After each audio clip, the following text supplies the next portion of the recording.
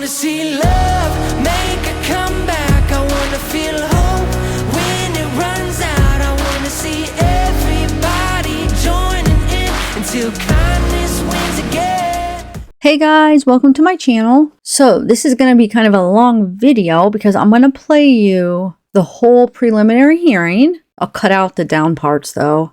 So I'm not sure how much time that'll end up being, but it's very interesting. You know, it's basically like, I don't know if you guys remember watching like the Chad Daybell's preliminary hearing. It's basically like a mini trial. I mean, they bring up all the evidence, all the witnesses, and it's so the judge could kind of decide if there's enough evidence to go to trial. Now, they might not have everything that they're going to use in the trial, but they present enough of it because they need to show the judge that, yes, we have enough evidence to go to trial. Here's our case. So it's really interesting. It's definitely worth a look. I'm not sure if this is the only day. I haven't had a chance to watch it all, so I'm not sure if there's going to be more this week of it. I know with the Chad Daybell's, it took like 4 days, I think. Like 4, 7, or 8 hour days. They were pretty full days. Okay, so I watched the end of this to see if they finished, and they're continuing it February 24th at 8:30 a.m. So what I'll do is maybe sometime next week, we'll watch this again, and we'll watch it like as a live stream so we could chat about it. Hopefully we'll try to do that. And then on February 24th, I'll try to do it live and we'll watch it together. So it'll be at 8:30. So it'll be like a morning live. She said it was going to be a full day. So it'll probably be 7 or 8 hours. And she said she's not sure if they'll finish it that day or not. And then we'll go from there. So it's a date, February 24th at 8:30. We will watch the rest of the preliminary together. But here is the one from a few days ago.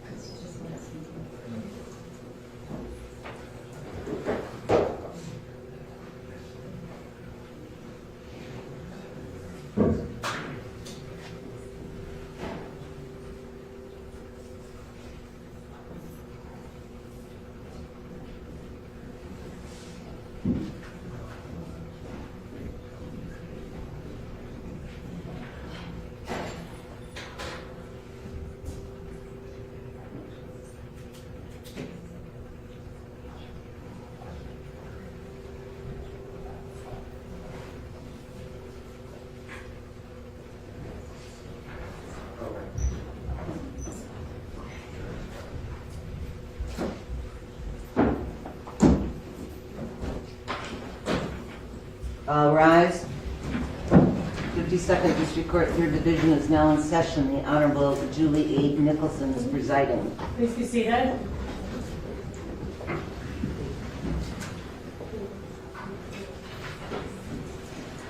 Are we all set? I'll have them bring the defendants up. Yes, sir. All set?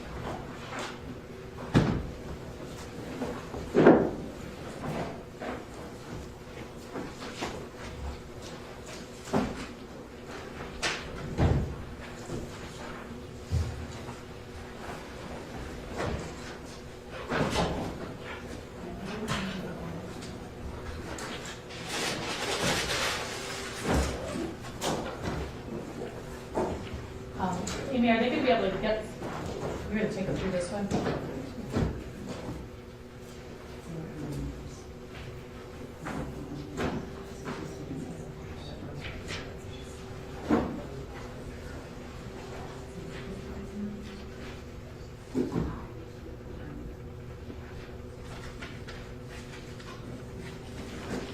I got a palette for each of them. Okay. I don't think, I do.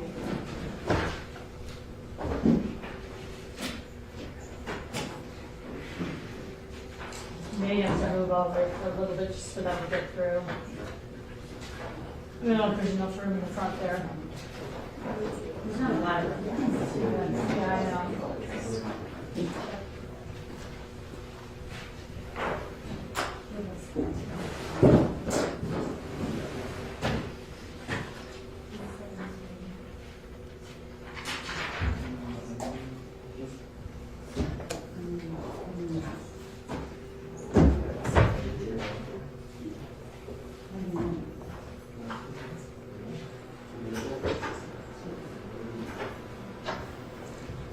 Judge, did you want defendants to go in front of our table or behind? No, it's just coming through the front, just Okay. as long as there's enough room there. Okay, thank you.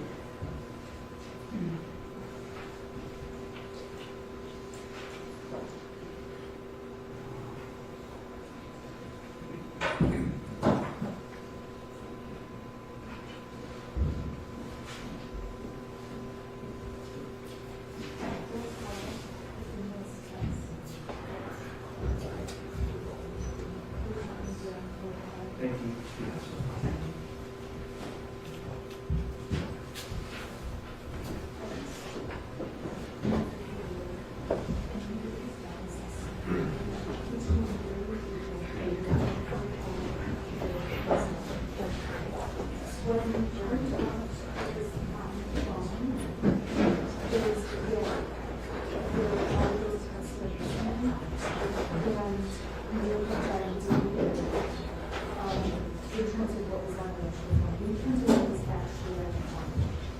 So I just want to let you know that those students have were really rough about telling them about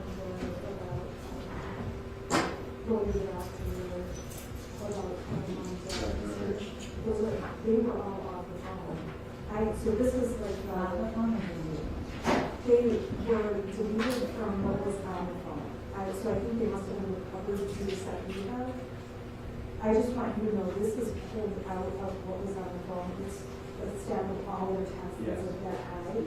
And if you look at it, what prints will be printed off the phone is, so you have 317, 317, and then, You're saying it's more. yep, so then it goes 317, 4, 5, 21. Oh, right. Right, all of the texts that are here do not, you have more text than what's here.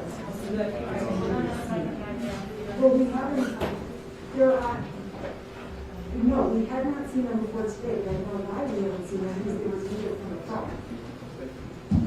They were, We have to see the recording. right, but however, the access to the report is not, there's multiple ways to access it, that's all right. You access it in a way you pull the stuff that is not on a physical phone, must have let you do it. Yeah, sure, but that's usually something. You said it for me, I think it was like that. Yeah, my point is that I just want to make you aware that there are some of the texts you have that were deleted before one get to those. Yeah, that's right. That's a question for Wagner. I didn't know that our version we have actuals. Yeah.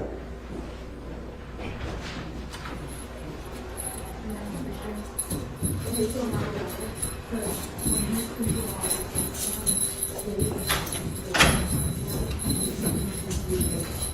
And calling People versus James and Jennifer Crumbley, docket numbers 21006-651 and 21006-652. Can I have appearances on the record, please, starting with the prosecuting attorney? Good morning, Your Honor. Karen McDonald on behalf of the people. Thank you, Judge. Mark Keith on behalf of people. Good morning, Your Honor. I'm Shannon Smith on behalf of Jennifer Crumbley. For the purpose of exam and today, I am going to represent Ms. Crumbley, and my partner is going to represent Mr. Crumbley so that we can keep our arguments clean and separate. Good morning, Your Honor. Marielle Lehman on behalf of James Crumbly.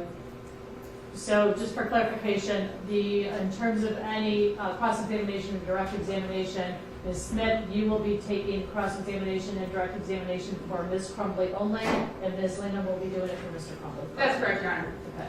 Judge, if I may, just regarding that aspect, we have discussed potential conflicts every hearing. I do believe that is appropriate for defendants, both defense counsel, to acknowledge a potential conflict and place that waiver on the record. Yes, I have made the record of that at each appearance, and I'm planning on doing it today as well.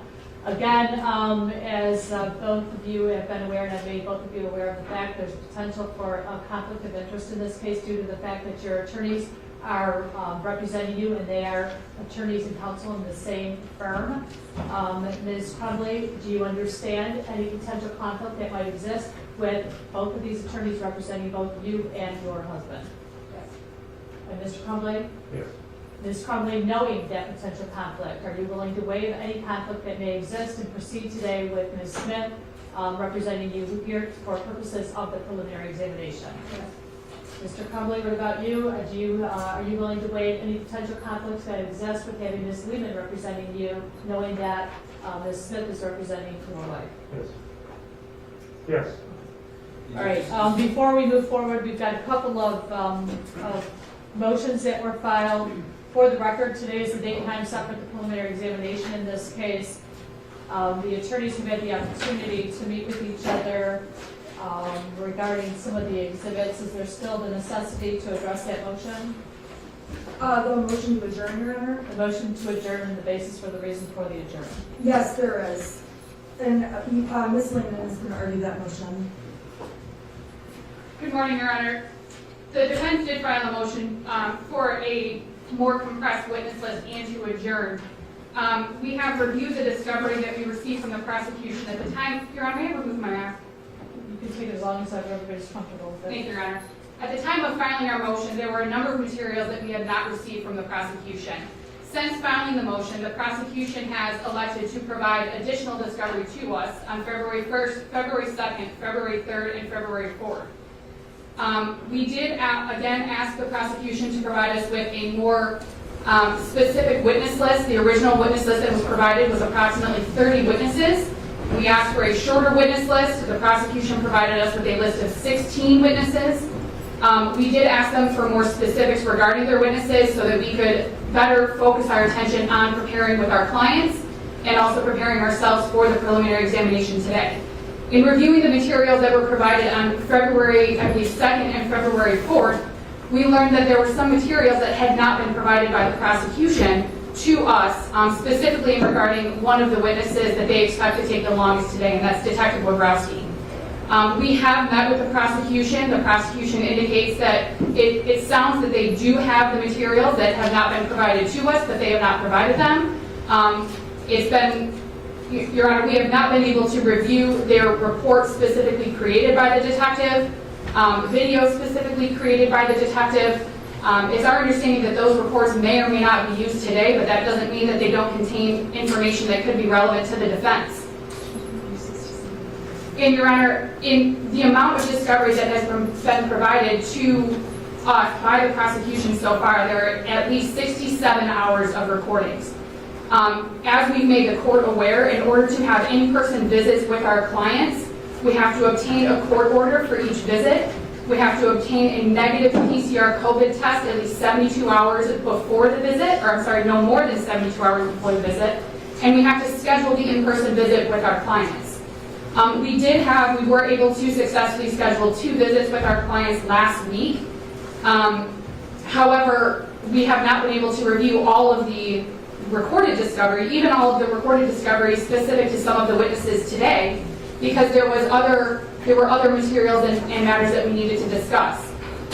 If we do want to visit with our clients, Your Honor, as I'm sure the court is aware, if we don't do it in person, it's done through a software, which quite frankly, Your Honor, has failed us more times than it hasn't. And we're also limited in time on those visits. We're limited to half an hour at a time, and we can't schedule multiple visits back to back. So, Your Honor, it's obviously been very difficult to prepare for this examination with the amount of discovery that the prosecution has provided. And the amount that the prosecution has provided that's relevant to our clients is also varied within the amount of discovery that they've provided to us. So, Your Honor, even though we've taken a number of steps to effectively prepare for our preliminary exam today, we do still have concerns that there are things that we are missing.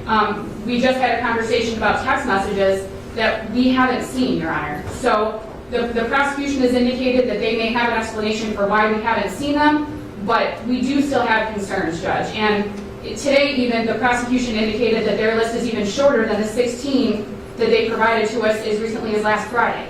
So, Judge, the police reports that we reviewed indicate that there are dates with which law enforcement has provided over 100 gigabytes of data to the probably over 200 gigabytes of data to the prosecutor's office, and we received that data sometimes weeks later.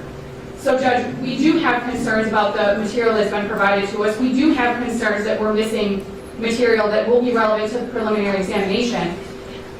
And we can't be effective without being able to review everything, Judge. So we are asking that the court adjourn the preliminary examination for these reasons. Response? Thank you, Judge. We just spent 45 minutes meeting with defense counsel. Defense counsel indicated that everything in this binder that we put together for the court as well as defense has been turned over. Now, just a few minutes ago, Ms. Smith approached me and said there was a text thread that she didn't think she had or may have been deleted. Our expert in computer crimes is going to testify regarding how a user may or may not delete things and how it can be exported from the Celebrate system. That's not new information, Judge.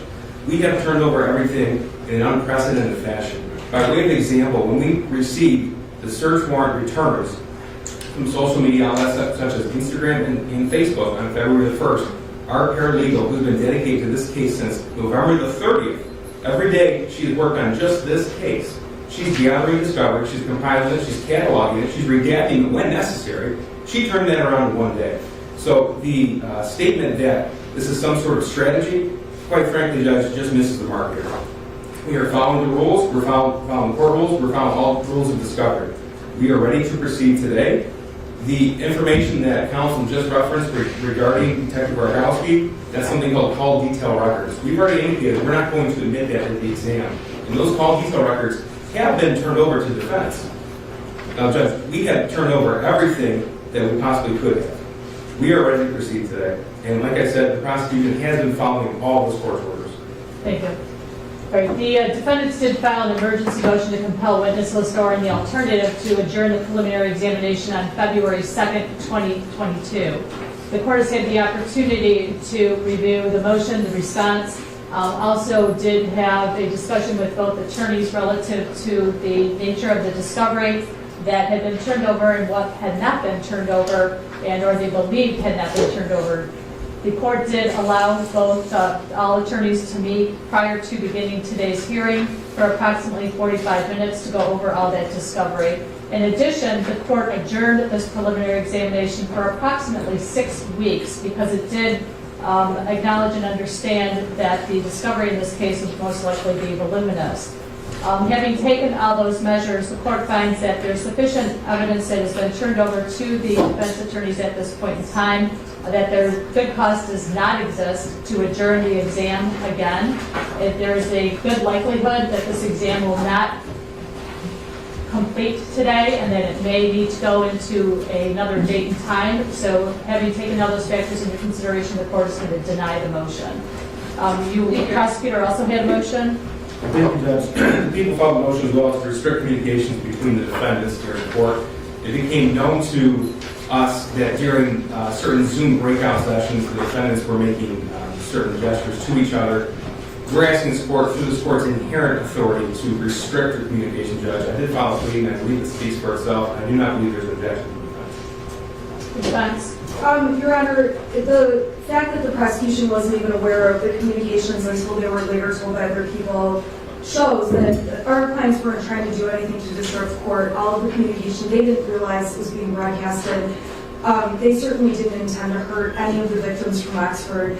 On that, we apologize to the court. I already told the prosecution I would tell our clients not to have communications at the table or send messages of I love you at the table. They agreed. There was no reason to file a motion. Our clients will behave. They're not going to do anything like that, and they certainly don't mean to offend anyone. Thank you. The court has had the opportunity to review and consider the motion that was filed by the prosecutor as well as the oral arguments. I'm going to grant the motion as it relates to in-court proceedings. Mr. and Mrs. Crumbley, this is a court proceeding. During the course of any breaks or while maybe I'm looking away or somebody else is looking away, you're not to have communication with each other. It's disruptive and it is disrespectful, okay? All right, are we ready to begin? Yeah, Your Honor. May I address the conflict issue for one brief second? Sure. I just wanted to add one additional factor. I don't believe it's ever been placed on the record by the defense that they understand that they're not similarly situated. They have the same charges, but the evidence will be different against one than it is against the other. I think it's important to know, and important for the defendants to understand and waive a conflict in that regard as well. Any response from the defense counsel? Your Honor, we acknowledge that the cases are different for Mr. Crumbley versus Mrs. Crumbley, and it's part of the reason to make it easy for this court. I'm going to represent Jennifer Crumbley, and Ms. Lincoln is going to represent James for the purpose throughout this hearing. I don't think this is a concern the prosecution needs to be raising. We're very aware of at least evidence that we believe will be. And I'll just confirm with the defendants again. Mr. and Mrs. Crumbley, starting with Mrs. Crumbley, do you understand that there's potential that you have different interests and you are not necessarily on even par with each other in terms of what your issues may be, which again could lead to a potential conflict of interest? Do you understand that? Yes. And knowing that, do you still want to proceed today with these attorneys? Yes.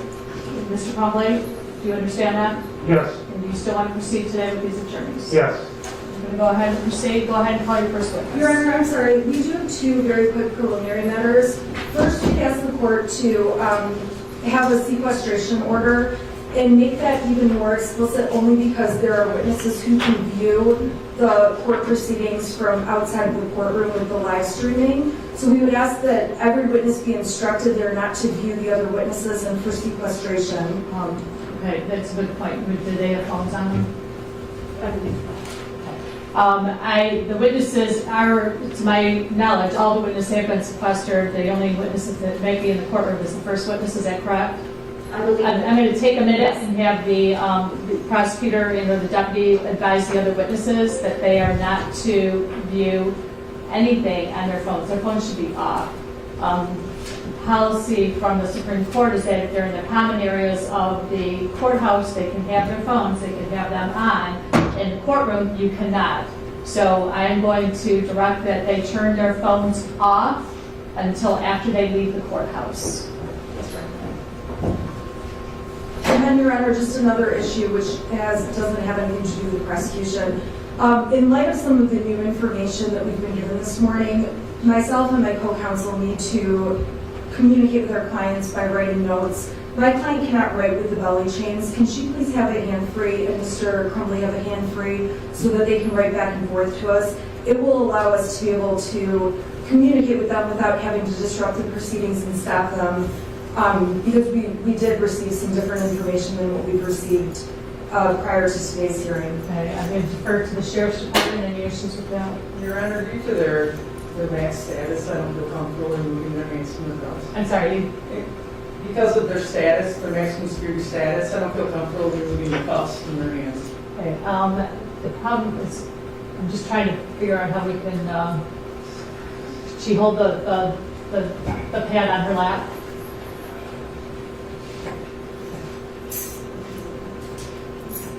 And I will give you a moment in between if you need to confer with them. Okay. All right, it might take us several moments Yeah, as we go through the exhibits. Yes, so. you just have everything on keep the legal pad on your lap. And if you can, I know I don't have anything that the table doesn't go over, so it doesn't give you an opportunity to kind of slide underneath there. Your Honor, is it possible, and I guess this would be a question for the deputies, is it possible just to handcuff them without the belly chains, that way they're still cuffed? No, that wouldn't be possible, Your Honor. They remain in what they're brought in. I'm sorry, I can't hear you. They need to remain in what they're brought In the up. dollar chain? Yes. Okay. All right, first witness? Your Honor, the prosecution calls Kira Pennock to the stand.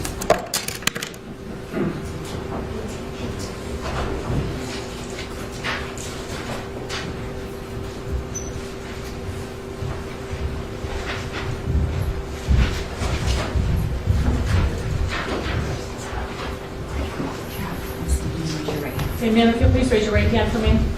Do you solemnly swear any testimony you're going to give will be the truth under the penalty of perjury? I do. Okay, if you'll have a seat. I'm just going to go over a couple of things with you real quickly.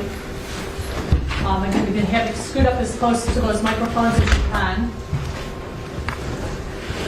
If at any time you feel comfortable enough and you want to remove your mask, you can do so.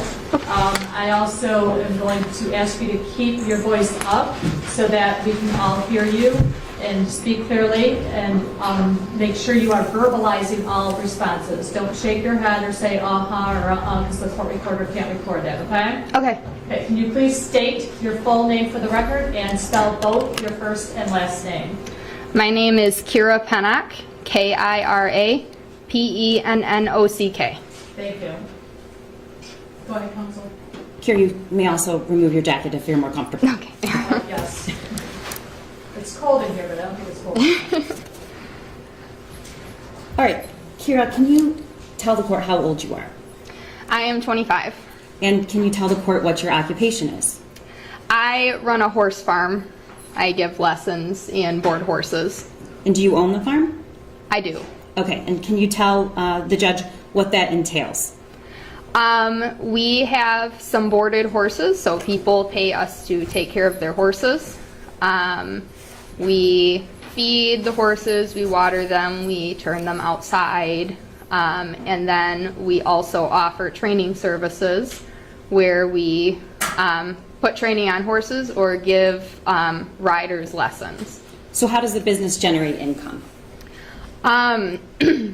The boarding side of the business covers, the expenses of, the feed and water, the necessities for the horses, and then it also covers the care. So we have some workers that help to keep the business going because we have a lot of horses.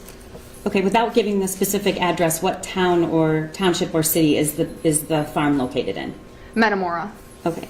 And Kira, do you know Jennifer and James Crumbley? I do. Do you see them in the courtroom here today? Yes. Could you point to Jennifer Crumbley or tell me something she's wearing? She is right here in the front. She is wearing a mask and glasses. Okay. Judge had asked that the court take notice that the witness has identified Jennifer Crumbley. No objection. So noted. And do you see James Crumbley in the courtroom here today? I do. And can you tell us what he's wearing? He is on the far end and he is wearing orange. He has a mask on and glasses. All right. Judge, can you take notice that she's properly identified James Crumbley? Any objection? No objection, Your Honor, noted. Kira, who do you know better, James or Jennifer? Jennifer. And when did you meet her? I met her a few years ago, and I met her through the horse world. She had a horse at the time. All right. When you say a few years ago, we need to know, if all possible, what year was that? I do not recall the exact year. Was it more than 3 years ago? I do not believe so. Okay. When you met her, did you own your business at the time? No, I did not. So how did you meet her? I have some friends that were familiar with the barn that she had her horse going to. Okay. At the time, did she have one horse or two? One. And what was the name of the horse? Shorty. Okay. And currently, how many horses did the Crumbleys or do the Crumbleys own? They have two. Okay. And at some point, another horse was purchased? Yes, the second horse was purchased earlier in 21. Okay. And what's the second horse's name? Billy. And do you know how that purchase was made and in what circumstance? That was an online purchase. She had the horse shipped to Michigan. And did she tell you why or how that happened? She was looking for a new horse that she could do some jumping on, as Shorty had an injury where he could not be jumping. So she happened to find this horse online, and she purchased him to be shipped up here. Did she tell you how that occurred? She was drinking that night and said that she made a purchase. Okay, how do you know she was drinking? She had told me. What exactly did she say? Did she say she was intoxicated or she'd been drinking? She said that she was drinking. Okay, and did she tell you how much the horse cost? She said the horse cost $5,000. All right, and you're telling your testimony is that happened in 2021? Yes. Of what month approximately? Was it after you owned the business? No, this was at a different boarding facility. Okay, so do you know about what month it was purchased? The horse ended up showing up in February. Okay. I'm not sure exactly when the actual purchase happened though. Okay, at some point, both of the horses were boarded with you, correct? Yes. And when did that occur?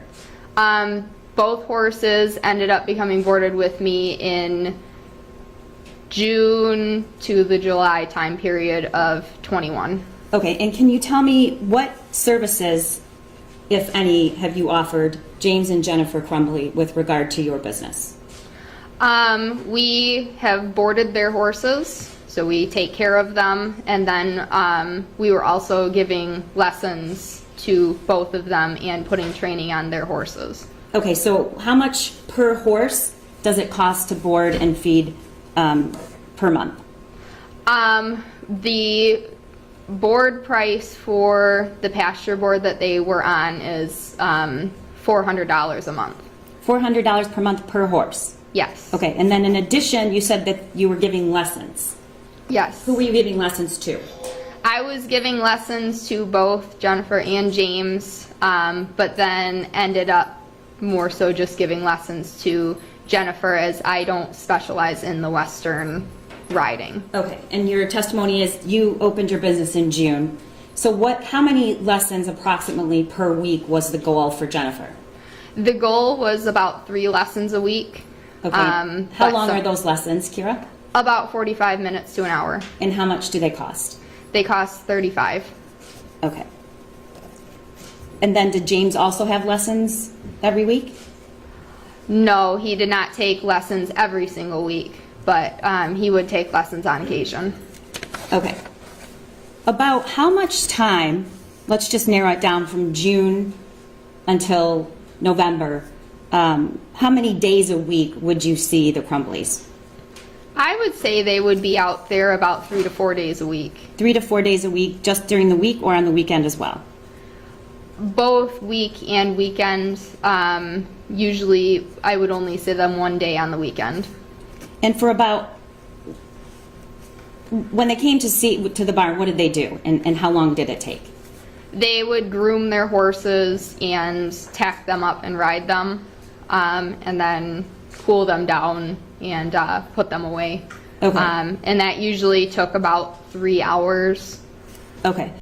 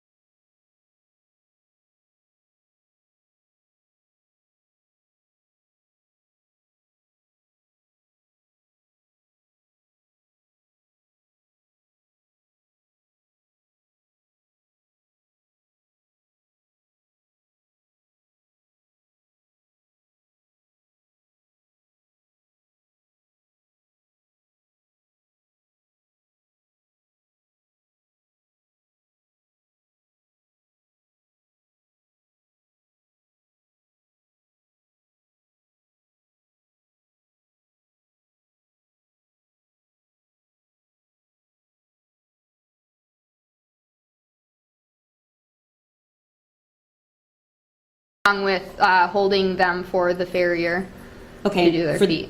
For those of us in the world that aren't exactly sure what a farrier is, can you tell the court what that is?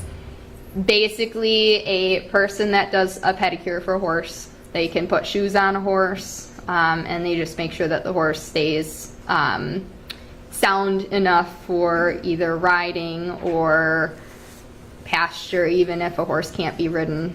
And it's a regular service that needs to be done. How often does it need to be done? Every 6 to 8 weeks. And did the Crumbleys provide that to their horses? Yes. Okay. The farrier would go to the barn? Yes. Okay. About how much does it cost every time the farrier visits each horse? For their horses, it was about $130 each horse. Okay. And then if the horse needed assistance because it was injured or sick, whose responsibility is it to get veterinary care? It is the owner's responsibility to pay for the care from the vet, and also most of the, like if it's very involved care, they should be the ones doing it, but we do offer the services of, you know, putting ointment on a horse's wounds as just. And so for the most part, did James and Jennifer make sure that was done? I would say so, yes. Okay. I asked you before if you'd ever seen their son since you started your business, and you said? I have not seen him more than maybe once or twice. Okay. Do you know why he didn't come to the barn with his parents for 3 hours, 3 to 4 times a week? I was told that he didn't really want anything to do with the horses. Who told you that? Jen did. Okay. Would you consider Jennifer a friend? I would. Okay. And at some point, did you ever become aware of any marital issues? She has mentioned some things in the past. Like what? Like what? She had mentioned. I would Hold on a object this second. for relevance. Your Honor, according to MRE 401 and People v. Mills, which is a Michigan Supreme Court in 1995 case, evidence is relevant if it's material or probative. At issue here is defendant's duty to protect the community from intentionally harming someone by willful disregarding of clear signs of danger. What they did, what they didn't do, how they spent their time, what they exposed their son to, all is probative and material, and I believe it is relevant, Your Honor. The court is going to overrule the objection. Go ahead. She had mentioned that she had found some information of she thought that James was cheating on her, looking up singles in the area online, but then Ethan had. Hold on one moment. Yeah. Do you know approximately when that was? Did she tell you that? I do not recall exactly. Was it since June? Yes. Was it warm outside or cold outside? It was warm outside. Okay, so summer of 2021? I would say so, yes. Okay, and what was her reaction to that? She was very upset. And did she tell you what she did as a result of it? She confronted James about it, and James had said that he didn't do that. And then Ethan had come forward and said that he was the one that was looking these up online. Okay, so did she tell you that then Ethan was aware of this accusation of dad cheating? I do not recall if she said that he knew about it. Okay, what was your general impression of Jennifer? I did not have any issues with her. How would you describe her? I really liked how dedicated she was to the horses, and she had aspirations of doing some competitions in the summer during show season, and she had always treated me and everybody else with respect at the barn. Okay, and did she talk about her son very much? Not a whole lot.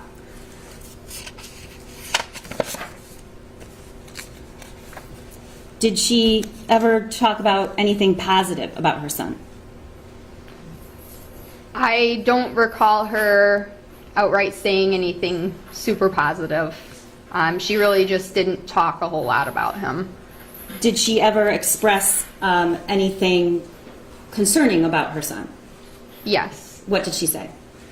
She said that he did not have any friends that he only had one friend, and he spent a lot of time online or playing games. But he just seemed to keep to himself. Did she have a word to describe that? Not really. She thought that it was weird that he wasn't out doing things like a normal kid. Did she call him weird? What did you say? Did she call him weird? Yes. Okay. And was there a time, do you remember the time frame she told you that he didn't have any friends? I do not remember the time. Okay. Did she consider him a normal? No. How do you know?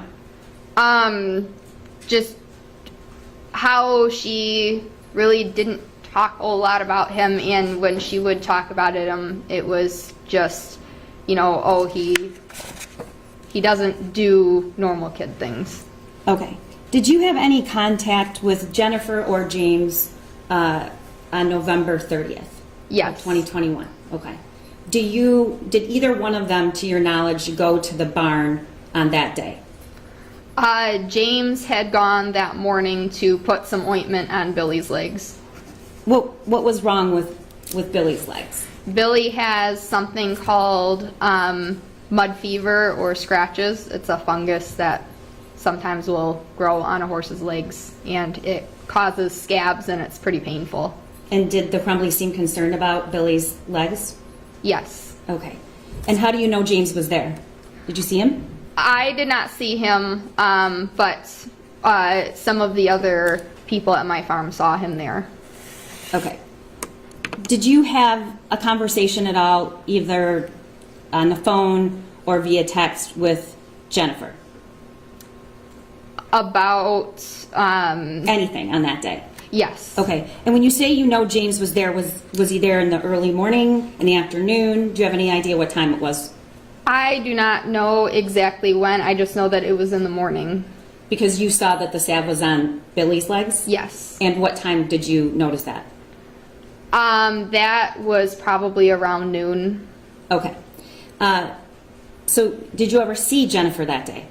I did not. Okay. But you spoke, what did you do, text her or call her? Facebook Messenger. Okay. And did you often communicate with her through Facebook Messenger? Yes. Is that something you use normally? Is there a reason why versus text? It seems to be a lot easier for people to just message through Facebook. Okay. I'm not totally sure why. I don't really use my phone much, so.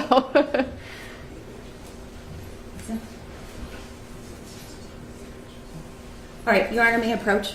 Yes. Okay, Kira, I'm approaching with an exhibit, People's Proposed 6 exhibit. There's approximately 28 pages. Yes. And can you tell the court what that is?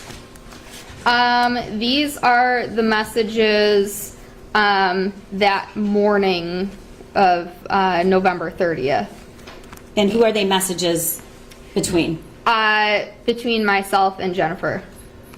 And it's Facebook Messenger? Yes. Okay. And can you tell the court when the messages start and when they end? The messages start at 10:18 a.m. on November 30th. And the messages end, I am not totally sure date-wise of when they end here. There is no date on these, but I know that there Okay, if is you can take a look at the last couple pages, the last date that you see.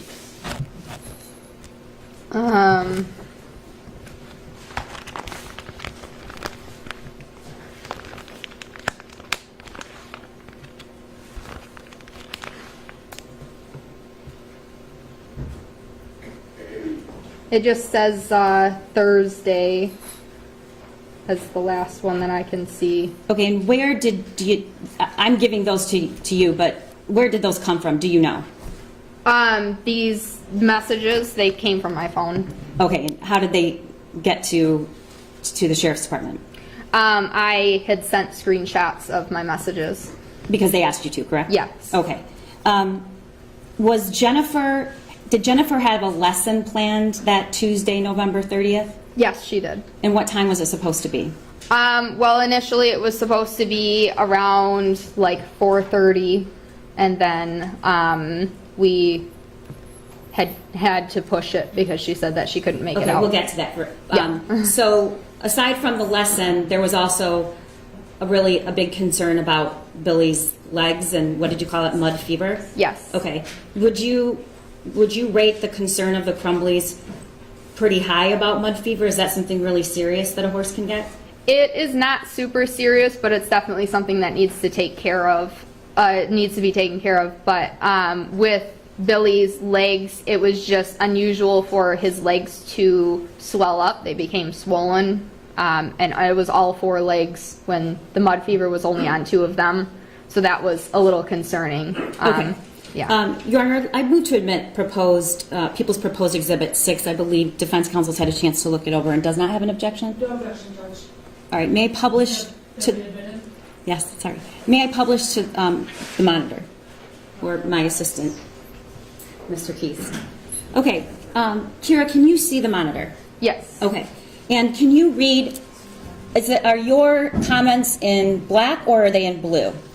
My comments are in blue. Okay, so it says November 30th at 10:18. Can you read that first text message that you sent that day?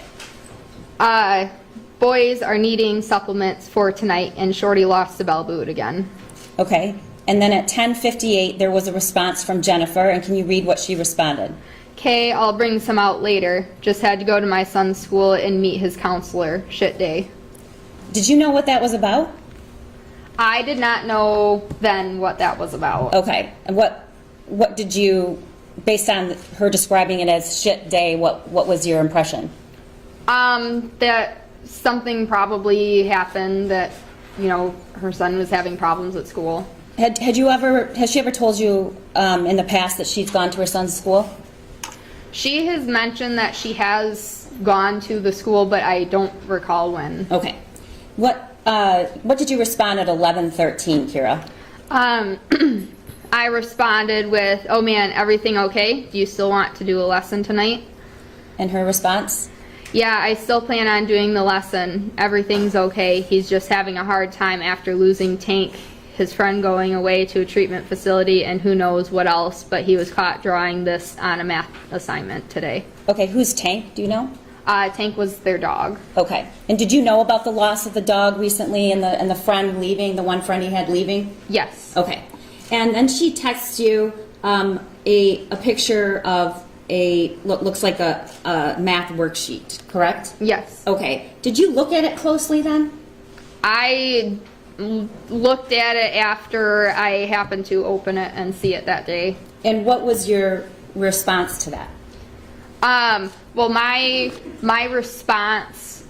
Wait, I didn't ask that well. What was personally your response to it? What did you think? I was alarmed. I thought that was not normal for. What was alarming to you about it? All of the violence all over the page. It just didn't really seem like something that a kid would do on a test in school. Okay. Were you aware that the Crumbleys owned guns? Yes. Were you aware that they purchased a gun for their son? I did not know the gun was for their son. Do you follow her on social media? I do. Did you view a post about taking her son to Mother's Sunday and a early Christmas present? Did you see that post? I had seen it, but I'm not sure exactly when. I don't really spend a lot of time on social media. Okay. Me neither. Okay, so you said you were 24, correct? 25. 25, I'm sorry. Yes. And you're not a parent? No. But you were really alarmed about that? Yes. Okay. And what happened after she texted you? What was the next text that came through? The next text was, as long as I can get out there early enough. So this is from Jennifer? Yes. Okay. Can you speak up just a little bit and read that text? Yeah. As long as I can get out there early enough, because I had to leave work for an hour and I have a meeting in Southfield at 3 o'clock, but I should be done with that by 4. I plan being there, plus the vet said it's better for him to move around and keep it circulating going while he's dealing with the mud fever. Good times. Good times. Okay, so it's your understanding based on the text messages that she'd already met with the school? Yes. Okay. And she's texting you about mud fever now? Yes. All right. What was the next text that came through? I said, OMG, he needs some horse therapy. I bet he would love Mo. And who were you talking about? Who's he? Ethan. Okay. And then what did you say after that? Said, whatever works for you, just let me know. I only have Bella's lesson tonight at 5:30, so anytime after her lesson is fine. Okay. And what was the response? Okay, yeah, well, he'll be coming out with me tonight. James is working. He can't be left alone.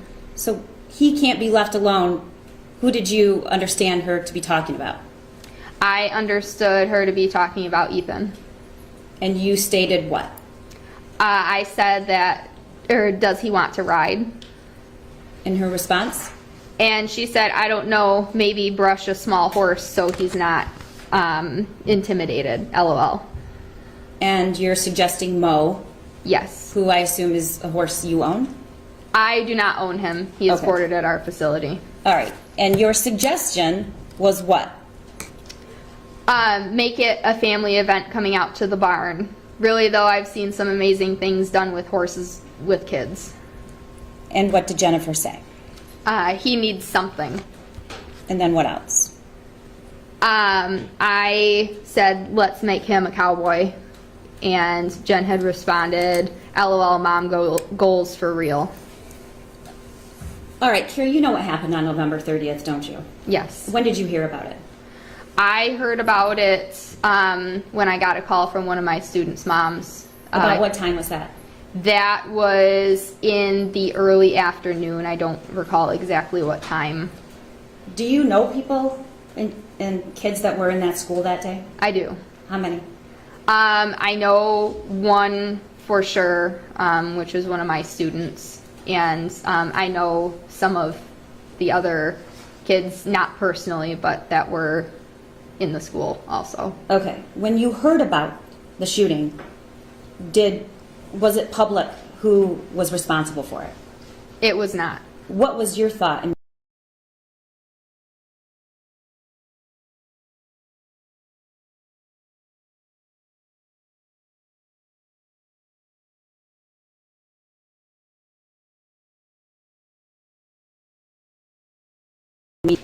Made me think that it was him. Okay. You hear again from Jennifer that day. Yes. What was the time? I had heard, What was the next text? Kira, I won't be there tonight. And that came in at 2:36 in the afternoon? Yes. Okay. And your response? It's okay. Want me to work Billy for you? And she says what? Yes, please. And then it looks like the next communication was from you at 2:58, and you Yes. stated what? I just brought him in. Now you're texting her a photo. I assume that's Billy. Yes. Did you text photos back and forth about the horse frequently? Sometimes I would say that most of our conversations were related to the horses. Okay. And you don't hear anything back until what time? I don't hear anything back from her until Tuesday at 4:42, and she had responded, I need to sell my horses stat. Okay. So you, that day, asked her if everything was okay. I heard there was a shooting in Oxford. Is Ethan okay? And then you again reach out at 4:21, correct? Yes. And you don't hear back from her until Tuesday at 4:42. so the same day, and Yes. she's saying, I need to sell my horses stat. Yes. Okay. Did she go on to talk about why she needed to sell her horses? No. Okay. Eventually, did you continue working this out with did she want you to help her sell the horses? Yes. Okay. And did you do that? I am still currently trying to help sell them. Okay.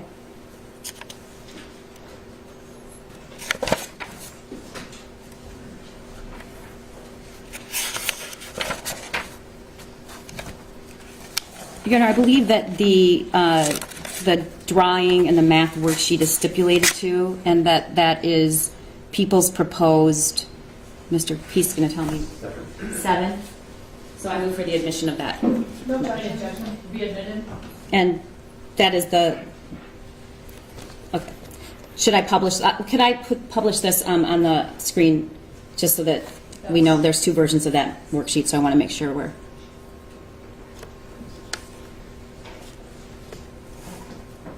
Okay. Kira, the conversations that occurred afterwards you seemed compassionate for Jennifer at the beginning, correct? Yes. Okay, and why were you? I wanted more information on what happened. Okay. And you stated a couple times in the exhibit, the conversations, just be honest. Yes. What did you mean by that? I wanted her to be honest about anything and everything.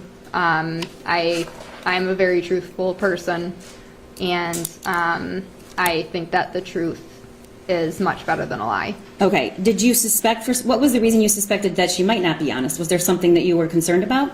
Your Honor, I would object that this calls for speculation, and also the question is presuming facts that were not in evidence prior to the question.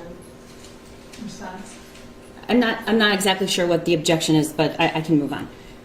So at some point, did you stop communicating with her?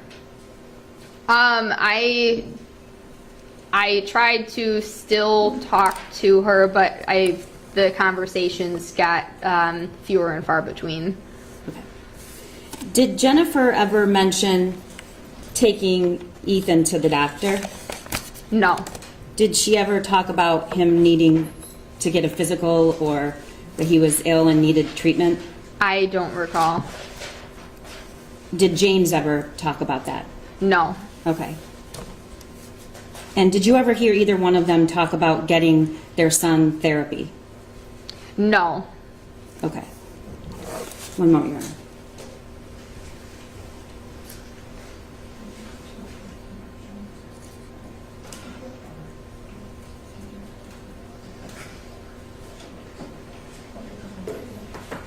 Just real quick, Kira, I understand that your farm is further north.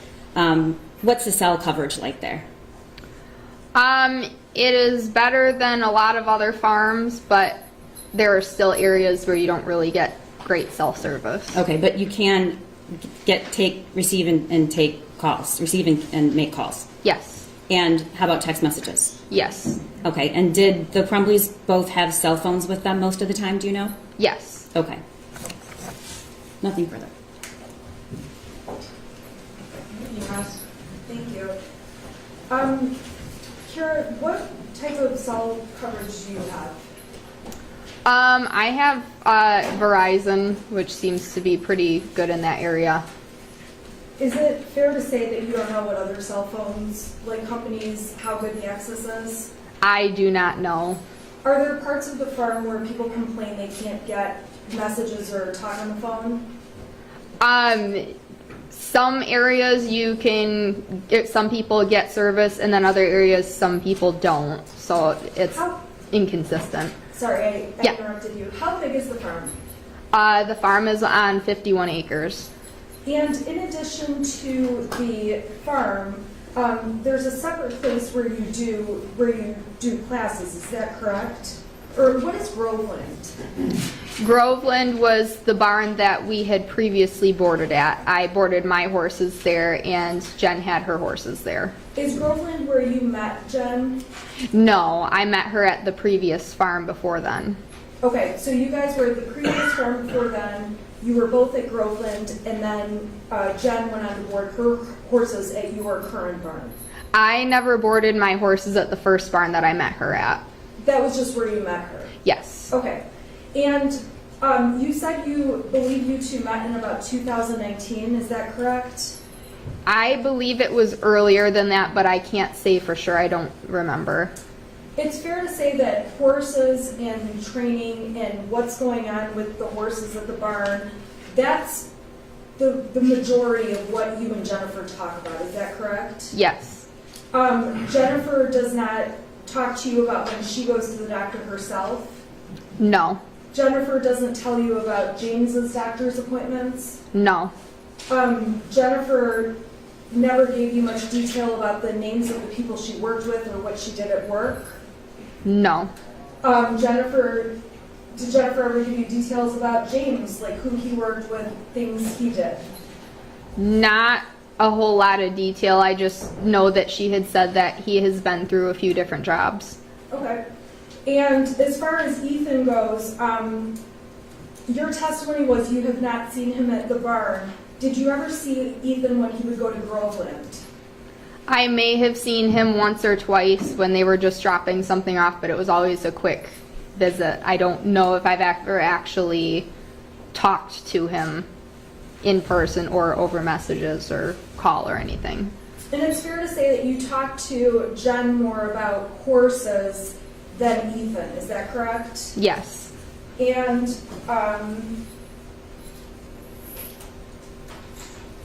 with respect to Ethan coming, you wouldn't have had a problem if Ethan came that day on November 30th, is that correct? I would not have had an issue with him coming. It would have been unusual for Ethan to come to the barn with Jen on the 30th because he didn't normally go with her, is that correct? Correct. And on the 30th, when she was planning to bring Ethan, you assumed she was upset about Ethan or had some kind of concern for Ethan, is that correct? Yes. Jen also had the option to say to you, I'm canceling the lesson, I'm not going to come, I won't be there, correct? Yes. And in her messages to you, it was clear to you that she did not want Ethan to be alone, is that correct? Yes. Did Jennifer talk to you about some of the comments on the math paperwork, such as, like, my life is useless, or the thoughts won't stop? Did Jennifer speak to you about any of the individual comments? No, she had just sent me the picture. Were you concerned that Ethan may be suicidal after seeing these notes? Yes.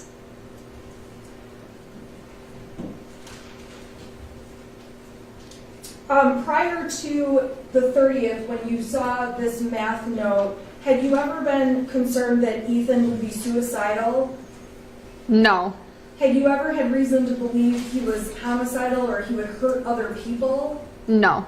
Had you ever been given reason to believe he was not mentally sound, that he needed professional, medical help? No.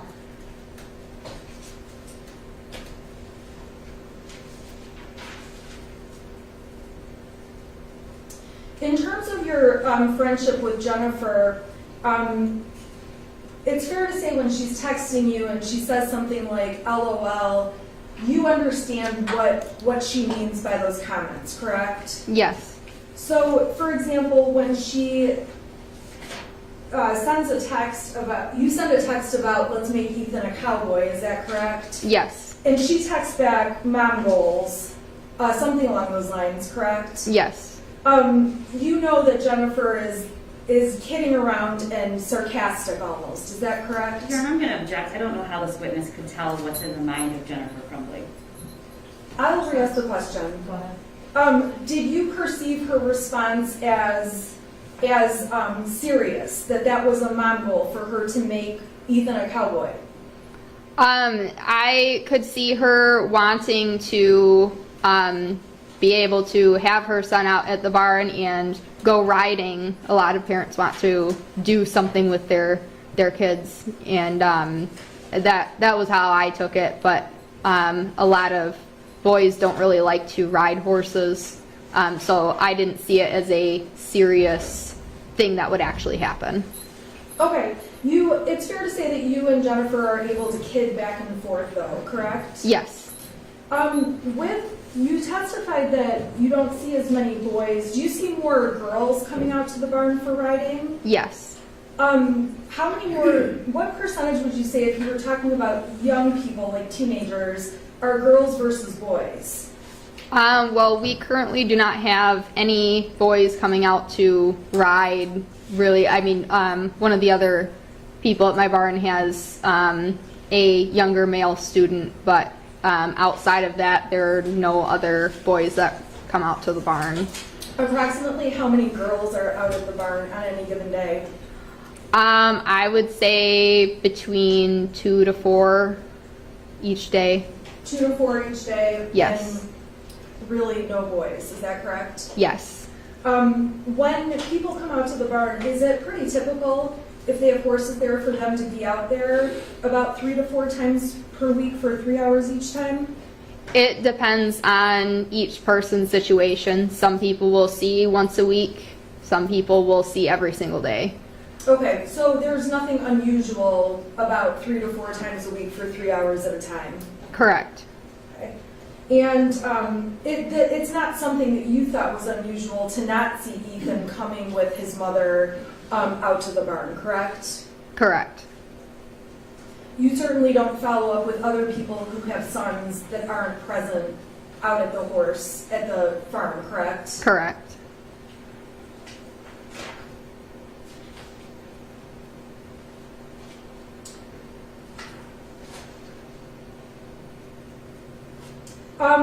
In the text messages with Ethan, you said they were Facebook Messenger messages?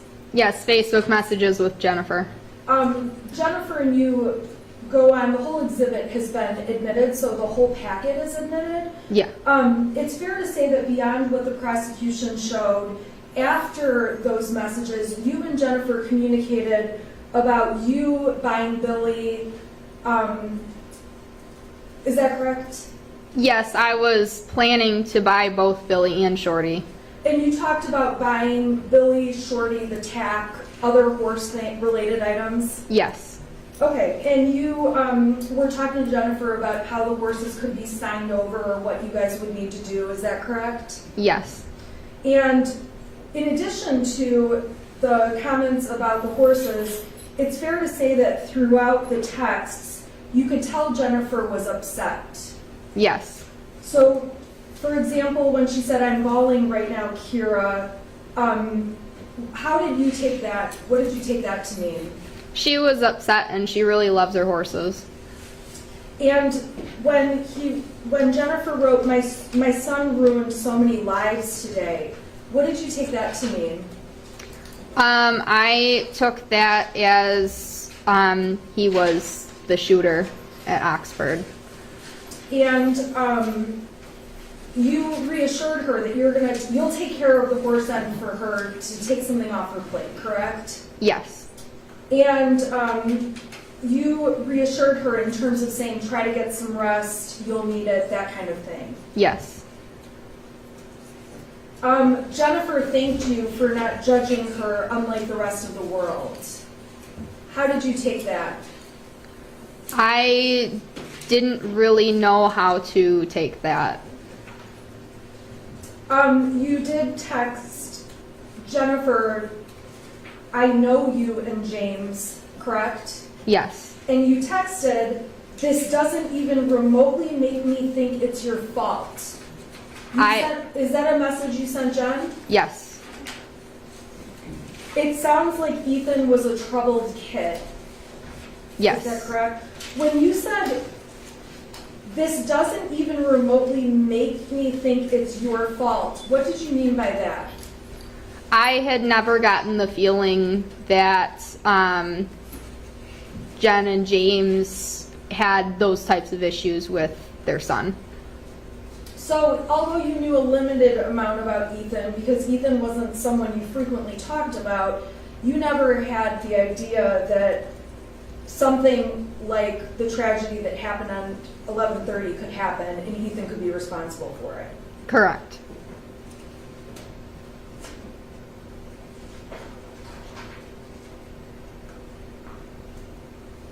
You also tried to reassure her, try to stay calm and as collected as you can.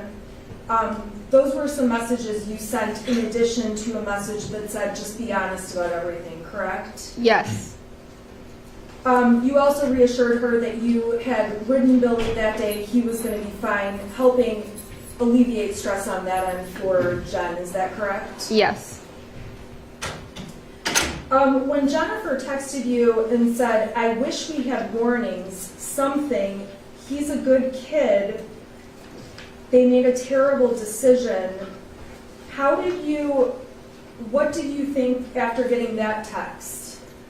I was thinking there had to have been some type of signs. She had mentioned in the past, like, you know, that he really didn't have friends. He didn't go out and do fun things like kids his age. Well, the text is from her to you saying, I wish we had warnings, something. He's a good kid, they made a terrible decision. You didn't point out to her things that you thought may have been signs in the past, correct? Correct. You actually wrote there probably were warnings, but nobody saw them, correct? Yes. And you said hindsight is always 20/20. Yes. And we can all agree, looking back, when something bad happens, we look back at what could have prevented it, correct? Yes.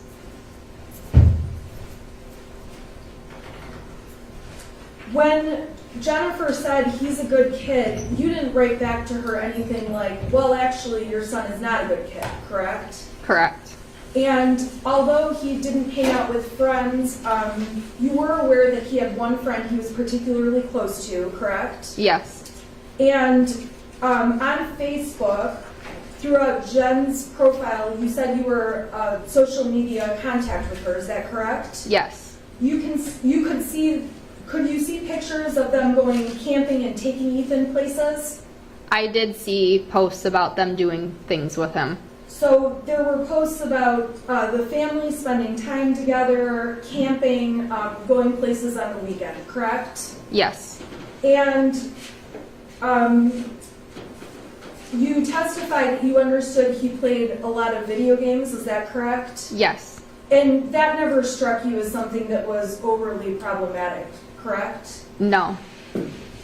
You had no reason to ever say to Jen, like, hey, Jen, wake up, there are signs, or anything like that. No.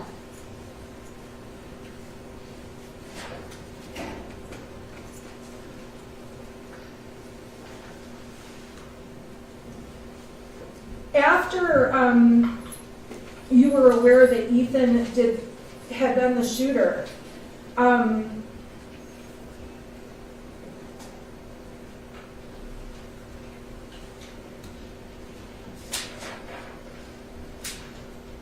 you and Jennifer attempted to talk to each other on the phone. Do you recall that? Yes.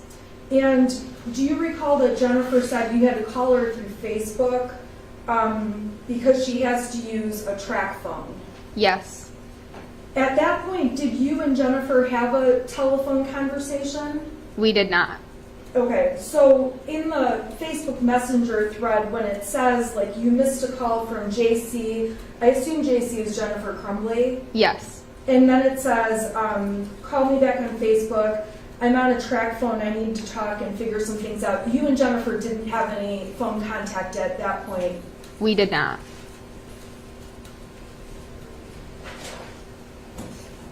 And when Jennifer was on that track phone, she said it would be easier because texting on that phone is hard if you guys could talk, correct? Yes.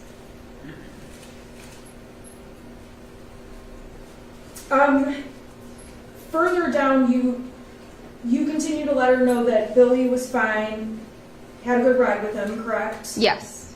And at that point, you became concerned about Jennifer coming out to the farm, is that correct? Yes. Why were you concerned with Jennifer coming to the farm? Because I did not want them to take things that were owned by other boarders or myself. You didn't want Jennifer to take things that were owned by other boarders or yourself? Correct. Did you, were you concerned about the safety of people at the farm if Jennifer and James showed up? Yes. Were you concerned because Jennifer showed you some of the threatening messages she had received? Yes. And when you explained to Jennifer you were concerned and wanted the police to be out there, you actually wrote, "I don't want people to follow you or hurt you," correct? Yes. And you said, "We just need to be careful." Yes. So nothing about any horse equipment or concerns. No. And were you afraid that people were going to follow the Crumbleys out to the farm and possibly hurt people? I was worried about that.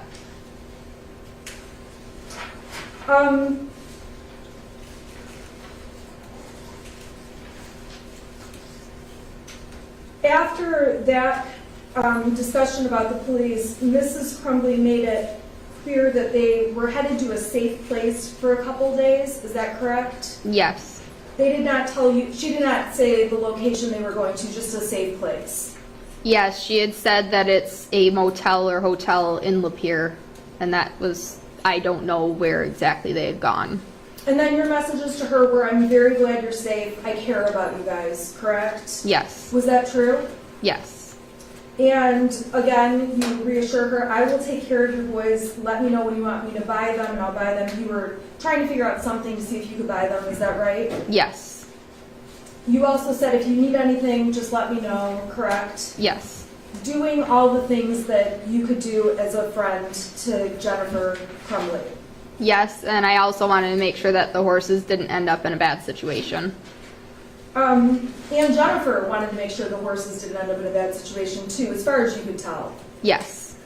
And as you're texting her about the horses and everything else, in the little bit about what's going on after finding out about the shooting, you didn't follow up with her about what her work arrangements were?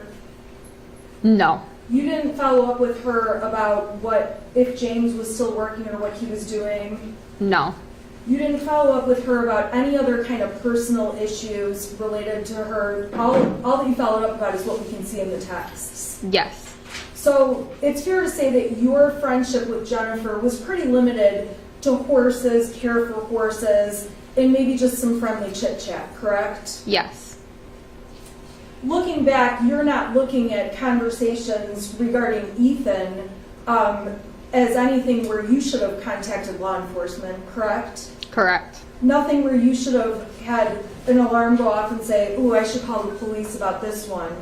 Correct. Even the day that you saw the drawing that's up on the board, you didn't contact law enforcement to say, "I just saw like a really crazy drawing" or anything along those lines? I did not. And if anything, Jennifer appeared to be very concerned about what was going on, correct? Yes. When Jennifer had ever been out to the school or not, you weren't aware of every time Jennifer had ever been over to Oxford High. Is that fair to say? Correct. So that day stuck out as something unusual. Yes.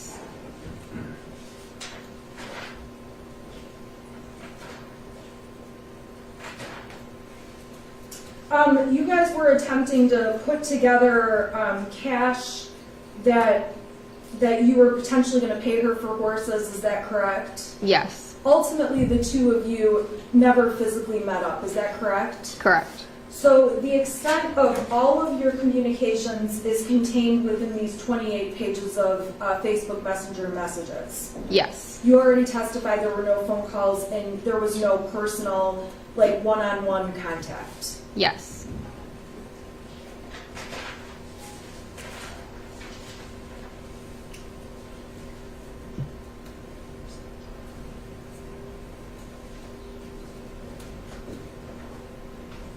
Your Honor, if I could just have one moment, I just need my...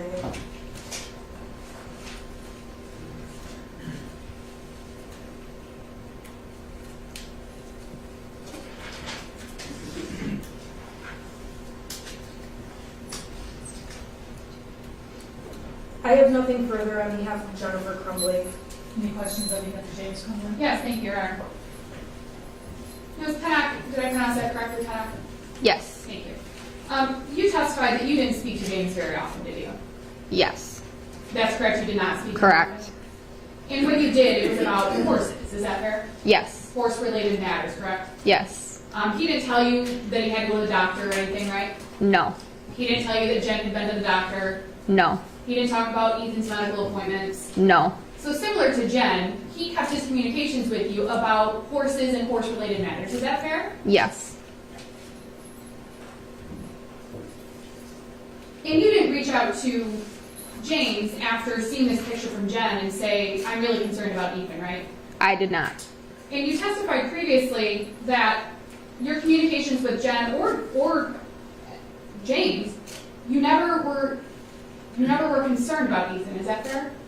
Correct. There was never anything that you saw that gave you cause to be concerned about Ethan's mental health, right? No.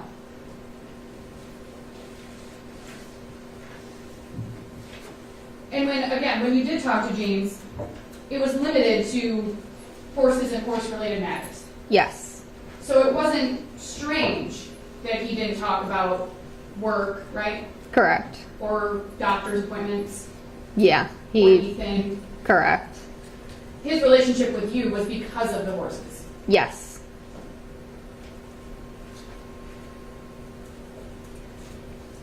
Nothing further, Judge. Thank you. Can you redirect? Briefly.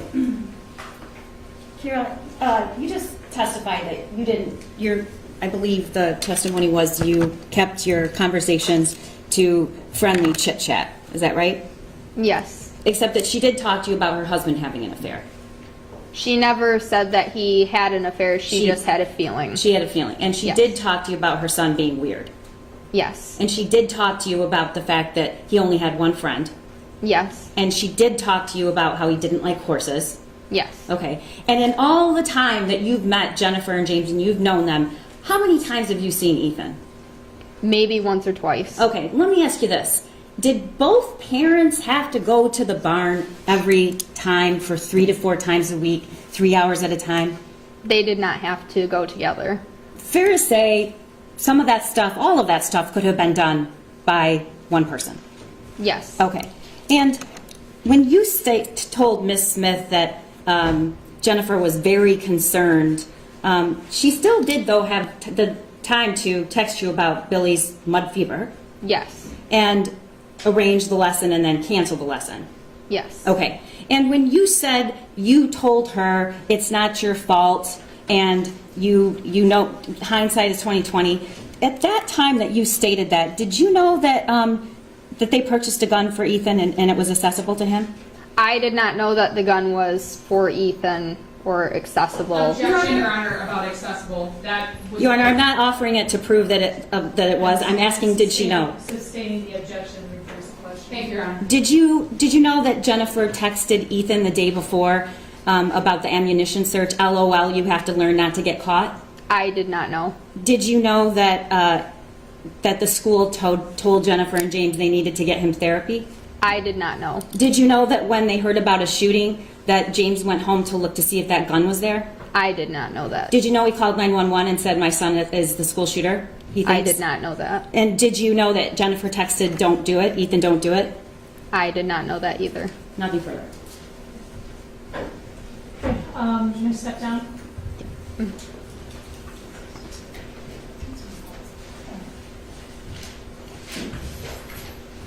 The prosecution calls Andrew Smith, and I believe somebody's going to go get him. To be fair, will you grab your exhibits after? Yes. And you're all set? She's excused, Your Honor? Any objection? No, Judge, thank you. Not for Mr. Crumbley, Your Honor. Excuse me.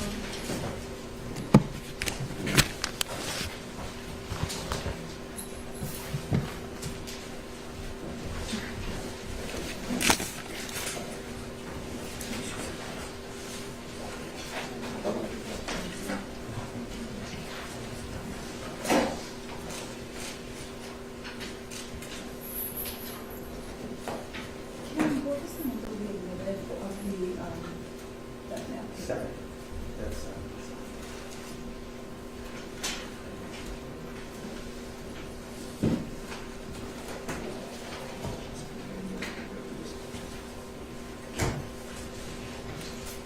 Hey, Mark, I think they invented one that was further down that wasn't that 7, because the screenshots are reviewed. There was another one that was further down, and the screenshots to review. What one was that? Sir, if you'll allow, please raise your right hand. Please, do you solemnly swear in testimony you're going to give the truth and the penalty of perjury? Yes.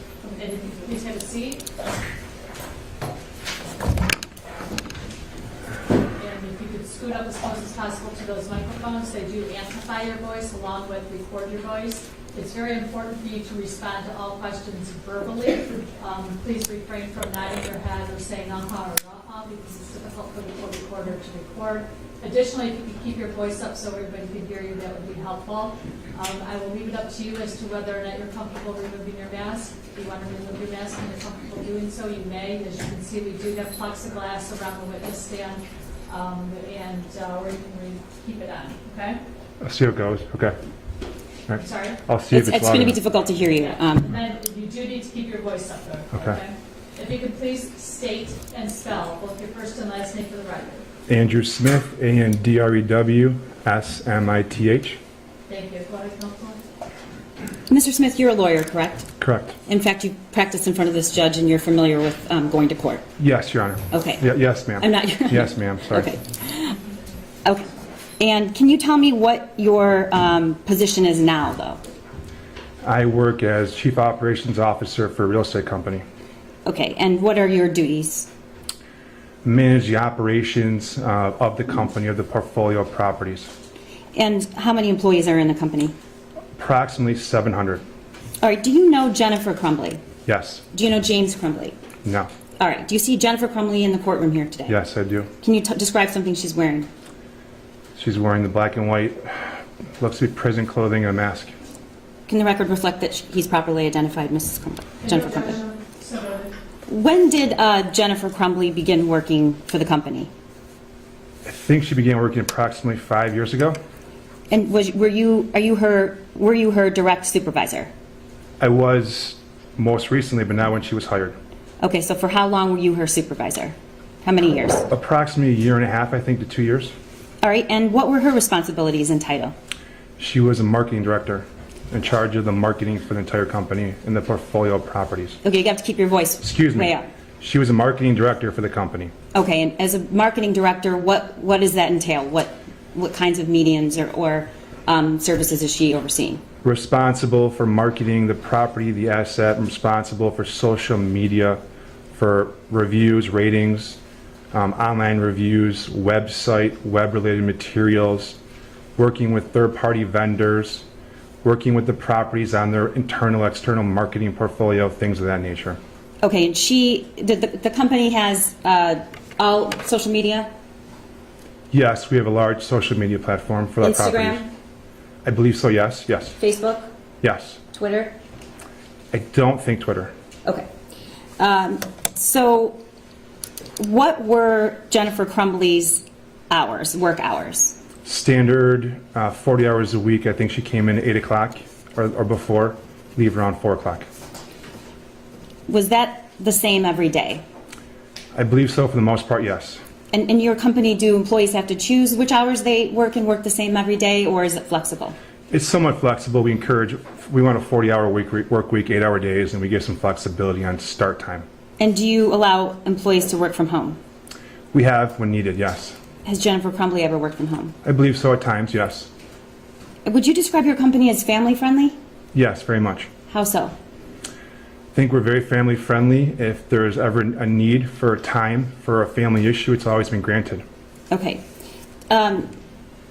Taking you back to November 30th, do you remember that day? I do. And do you remember having any contact with Jennifer Crumbley? I do. Can you tell the court what was your first contact? I received a text message from Miss Crumbley that morning at about 10 a.m.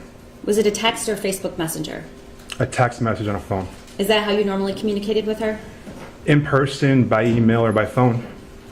Text But- or Facebook Messenger is what I'm... Oh, text message would be, Okay. yes, text. About approximately what time was that, if you know? I believe 10 a.m. And what were you doing at the time? It's driving. Okay. Your Honor, I think at this point I'd like to approach with people's proposed 8, and I believe there's a stipulation to it. May I approach? yes. And that's correct, Your Honor. Okay, Mr. Smith, what are you looking at? What did I just hand you? You handed me what appears to be a text thread from Ms. Crumbley. And who? Mrs. Crumbley. And me, myself, correct. Okay, so can you tell the court again exactly what time did you first hear from her? 10:05 a.m. And you were where at the time? I was driving my vehicle. Okay, did you get a good look at the text? I saw that she texted me while driving that she was going to her child's school to meet with a counselor. Okay, was that something that she's required to do if she leaves work? You're supposed to let your supervisor know if you're going to be leaving work, yes. Okay. And did you respond? No. All right, may I publish the exhibit?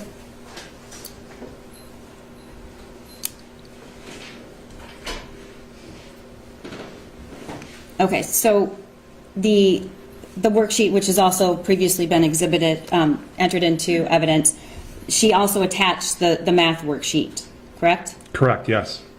All right, and what exactly, can you read the text that she sent? I have to go to my kid's school. Counselor just called, and this is what I'm dealing with. I'll be back by 11:30, 12 at the latest. Okay. And then what was the next communication you had with Jennifer Crumbley? I believe I saw her at work around noon that day. Did you take a good look at that worksheet? Not that, I mean, I did, but not at that time. Okay. So you said you saw her later at work. Do you know what time that was? It was approximately 12 p.m.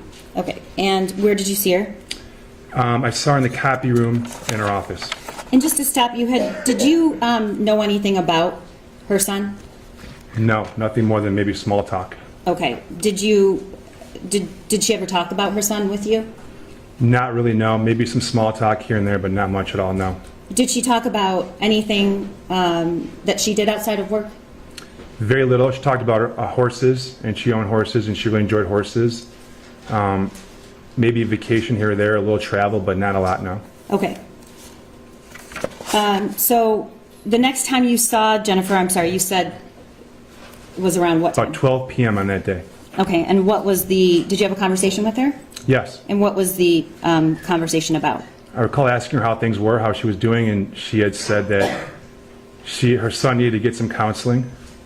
And I think she mentioned his dog, a family pet had passed away, and a grandparent had passed away recently, and she felt like she was failing or failed him. I'm sorry, she said what? I think she said she felt as if she was failing him or a failure. All right. When she said she had to get counseling, did she say why? No. Oh, she didn't say why. She just mentioned that a family pet had passed away, a grandparent had passed away, but she didn't say why. Did she tell you what the situation was at school? No, just that she was told she needed to get some counseling for her son.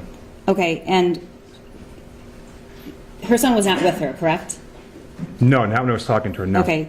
By the way, you do allow kids to come to your workplace, right? It's happened, yeah, quite a bit, actually. Can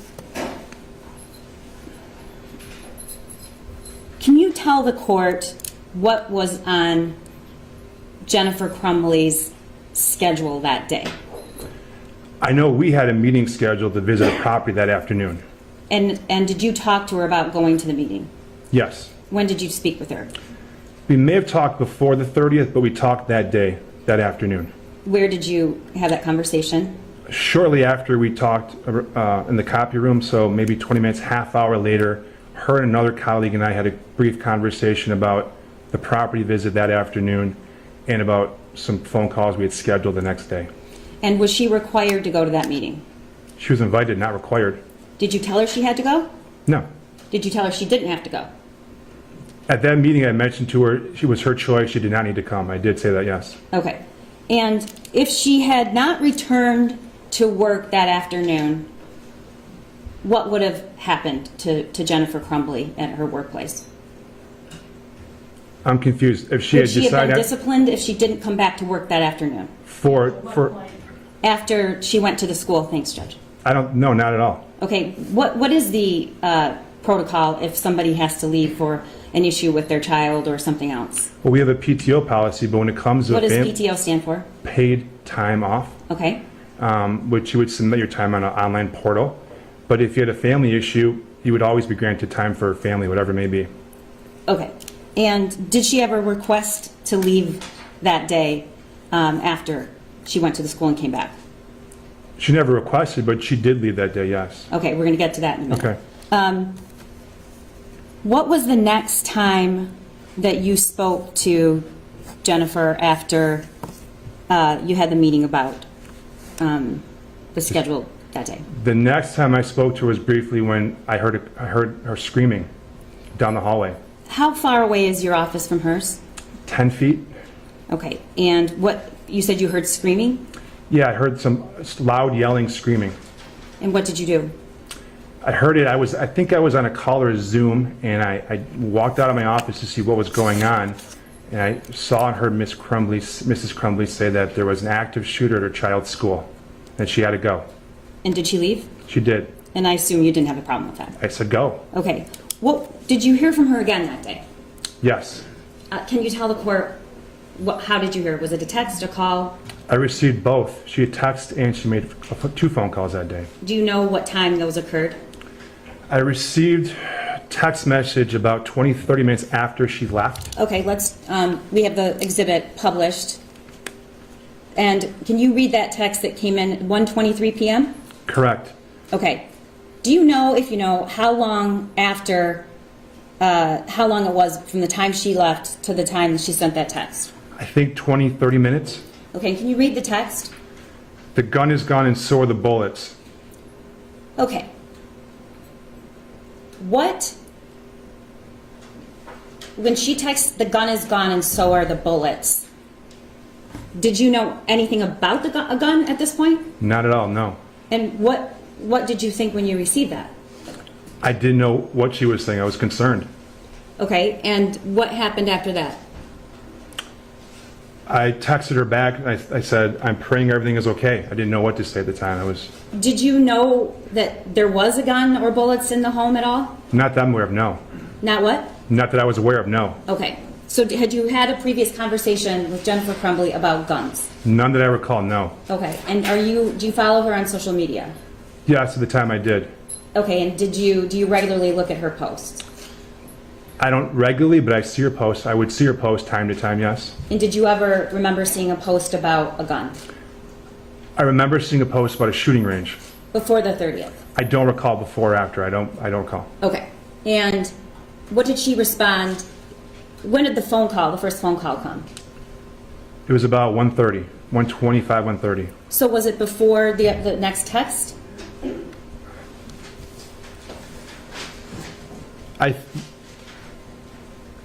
Yes, I believe it was, yes. Yes. Okay, what was the phone call? It was to your phone? She called my cell phone, correct. And then what did you do? I had walked down to our HR director's office. And what is her name? Kathy Poliquin. Okay. When I received this text, I was, I believe, in a hearing on a Zoom meeting, and I stepped away because I was concerned by what I had just received and learned, and walked down to our HR director's office. When in her office, I received the phone call. And did you have the phone on speaker, or did you just take the call in her office? I took the call and put it on speaker. Okay, and what did Jennifer say? I recall her saying she was trying to get to her child's school. She sounded frantic. You could hear an ambulance or sirens in the background, and that their gun was missing, or their gun was missing. When she said, how did she describe the gun? I don't recall exactly, just that there was a gun missing, that their gun was missing. Okay, and what did you say, if anything? Kathy and I both told her, you need to call the police. And what did she say? She said that my husband is at home and already called the police. Okay, and then did the call end right then, or was there more conversation? I don't recall more. I think it ended shortly after. We might have said, please let us know if you need anything, but I don't recall exactly anything more. Okay. And after that, then you received the next text? Yes, I believe so. And what does it say? OMG, Andy, he's going to kill himself. He must be the shooter. And then the next text? I need a lawyer at substation with police. And then what else? Ethan did it. Okay. What was your response at this point? Complete shock. And what did you do? I let my HR director know at the time. We didn't really know what to do. We were looking for the story online to see if everyone was okay. We didn't know what was going on. We were really concerned, greatly concerned and shocked at what we were learning. Did she make another phone call to you? Yes. Do you know when that occurred? That was about 2:15, I think. Okay, so there was what was the 2:15 call about? And who was present? I was in our HR director's office. I put it on speaker, and she had said she had saw her son at the police station. I recall her saying that, and I recall her saying that she asked if I could recommend a lawyer. And what did you say? At the time, I couldn't think of anything. I couldn't think of a lawyer. I told her I'd ask our corporate counsel, but I couldn't think of one. I'm sorry. And why couldn't you think of a lawyer? I assume you know a lot of lawyers. I do. I was completely in shock and overwhelmed by what we had learned, and couldn't think of anyone that I would in a million years be able to suggest for this matter. Okay. I didn't even know where to start. Okay, and then the next time you hear from Jennifer Crumbley is when?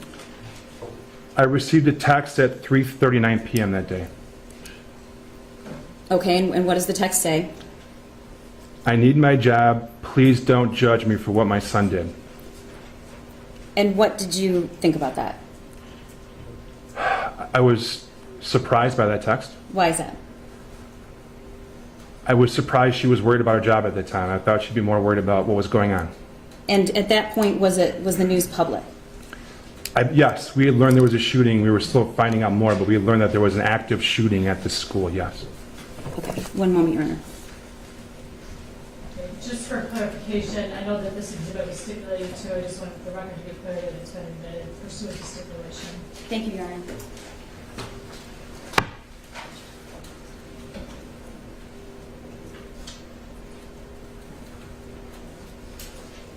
Probably. Mr. Smith, at some point that meeting you spoke of that Mrs. Crumbley, would you consider it optional that she go to that meeting? Yes, she was invited. She did not have to attend. Did it actually take place? No. Why didn't it take place? With what happened that day was the last thing we were worried about was going to visit her property. Okay, nothing further.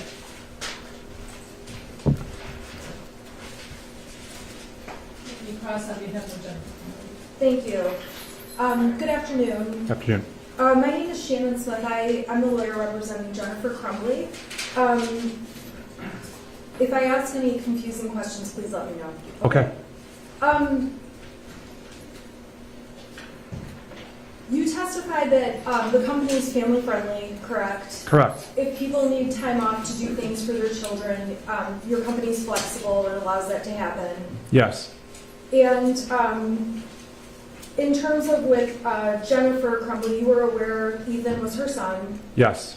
And while you didn't discuss Ethan very often, she didn't make it any secret she had Ethan as her son, correct? No, I knew she had a son named Ethan, yes. Okay, and did you see that she had photographs of him playing soccer up in her office? It sounds familiar, yes. And most of what you and Jennifer talk about in the grand scheme of things is work-related issues, correct? Yes. Would you describe Jennifer as being somebody who's very conscientious about her work? Yes. And would you agree with me that she's a definite go-getter, wanting to get promotions, wanting to make more money, wanting to get further ahead? She was definitely professional and very good.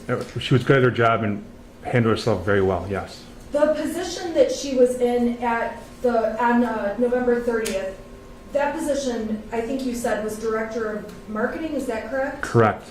And the director role was actually a newer role for Jennifer.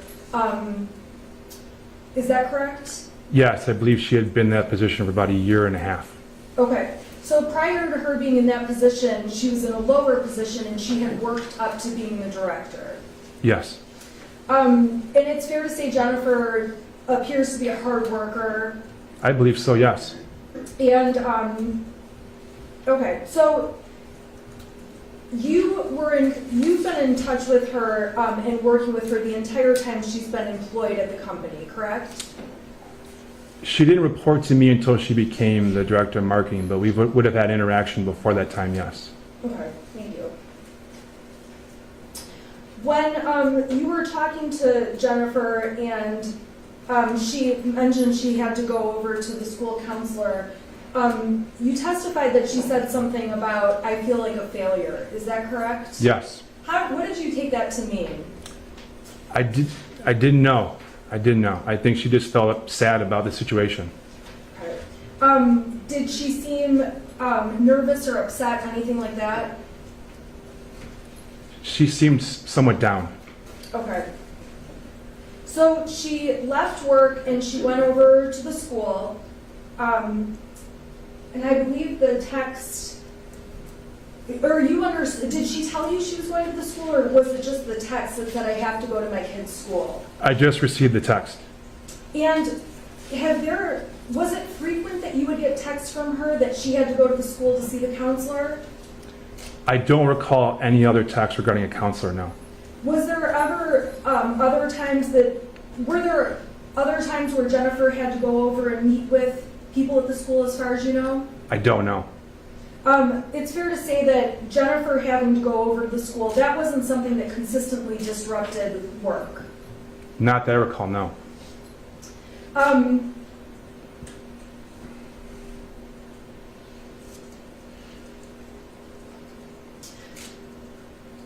So you testified she went over to the school, and then did you say there was a phone call after she left the school? Or what was the next phone call? I received a phone call from her that afternoon. Okay, and that afternoon, the phone call, you described her as being frantic. Yes. Okay, tell me what you mean by that.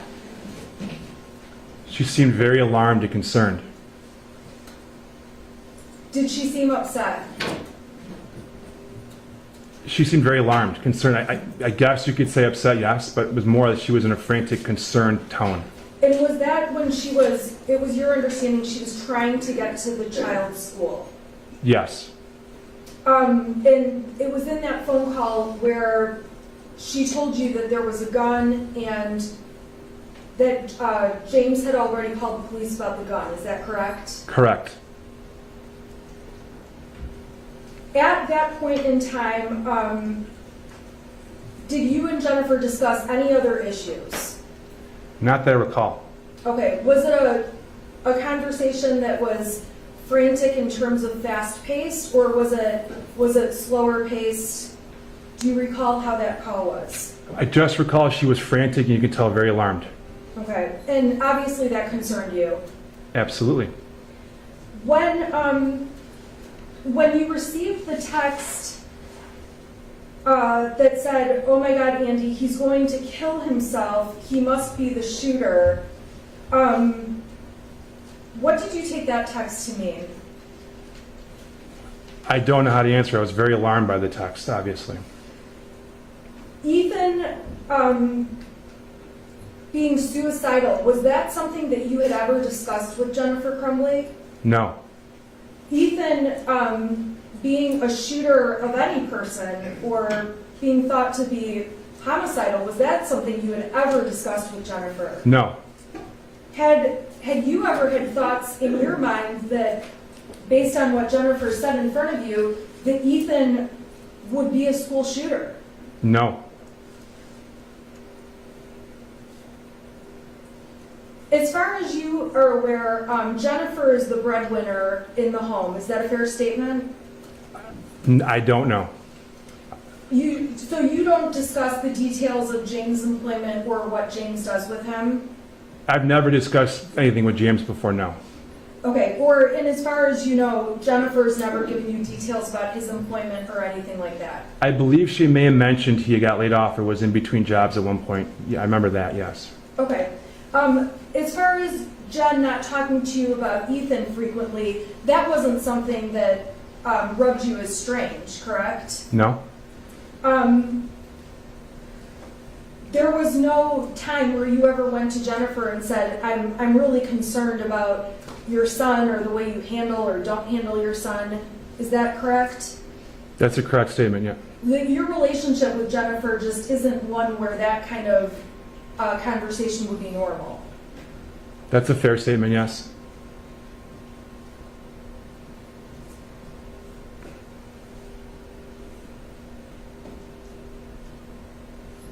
You testified testified that you were in complete shock. Is that correct?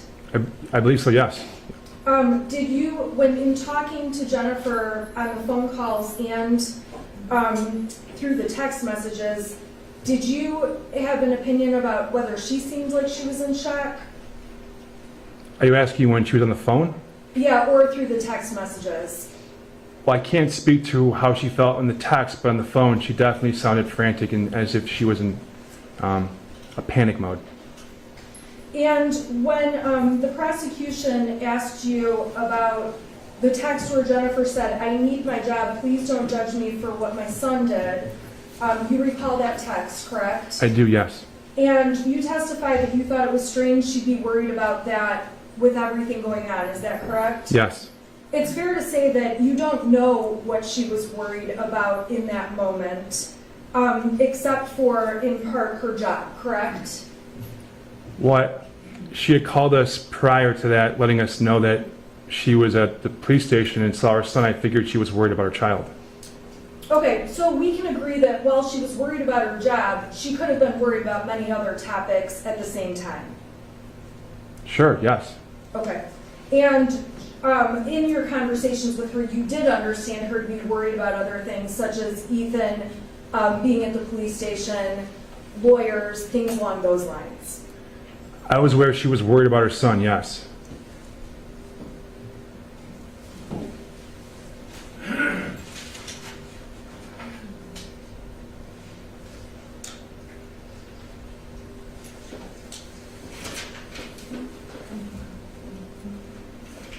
Your Honor, I have nothing further for Ms. Crumbley at this time. Any questions of any cross for James Crumbley? None, Your Honor. Any redirect? Briefly, Mr. Smith, at some point, did you get a chance to go back and look at that math worksheet? At some point, yes, I did. When did you do that? Later that afternoon. And what did you look at it in detail? Yes, I looked at it after we learned of what had happened. And what was your thought about it? I was troubled. It was concerning. Why is that? It's a concerning message. It looks like it's someone crying for help. Okay, nothing further. Your Honor, may I ask one follow-up? Go ahead. When you say that it looks like someone asking for help, that could be a concern of suicide. Is that correct? I'm not sure I can answer that correctly, but sure, I guess, yes. When someone writes, "Help me and my life is useless." That was concerning, yes. Thank you. Briefly, Your Honor, did you see the picture of the gun? Yes. Did you know that it was identical to the gun that they bought their son? No. Okay, nothing further. Thank you. You can step down. Prosecution calls Any, sorry. can the witness be excused? Yes. Any objection? No objection. No objection. No. Can you grab it? I'm going to take about a 5-minute break. Thank you, Your Honor. Thank you. The next witness. Kathy.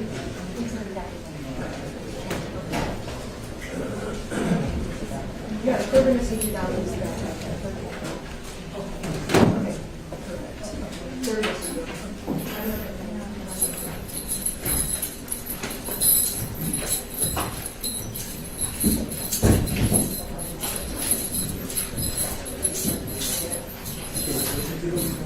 Okay. Perfect. I have no idea. I thought there was an exhibit later in the list, but we have not. Of the actual worksheet. Yes. What number is it?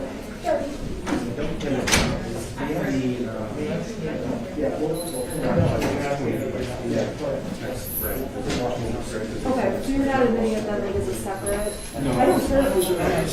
Yeah, I mean, I'll probably do this one.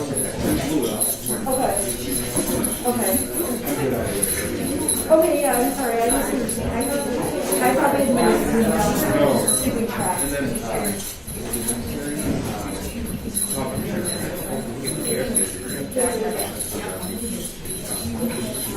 Yeah. Okay. Okay, got it. Thank you. I mean, communications office, I know some speakers are off. Yeah, so it's just a, okay, it's a far left, you know, put it on. Probably won't, if you need to, just let you know. I kept it off.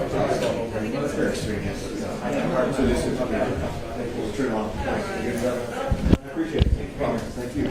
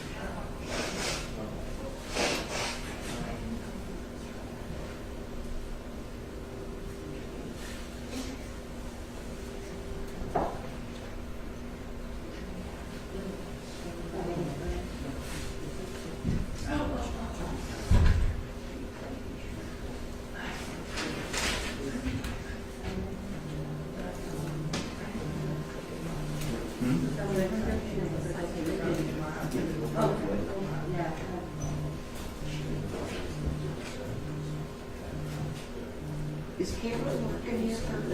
Yeah, she's downstairs. Is she? Tell her I said hello. We had made eye contact. We actually were just talking about you. Uh-oh. She was saying how much she liked you. Yeah, she's a good person. She took good care of us.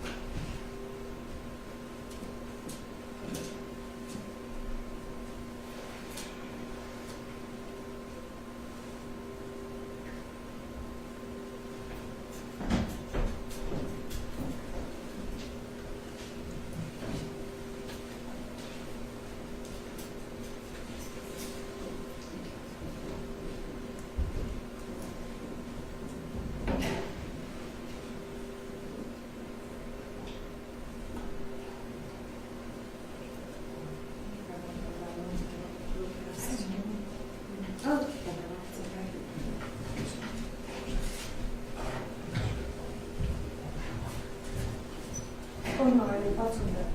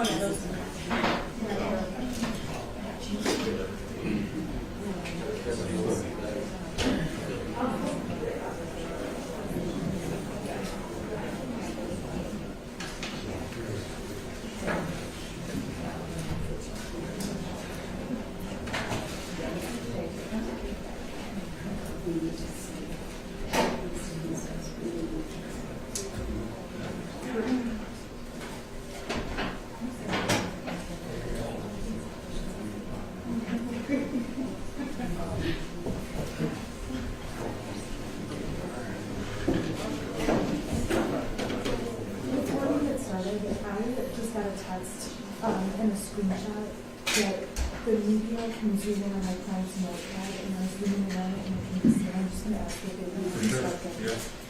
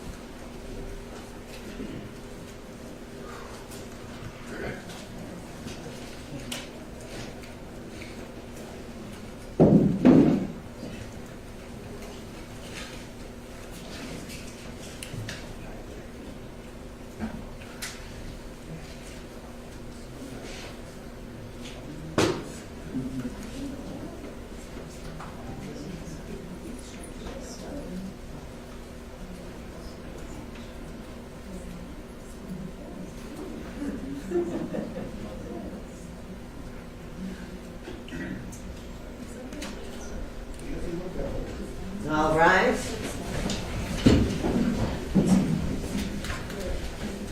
Please be seated.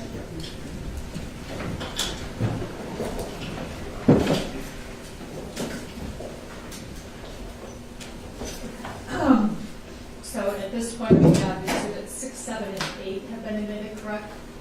Yes, Your Honor, I have an issue. I don't know if I should raise it now or as our clients are brought up, what's best for the court. I just have something to add about the exhibits. Pardon me? The exhibits, my co-counsel, Mr. Keese, is reminding me that there's a stipulation to the admission of 1 through 5. So I would, Yes, for those to be admitted? yes. Is it correct if both attorneys stipulated to the admission of exhibits 1 through 5? That is correct, but my understanding is, and I just want to make sure this is correct, that number 5 is going to be played. That's Okay. I'm sorry, number 5 is going to be what? played in the courtroom. Okay. Not. But all 5 have been stipulated, in terms of the admissibility of them, you have stipulated to the admission of all 5? Yes, Judge. Right.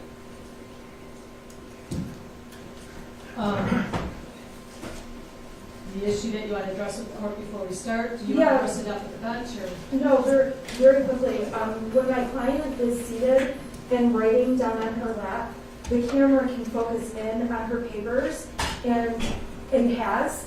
I would ask that the cameras not be allowed to focus in on papers, and then the media explicitly be told that cannot happen. Yeah. Let me bring it to both. Thank you.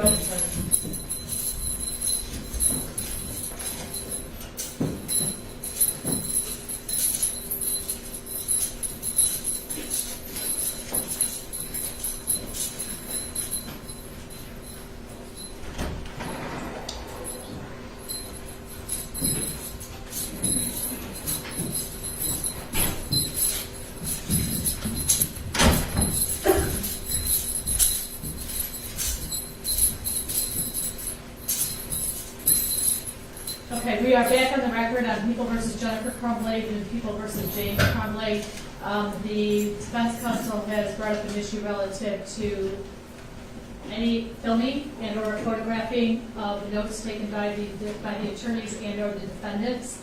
I'm going to direct the media, do not zero in or take any photographs of their notes to each other. That is prohibited, strictly prohibited.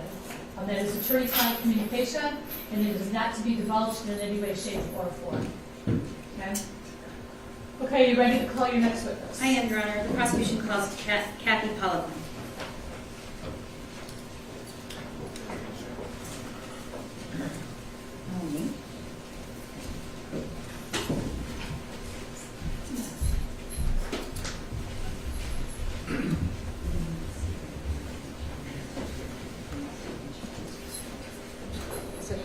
You may, if you'll please just raise your right hand for me. Do you solemnly swear any testimony you're going to give will be the truth under the penalty of perjury? I do. You may have to keep your voice up for me. I do. You can have a seat, please. And if you could scoot as close as you can to those microphones, I'd appreciate it. I'm going to ask you to please keep your voice up when testifying so that everybody can hear you and we can record you. Additionally, it is very important for you to verbalize all responses. Okay? If you shake your head or say uh-huh or uh-huh, my court recorder cannot record that. Okay? Yes. Okay, so. Again, I'm going to ask you to keep your voice up. Yes. All right. All right. First, I'd like you to state and spell your first and last name for me. Kathy Poliquin, Kathypoliquin. Thank you. Go ahead, counsel. Kathy, just for purposes of laying the groundwork here, you work for a real estate management company, correct? Correct. Okay, what's your title there? Director of Human Resources. Okay, and again, remembering to try to match the volume of my voice, what do you oversee? What are your duties? I oversee all human resource functions, all the employees in all of our locations, including our corporate office, anything dealing with payroll, benefits, disciplinary, hiring, firing, anything human resource related. And how long have you done that job? 16 years. Okay, do you know Jennifer Crumbley? Yes. Do you know James Crumbley? No. Do you see Jennifer here in the courtroom? Yes. Can you describe something she's wearing to the court? What she is wearing, a black and white jumpsuit. May the record reflect she's properly identified Jennifer Crumbley. No objection. So noted. When did you first meet Jennifer Crumbley? Almost 5 years ago. Okay. Is that when she began working there? Yes. All right. And when she was hired, what was her position? A marketing assistant. What was her position at the time she left? She was terminated. Director of Marketing. And what was your interaction with Jennifer? How frequent was your interactions? Were your interactions? Minimal. Did you ever socialize or see her outside of work? Minimal. In what capacity? Just a few Facebook text, casual. Okay. Were you friends? Friendly, friends. And did she ever share anything personal with you? Very minimal. What did you know about her based on what she told you? That I know she loves horses. I know that she helped at the ski patrol at Pine Knob. I'm sorry, the what? Ski patrol. Ski patrol at Pine Knob, okay. Yes. And just minimally giving me some information when her husband had lost a job and he took a job with DoorDash. And when did she tell you he took the job with DoorDash? A few months ago. Did you know she had a son? Yes. Did she talk about him much? No. Did you, would you describe your workplace family friendly? Yes. What do you mean by that? Our core values is family first. And so what exactly does that mean? Well, if anybody needed to attend to a family issue, they had to leave for an emergency, it was never said no. You know, go tend to your concerns or your problems, and that's it. We never, held anyone back. And did Jennifer directly report to you? No. So when did you interact with her with regard, was it pay, hours, time off? Sometimes. Usually she would help me with employment ad postings on social media. Okay. And when employees need to take time off, what's the procedure or protocol? Procedure, they are to ask permission from their immediate supervisor first, and then they enter their time into our payroll system for PTO, paid time off. And how is PTO accumulated? It is, upon hire, they would earn 48 hours at 90 days, and then at 1 year of employment, they would earn 88 hours of PTO. 2 years, they would earn 128 hours of PTO, and 5 years and beyond, it would be 168 hours PTO. And as part of your job, do you keep track of that?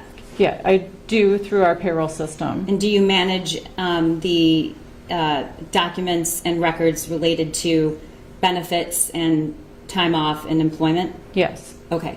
Do you know if Jennifer had any PTO time on November 30th? Meaning, if she had to take time off, was that available to her? Yes, I believe she had 12 hours of PTO remaining at that time. Do you follow Jennifer on social media? I am Facebook friends. I don't really follow. Does the company offer health insurance? Yes. Does it offer health insurance for a single person and a family? Yes.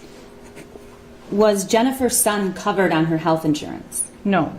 Was Jennifer covered on her health insurance? Yes. Was James? No. does your policy provide any assistance or insurance for mental health treatment? Yes.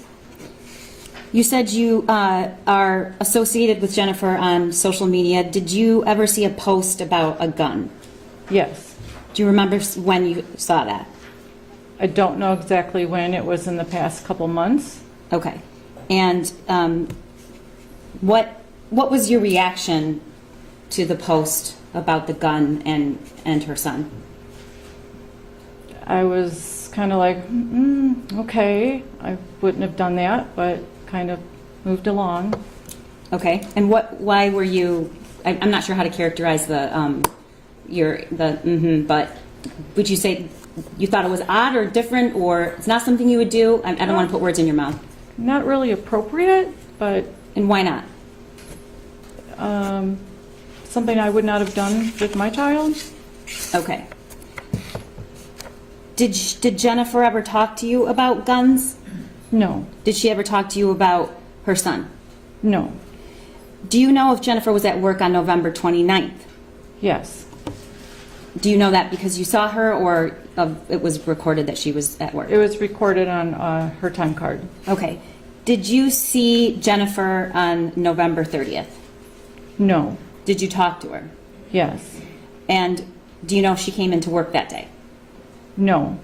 You don't know, or she didn't? No, I don't know. Okay. I did not see her. Okay. So, but at some point you talked to her, and how did that come about? I only talked to her when Andy Smith came into my office and had Jen on his cell phone. And what was Jennifer, do you remember about what time that was? Midday. Had the news of the Oxford school shooting been made public at that point? I don't know. Do you know if you knew anything about it before he came into your office? I knew nothing about it. Okay. What was Jennifer saying on the phone? She was very hysterical. I don't recall verbatim. Very hysterical. She was trying to get to the school.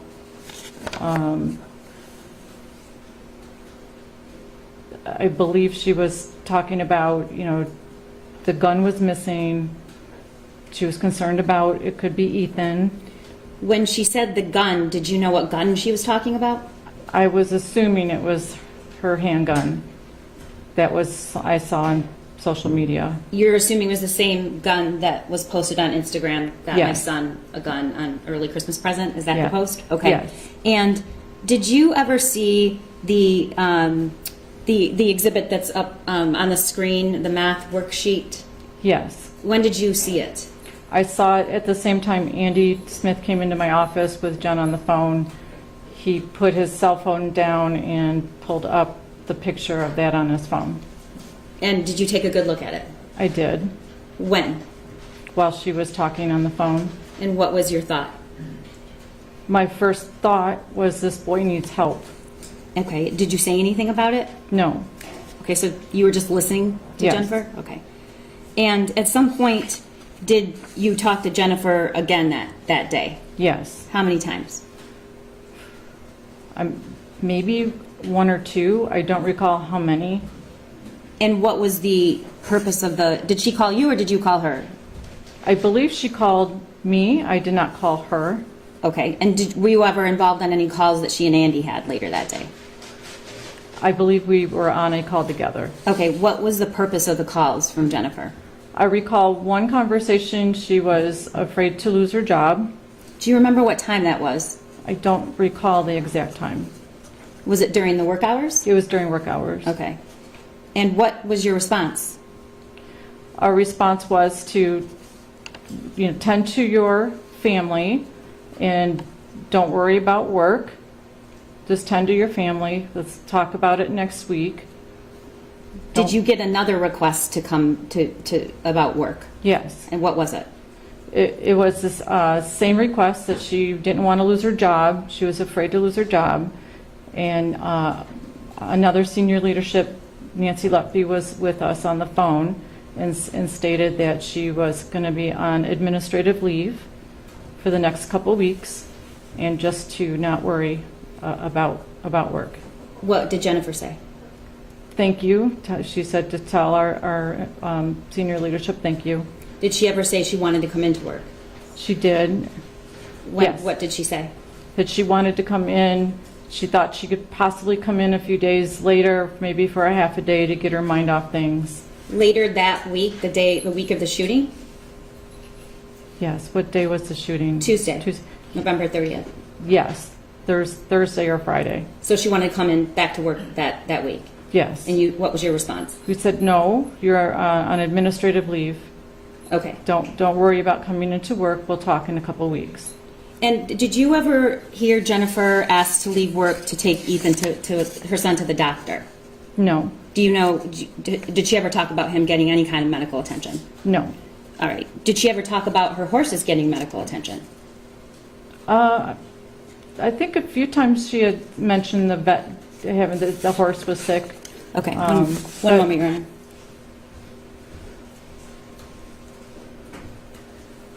I'm all set, Your Honor. Any questions on behalf of Jeff Crumbley? Yes, Your Honor. I want to go through the November 30th date with you. When you were with, it sounds like Andy Smith, and he came into your office with Jennifer on the phone. Do you recall that? Yes. And you testified that she was hysterical. Did I get that right? Correct. Can you describe what it means can you describe what you mean by that? I don't recall exactly what she was saying. I know she was just very upset. She was trying to get to the school. I believe she said the roads were closed off. She was having a difficult time getting there.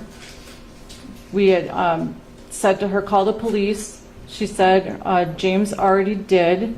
The gun was missing, but she was just, I can't put, I don't recall exactly what you said, but she was just really upset and hysterical. Did she sound panicked? Panicked? Yeah. Yes. Was she talking fast? Yes. You and Andy were trying to just get her to at least stay calm. Is that correct? Yes. It was a separate phone call when Jen was asking if she still had her job. Is that correct? Yes. And she told you part of the reason she didn't want to, she told you she didn't know how to handle this, correct? Yes. And she doesn't know, she told you she needed information from you so that she could get money to pay for a lawyer. Is that correct? Yeah. Yes, I think she wanted check stubs. You would be the person to contact for check stubs or verification of employment, correct? Yes. And Jennifer explicitly said she needs to get a loan to pay to have a lawyer, correct? Yes. So any kind of check stubs or documents you needed to prepare, she would have asked you for those materials, correct? Yeah, as an active employee, she still had access to her check stubs. She just had to log into the payroll system. Okay, but if, like, for example, a loan officer needed documentation or something, as the HR person, you can send those materials along, correct? Yes.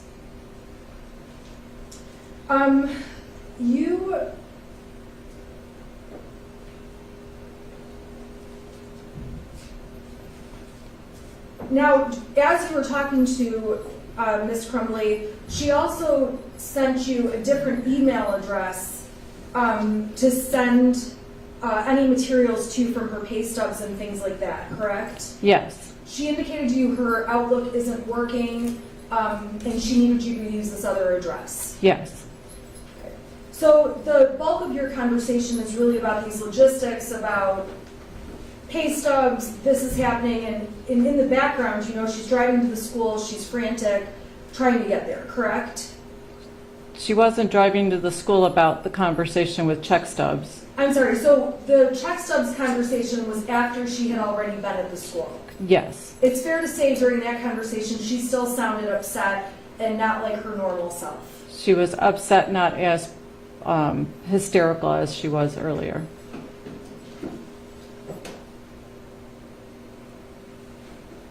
When you spoke with police, you told them how Jennifer had offered to come back to work. Do you recall that? Yes, And specifically, you said that Jennifer said she wanted to come back to work maybe half days the following week. Do you recall telling law enforcement that? I don't recall, but I may have. Does that sound accurate? It sounds accurate.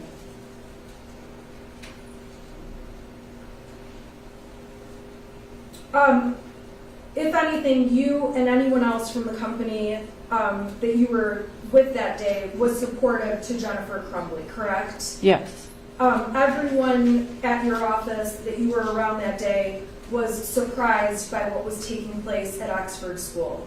High yes, School.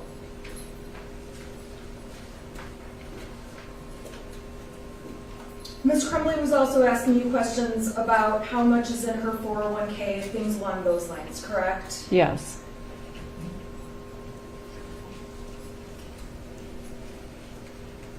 And she's trying to get the company ID for sites like Paylocity. Is that a payroll company you use? yes, You were trying to help her with that because even that site was having issues that day, is that correct? yes, So a lot of your conversations with Jen regarding her employment, HR issues, those are not topics that would surprise you that Jennifer would call you about, correct? correct. If Jennifer in the past was having an argument with Ethan or something along those lines, that's not something Jennifer would have come and talked to you about, correct? That is correct.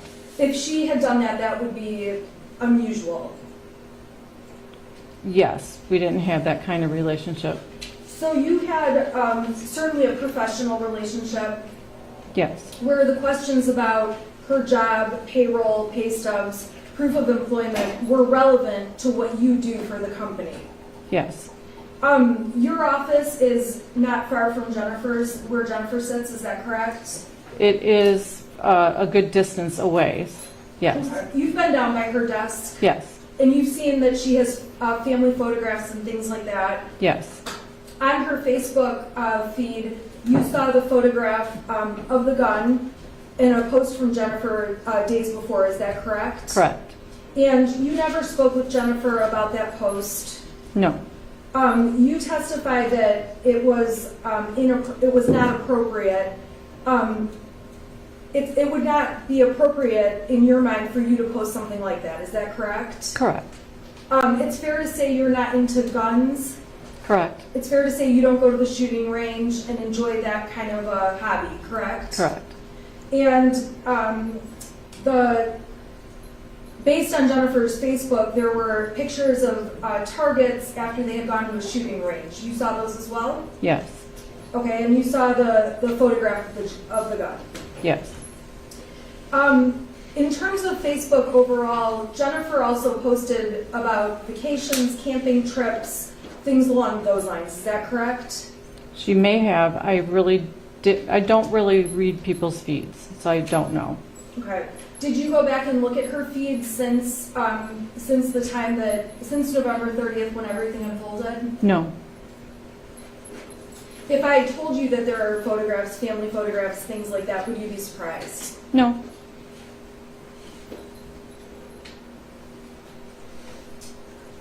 When was it that you saw the math page during the day of November 30th? Who showed you that page? Andy Smith had it on his phone when he came into my office, and then he pulled that up while she was talking. Did that happen when, before or after the first call when Jennifer was on her way to the school? That was the first call that I had. I was on the phone with her and Andy. And I'm sorry, so you saw this photograph before that phone call? No. I'm sorry, tell me the order of events, I'm missing it. When Andy Smith came into my office and put Jen on speakerphone was the first I've learned of anything, and he brought that picture up on his phone at that time while she was talking hysterically trying to drive to the school. You did not talk to her, though, about the contents of that page, anything on there, correct? No, correct. It was the kind of thing where you're having a conversation on speakerphone and Andy was showing you what Jennifer had sent to him. Correct. And when you looked at it, you thought that boy needs help. Is that correct? Correct. And when you saw that drawing and knew that there was something going on where mom was headed to the school, you didn't call police or anyone to make anyone aware about this drawing. Is that correct? I did not call. Correct. And at that point, when you were speaking to Jennifer, Jennifer didn't go over the details on the drawing with you. No. When you were on the phone and Andy and you had a conversation, were you aware that Jennifer was concerned Ethan may be suicidal? Yes. Did you become concerned that he was suicidal? I too much was going on. I didn't really have time to think. I was trying to process what was going on. I did not know the whole story. And you would agree with me that that day when you were dealing with Jennifer Crumbley, she was processing a lot too, and it was an unordinary day. Is that correct? Yes. Thank you. Any thoughts on the invitation? Nothing on behalf of Mr. Crumbley. Any regret? Briefly, Your Honor. Counsel just asked you about, you weren't surprised by the conversation you had with Jennifer with benefits and getting money out and pay stubs, and you responded that you weren't, correct? Correct. Okay, but were you surprised that just a couple hours after her son murdered children in a school, she's asking about her job? Yes. And she also asked you about pictures. Did anything strike you unusual when you actually cleaned out Jennifer's desk? Unusual, slightly. What was that? Your Honor, may we approach, please?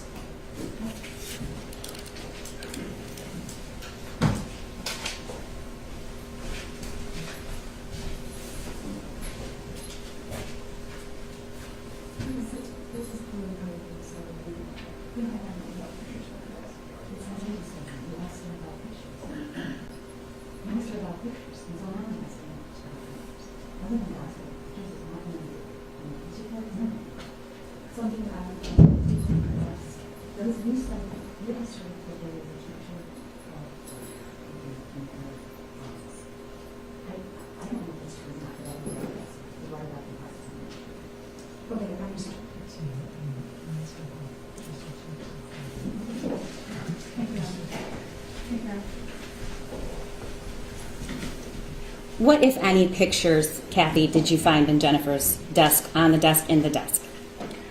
In the desk drawer was a small photo frame of her husband in one of the desk drawers upside down. And the only other photos I saw and found was a small picture of her son on her bulletin board and a picture of a horse. I don't know if it was her horse or whatnot, but it was a picture. All right, nothing further. Okay, you may sit down. Yes, can I have the attorney's professional representative, please?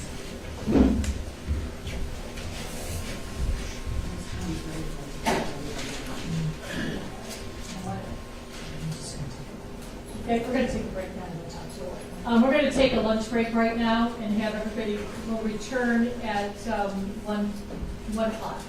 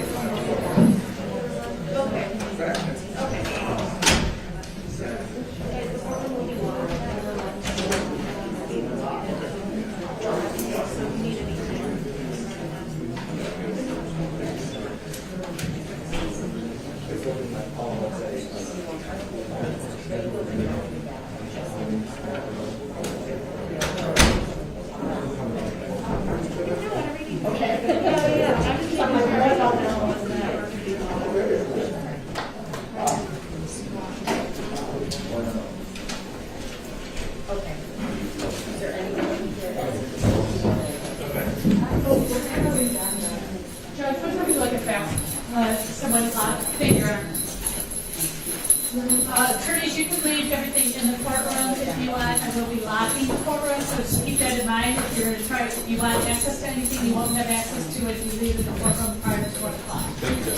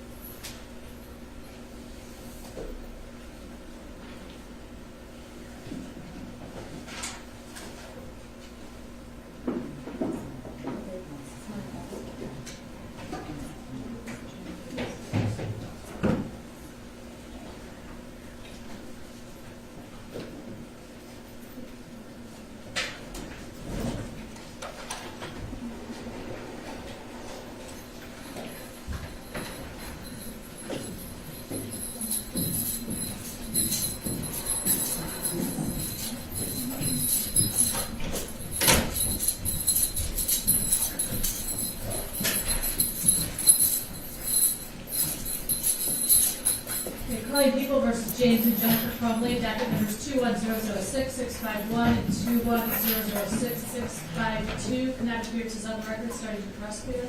Good afternoon, Your Honor. Karen McDonald on behalf of the people. Thank you, Mark Keast on behalf of the people. Good afternoon, Shannon Smith on behalf of Jennifer Crumbley. Good afternoon, Your Honor. Marielle Lakin on behalf of James Crumbly. And are we ready to proceed with the preliminary examination? I am, Your Honor. The prosecutor calls Amanda Holland to the stand.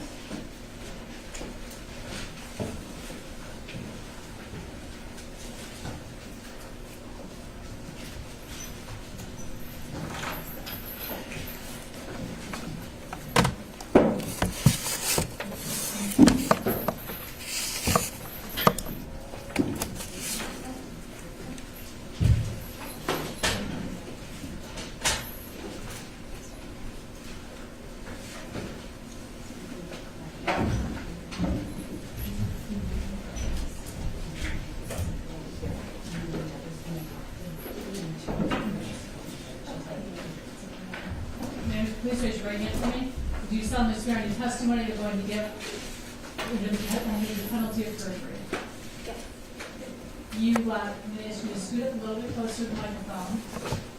Please keep your voice up. Verbalize all responses to all questions. And if you are comfortable, you can take your mask off for the rest of the time. Okay. You do have the plexiglass around on both sides, so it's totally up to you. Okay. All right, I'm going to ask you to state and spell both your first and last name for the court reporter. Amanda, A-M-A-N-D-A. Holland, H-O-L-L-A-N-D. I'm sorry, H-O-L-L. A-N-D. Thank you. Okay, Amanda, just if you try to match the volume of my voice, then you should be fine so everybody can hear you. You're employed at a real estate management company? Yes. And what is your title or position there? Administrative assistant. Okay, and who are you an assistant to? One person or more than one person? One person. And who's that? Andrew Smith. Okay, and where is your, do you have an office or a desk? A desk. Is it cubicle or just? I would say a cubicle. Yes. Okay, and do you know Jennifer Crumbley? Yes. Do you know James Crumbley? No. And do you see Jennifer Crumbley in the courtroom here today? Yes. Can you describe something she's wearing for the court? A striped top. Okay. May the record reflect that she's properly identified Jennifer Crumbley. No objection. So noted. How close in proximity was your workstation to Jennifer's? Very close, across the hall.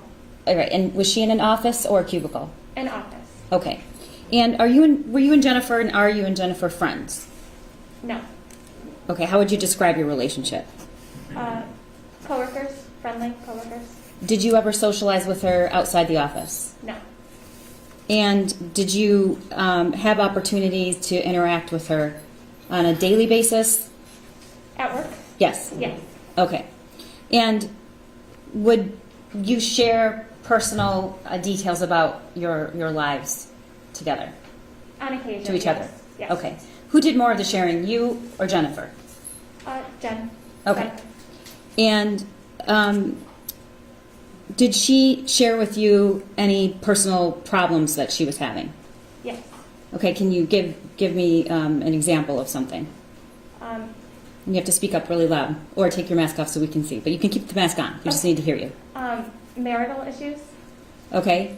And did you know who her husband was? Did she talk about him by name? Yes. And who was that? James. Okay. And when did that come up? Occasionally. Approximately what year, what month? 2021.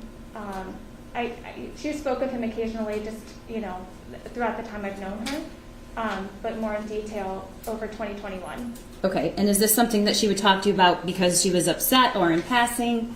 Both. All right. And what, aside from things that she said to you, were there any other signs that there was a dispute or conflict between James and Jennifer? Outside of her talking to me about it? Yes. There would be loud phone calls occasionally, but that was about it. I'm sorry, what? Loud phone calls occasionally, but other than that, no. Loud phone calls that she would keep the door open? Sometimes. Usually it would be shut or almost shut, but you could still hear through the door. You could still hear the conversation behind a closed door? Yes. Okay. What You said they were having marital issues. What exactly did she tell you? That both her and James had been seeing other people outside of their marriage. And was that something she was happy about? Not at first, but then it didn't seem like it was an issue. Okay, did she tell you that they were still together? They had separated for a moment, but then it sounded like they had gotten back together. And when they separated, do you remember when, about a month or year that was? It was 2021, but I don't recall the month. Did they separate households? No, not to my knowledge. Okay. And was there any other indicator to you that there were other relationships going on than just with her husband? Yes. What was that? She had spoken about it to me. There was someone that she had... Your Honor, I would object as to relevance this time. Response to relevancy. Yes, Your Honor. The defendants owed a duty to the community to prevent their son, who they had every reason to believe and saw was a danger. What they did and didn't do, what they spent their time doing, what they exposed their son to is absolutely material and probative under 401 and pursuant to People versus Mills. Your Honor, there is no duty owed to community members for just every person in public. So I don't believe that's a proper response, but more importantly, there is no duty owed to a community that the prosecutor argues exists. In terms of the question itself, whether or not there was some type of extramarital relationship with the parties and a duty owed to the community, I don't know that that is intertwined. However, as far as the relevancy goes to the ultimate issue of this particular case, I'm overruling the objection. You can go ahead and answer the question. Thank you.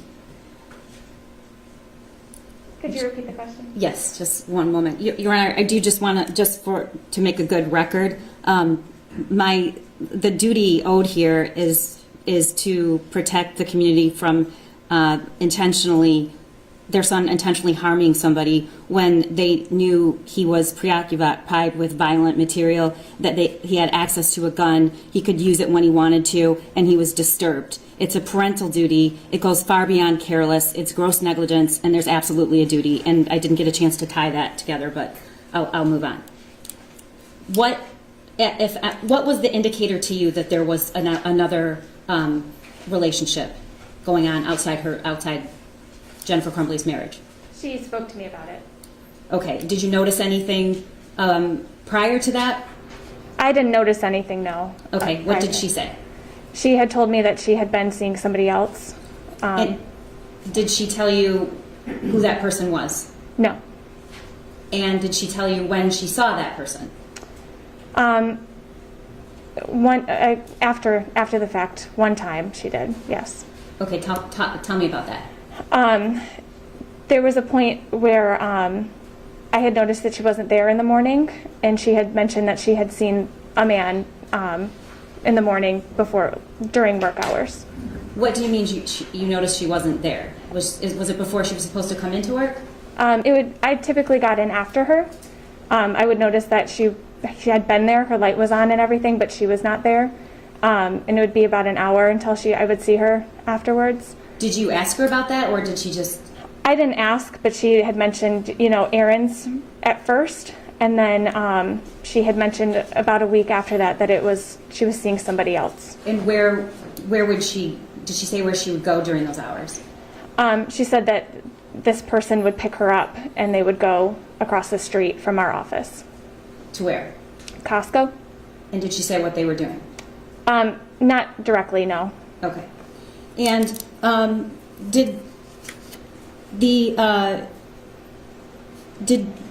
did Jennifer say about... Well, first of all, did she talk about her son very often? No, not very often. What did she talk about, other than her marital issues? A lot of it was about the horses. She would go there a lot after work, or she would say that she would go there a lot after work. She would talk about she had purchased a new horse just this past year. And then a lot of yard work, a lot of housework.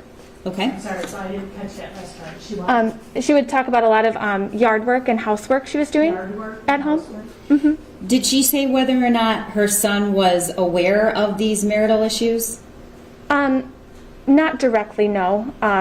He would overhear fights occasionally, but I don't know if they've heard anything else. Okay. Or he has heard anything. Do you follow Jennifer Crumbley on social media?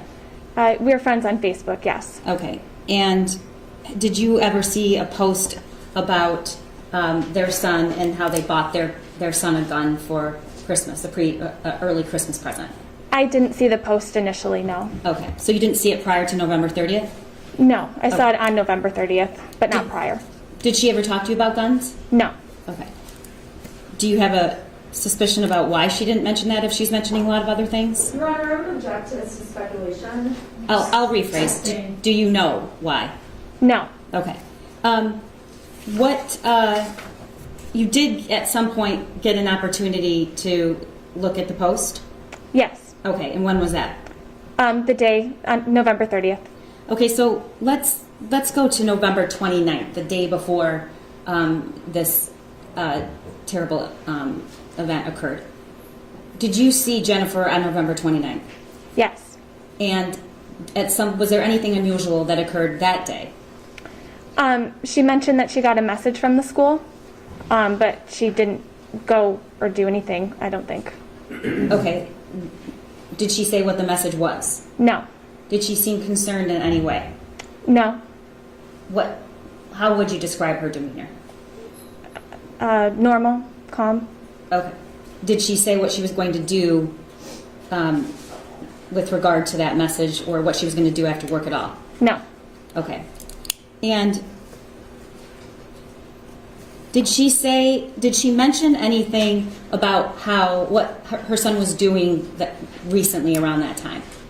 No. Okay. Did Jennifer Crumbley ever talk to you about how she described her son? She would say he's quiet. She didn't go in much detail. I think I would gather that he was quiet and kind of reserved from what she said. Did she ever mention to you that he was having a difficult time? Only when his friend had gone away. That was the only time I heard that there may be some trouble with him. Okay, and did she say specifically what concerned her about his friend going away? She was concerned he would be lonely, that it was his only main friend, maybe only friend, from what I could tell. She was just concerned that he would be alone and not having him. Okay, and particularly did she say when she was concerned that he would be alone? No, not particularly. Okay, how often did Jennifer and James Crumbley go to the barn? Often. I would say maybe almost every day, from what I could gather. Objection is to foundation for this witness's knowledge about that. Did Jennifer talk to you about... I'll move on. Go ahead. Did Jennifer talk to you about going to the barn? Yes. How often did she talk to you about going to the barn? Almost daily. All right, so was that in the context of she's just bringing it up, or is she talking about her plans after work? Both. Okay. A lot of the times there were plans after work. She would leave a little earlier than I would, and she would usually say she was going to the barn. Okay. And you spoke to her daily? Yes. Okay, so about how often did she go to the barn? Almost daily. Okay, and did Ethan go with her? Not to my knowledge. Did she ever express a concern about her son not going with her? No. Okay.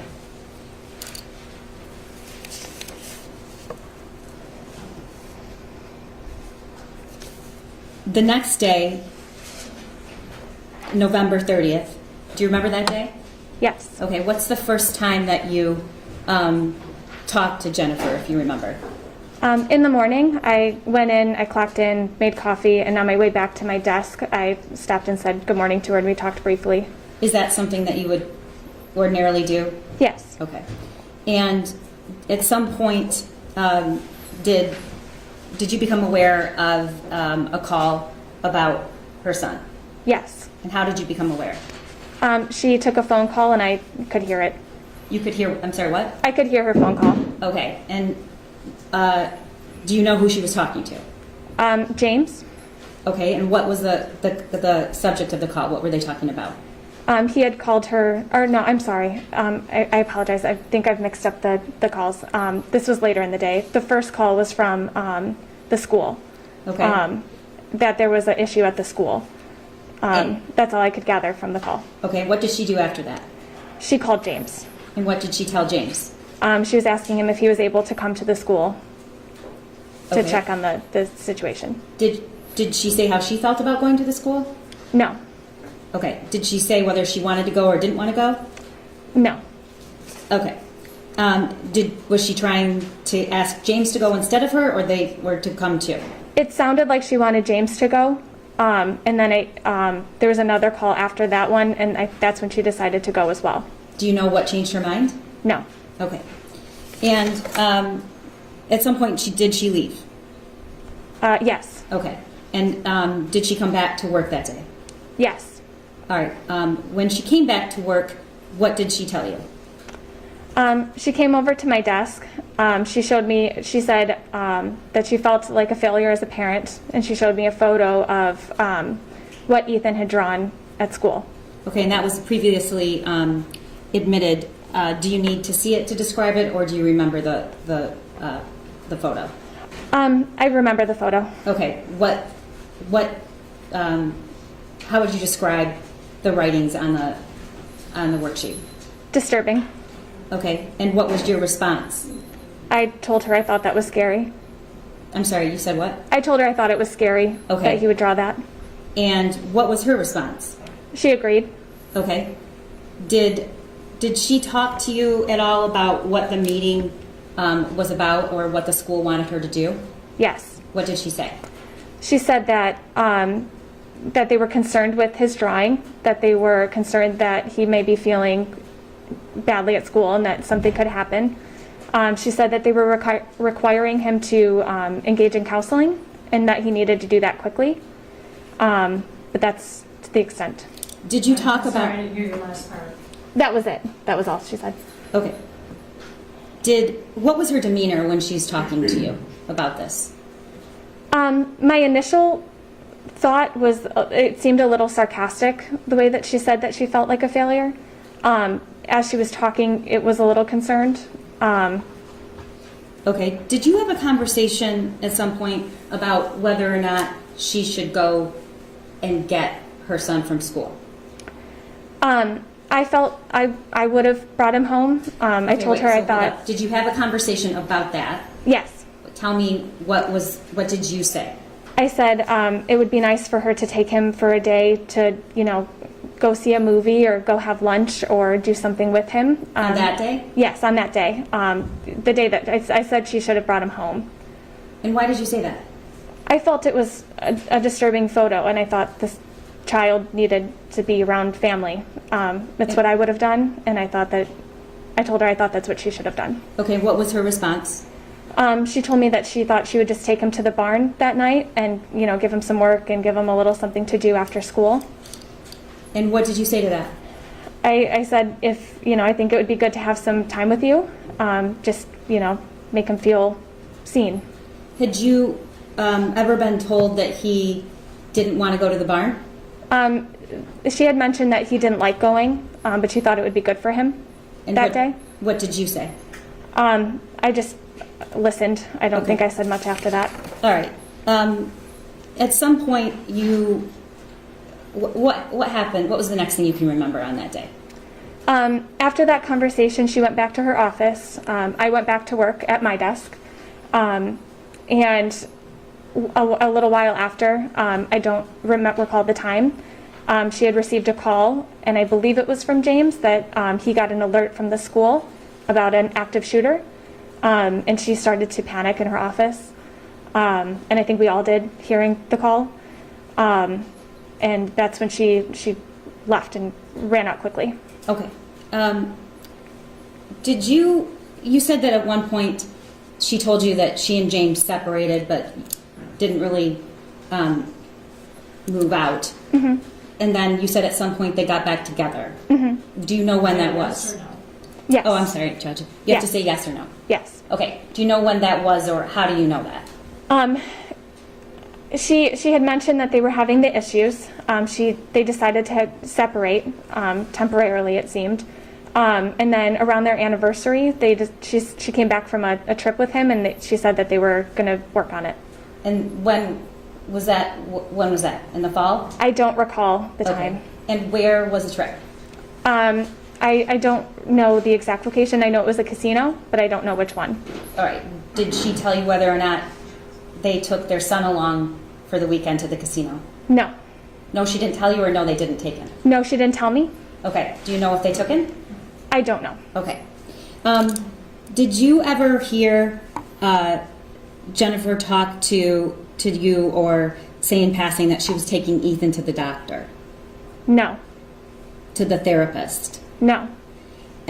Did she ever talk to you about the horses needing medical treatment? Yes. What would she say? There was I don't remember exactly what was wrong with them, but she had mentioned that there was something going on. Did that happen once, more than once? More than once. Okay. One moment. Nothing further. Any cross, somebody have to problem. Thank you.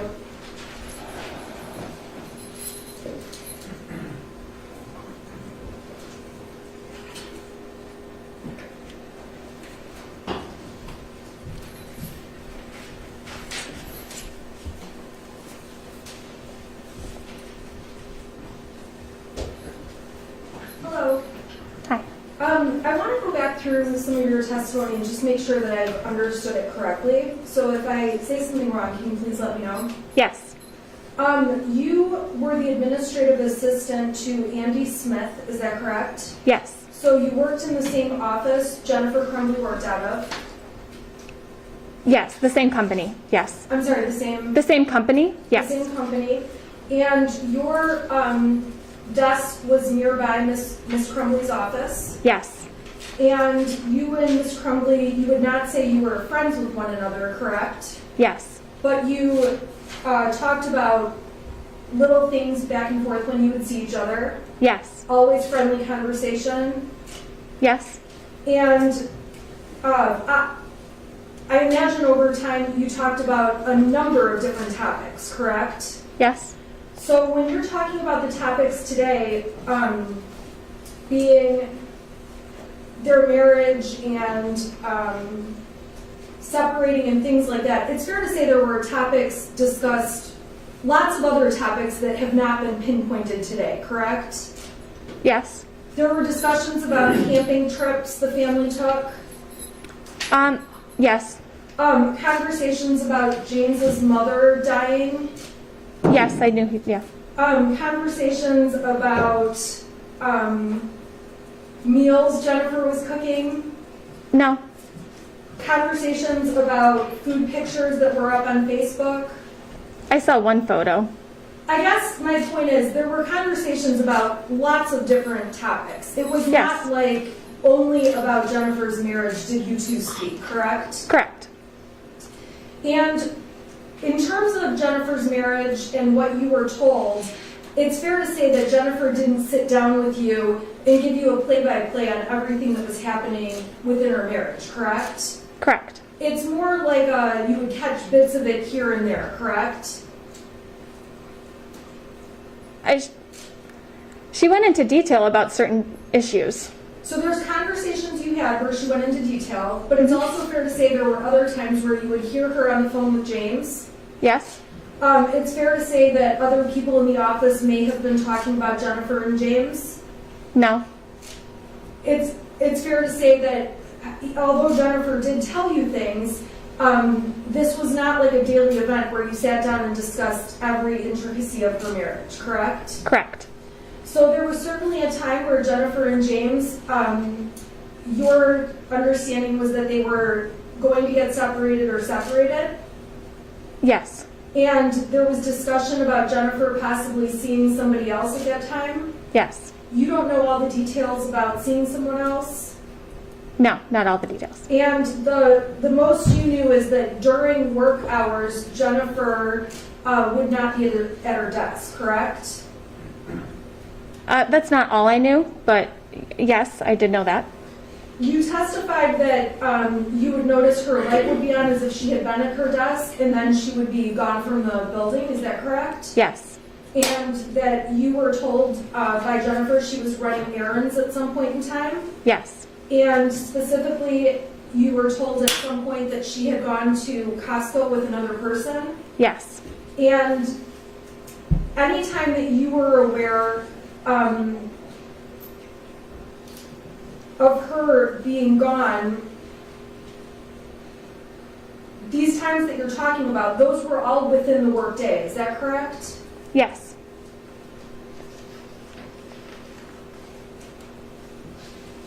So you testified that there was a day that Jennifer got a message from the school, is that correct? Yes. And that message from the school was a voicemail? I don't know. Did you hear the message? No. Do you know anything about what the message said? No. Did Jennifer tell you the contents of the message? No. Did Jennifer tell you how she felt about the message? No. Do you know anything about the message? I just know it came from the school. So you don't know the contents of the message? No. So you would have no ability to evaluate how Jennifer was reacting in conjunction with that message, correct? The message on the 29th? No, Yes. I don't know. Okay.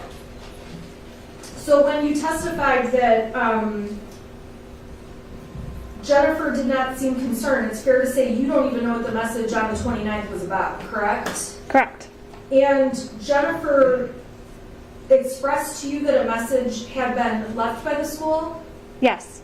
And it's fair to say that Jennifer had never told you that at any time before, correct? Like before that day? Yeah. No, that was the first message I knew about from the school on the 29th. Okay, so when she got the message from the 29th and mentioned it to you, that was certainly out of the ordinary, correct? Yes. And Jennifer telling you about it appeared she cared that she had gotten the message from the school. I don't know. Your understanding of Ethan was that he was a quieter kid, is that correct? Yes. And that he had a friend who had moved away suddenly, so he was lonely? Yes. You were aware that were you aware that he had a difficult time when his grandmother died? No. Were you aware of Ethan's extracurricular activities? No. Were you aware when Ethan was going to become a referee for the soccer team? No. Were you aware of summer classes that Ethan took? No. Your knowledge, you never met Ethan in person? No. And so really your knowledge about Ethan is very limited from what you heard from his mother, is that correct? Yes. And Ethan was not something or someone she talked about with you at the office frequently, correct? Correct.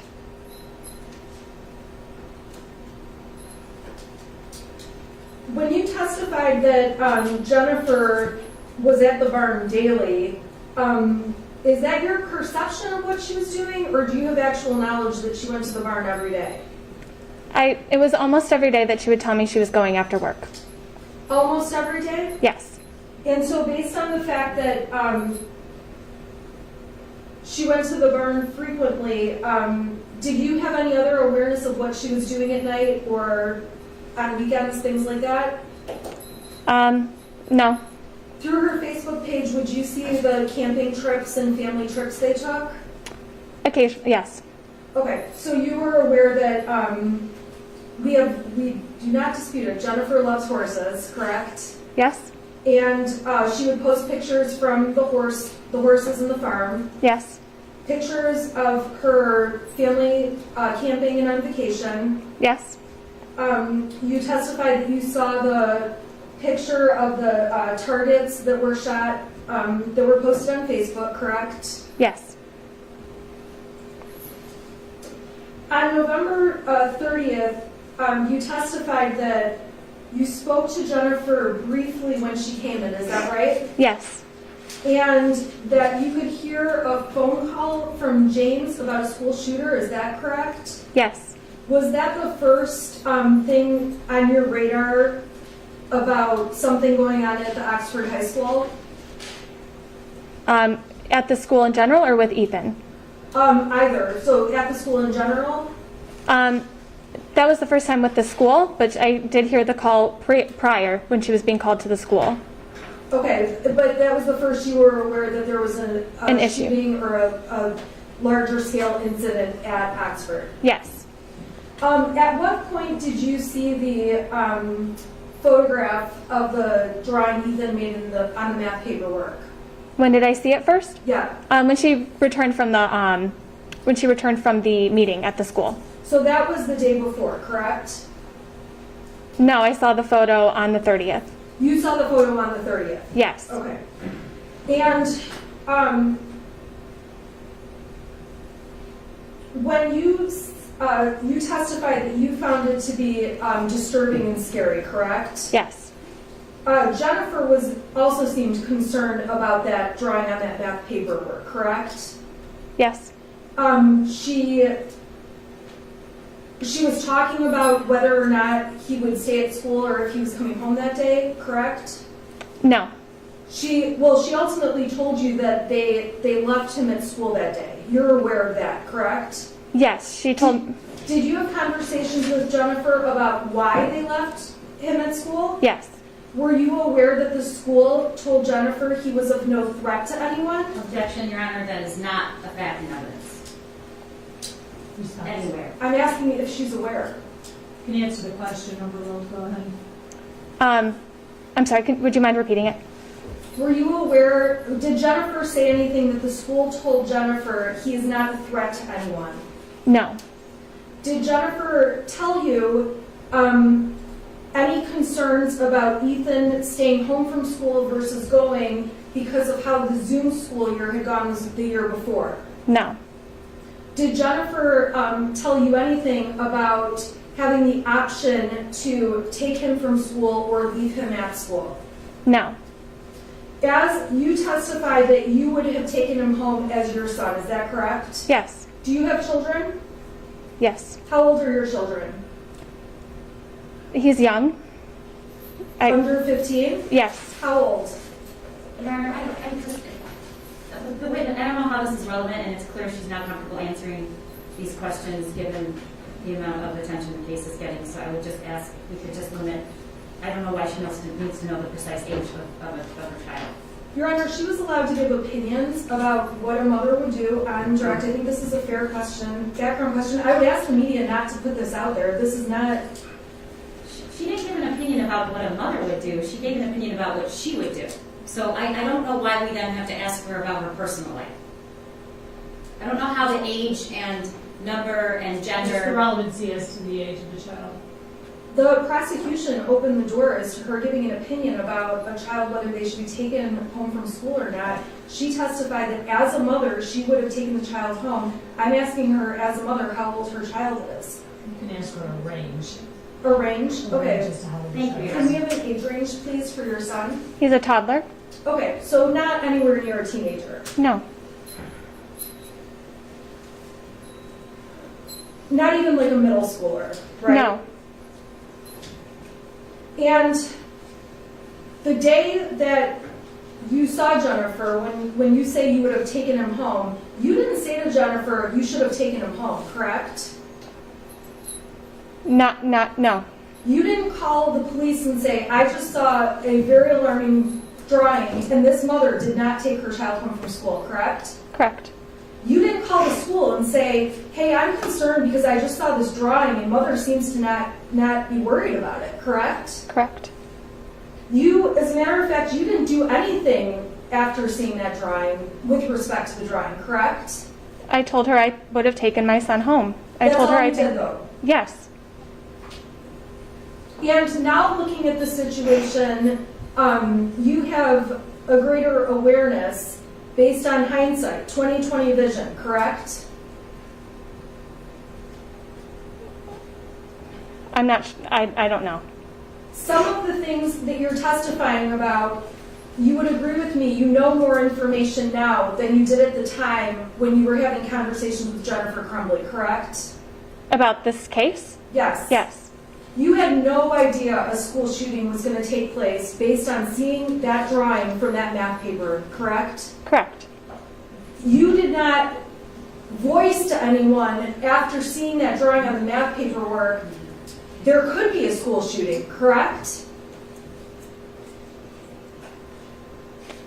I think the gun was alarming. I think that if I thought about it now, I think that, correct. I don't think I would know that. So you would agree with me that you look at things differently in hindsight, when you look back? Yes, when I look back at it, yes. Correct? Yes. When Jennifer did talk to you on the day of the school shooting, she said that the school wanted Ethan in counseling, correct? Yes. She did not tell you she wasn't going to get him in counseling, correct? We didn't discuss it further. She didn't say anything to indicate to you then that she wasn't going to follow the school's counseling idea, correct? Correct. She said to you that she felt like a failure. Is that a fair statement? Yes. And we can agree that Jennifer can have a sarcastic personality at times. Yes. And when she said something like, I feel like such a failure, it's possible that some of that was sarcasm, correct? Yes.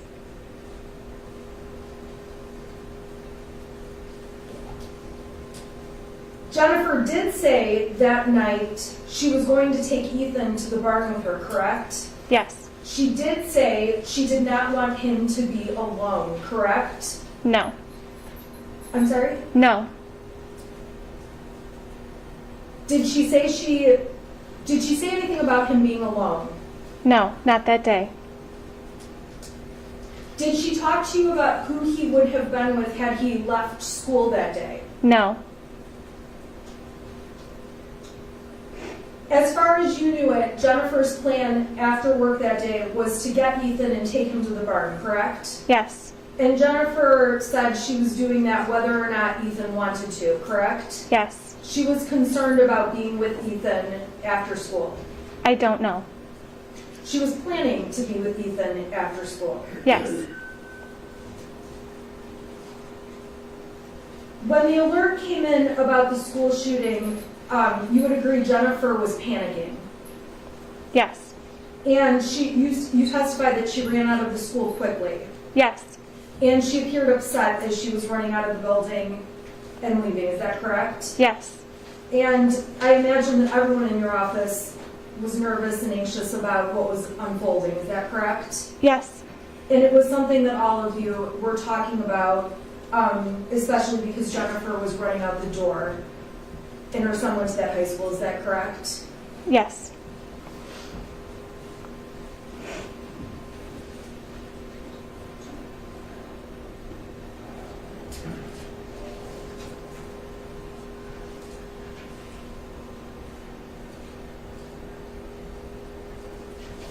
It's also fair to say that after Jennifer did leave that day, you sent her a message.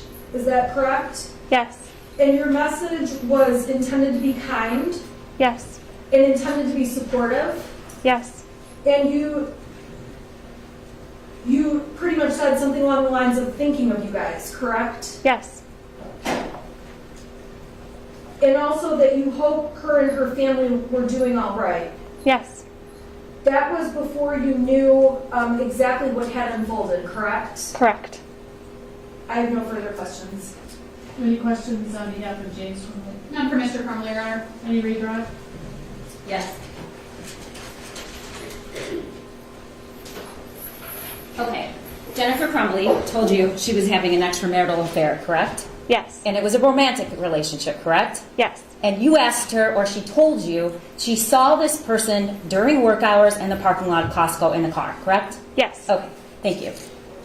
Defense counsel just asked you a lot of questions about what you knew and what you didn't know, and if you would have been alarmed, if you would have called the police, if you would, what you would have done. Did you know that they bought their son a gun and gave him access to it? No. Did you know?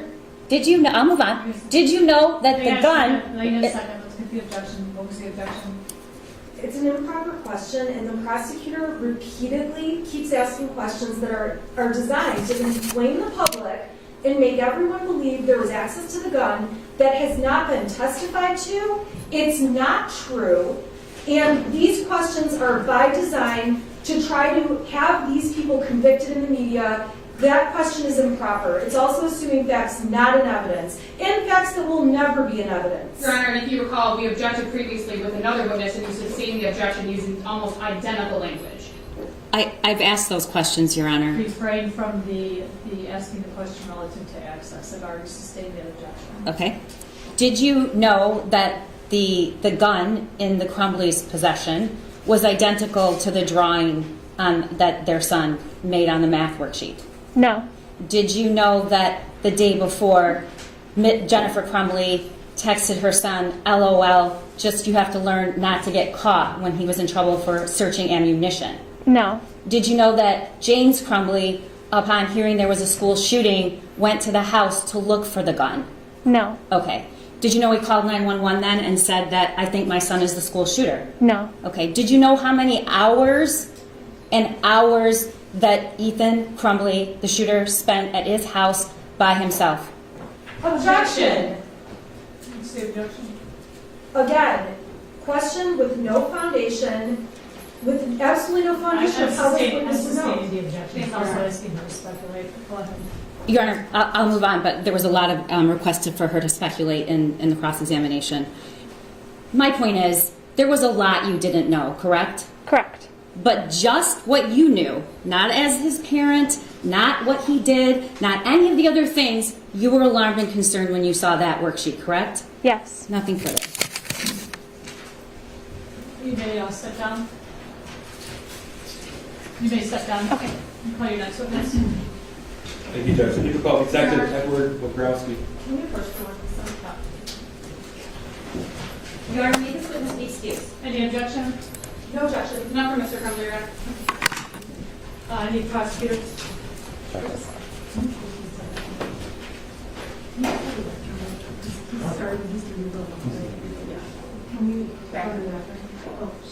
He's going to be a long one. Thank you. Okay, we're going to take a quick break.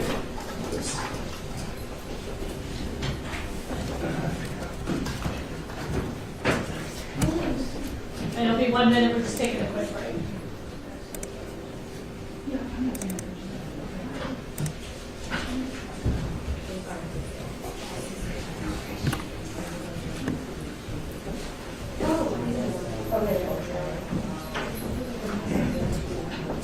Now rise, court is in recess. I appreciate it. Thank you. I can run it out.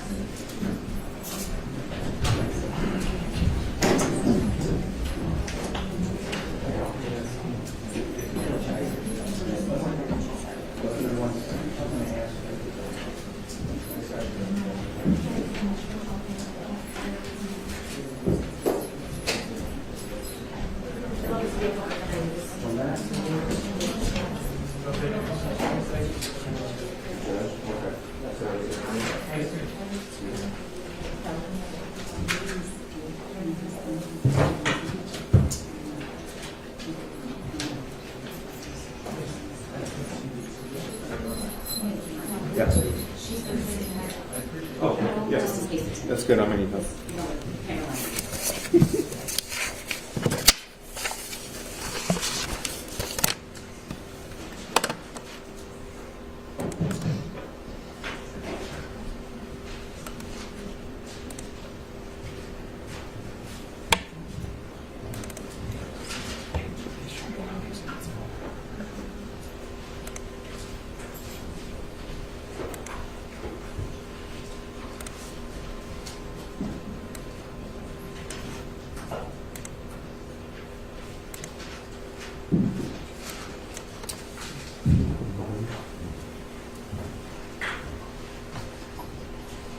What do you need? I just suss this out real quick.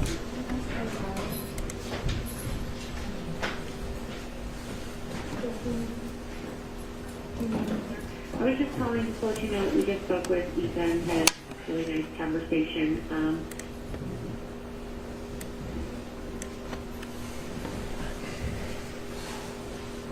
It's almost at 100 on your computer. Okay. So that's controlling it completely, okay? Perfect.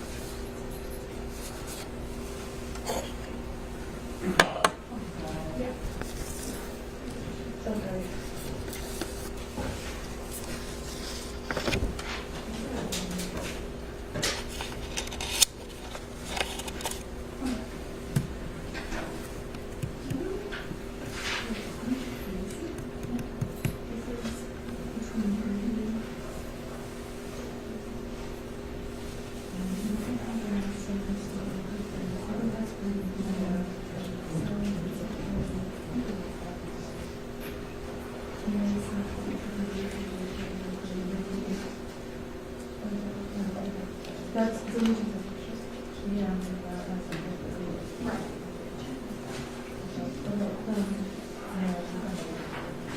Let me see.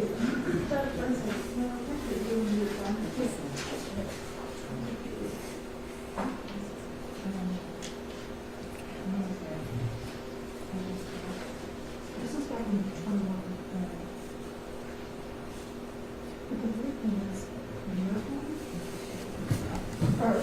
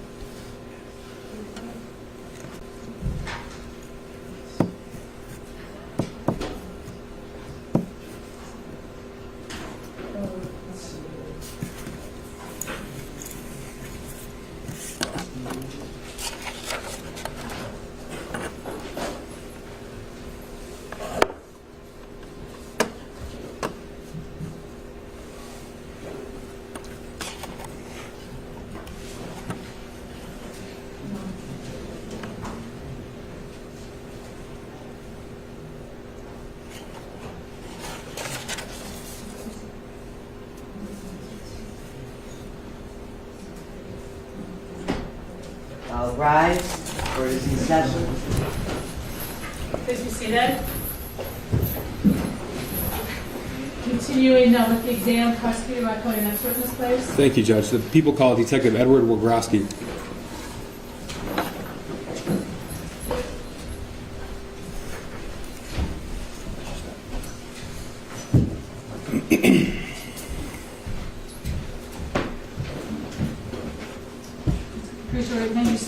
Do you solemnly swear in testimony you're going to give will be the truth under the penalty of perjury? Yes, ma'am. Have a seat, please. And if you could state and spell both your first and last name for the record. My name is Edward Wagrowski. Last name Wagrowski. May I proceed, Judge? Go ahead. Sir, how are you employed? With the Oakland County Sheriff's Office. And how long have you been a member of the Oakland County Sheriff's Office? 25 years. Okay. And what's your current assignment? I work in the computer crimes unit. How long have you been in the computer crimes unit? 7 years. Prior to working in the computer crimes unit, what were some of your previous assignments? I worked dispatch, assigned to corrections, road patrol. Okay. Sir, if you could please tell us what a detective in the Oakland County Sheriff's Office computer crimes unit does. We examine cell phones, computers, do forensic examinations, DVR systems.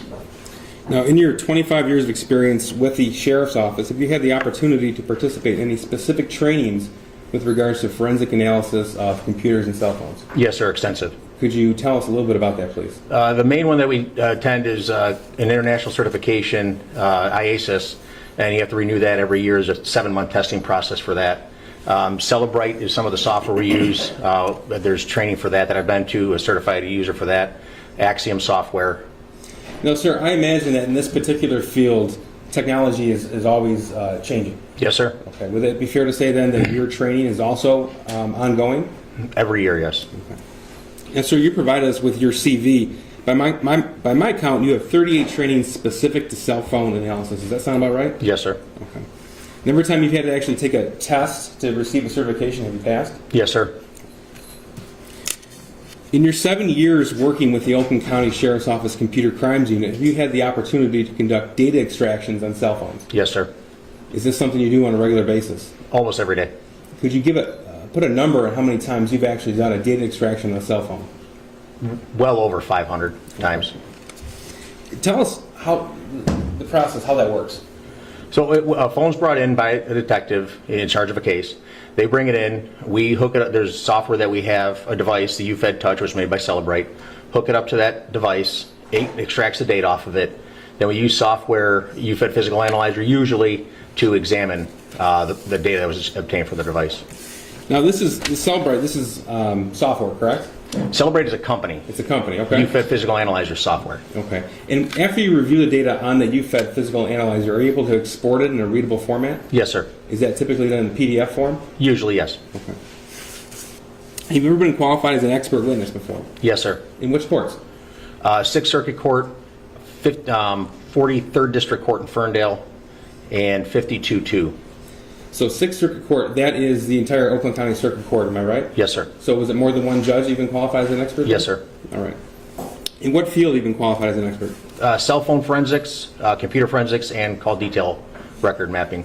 Judge, at this point, I move to qualify this witness as an expert in the field of cell phone forensics under MRA 703. Any objection? Your Honor, we have no objection. I do just want to make one thing clear.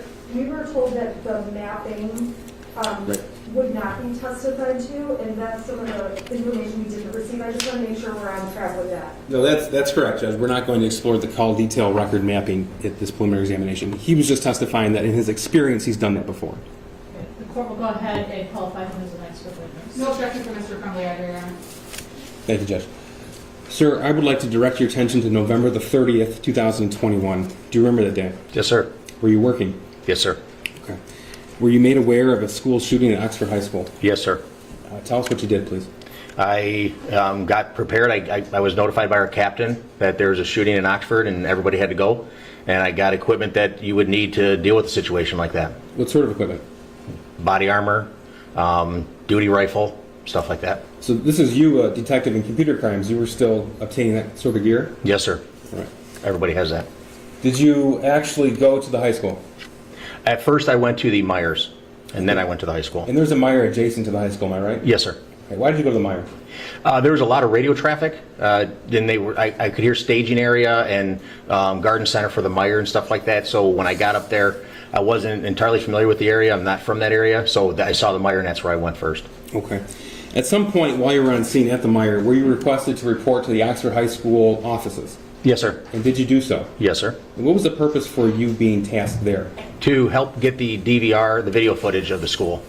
And did somebody from the school assist you with that? Yes, sir. Who was that? Jim Rourke. Okay. And what is his role there, if you know? He's part of their security, private security. So in your role as a detective with the computer crimes unit, you were asked to obtain and review the footage, am I right? Yes, sir. Did you actually review the footage of the shooting from November the 30th? Yes, sir. Okay.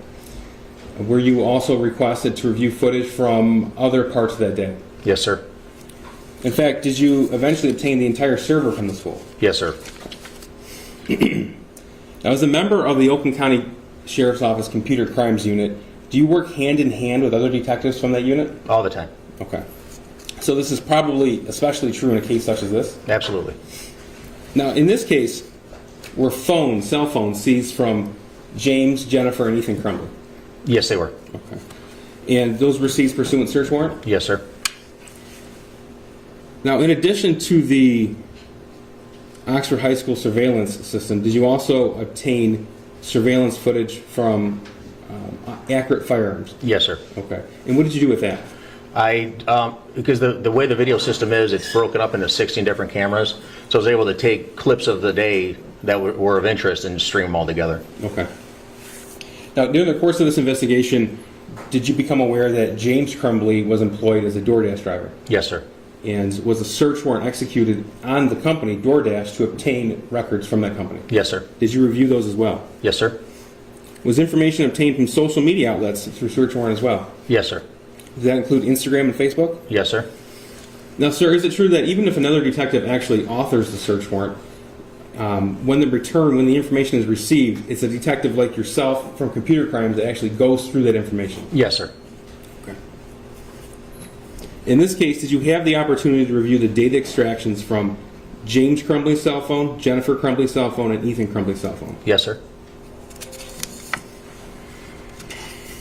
Did you use the Celebrate program that we talked about? UFIT Physical Analyzer, yes. Okay. Now, is it fair to say that your average cell phone nowadays has quite a bit of data on it? Oh, yes, sir. Okay.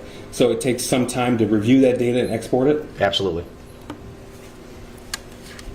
Now, tell us, detective, if someone were to actually deactivate their social media accounts, would you as an investigator still hope to obtain that information from the device itself? Yes, sir. And tell me why.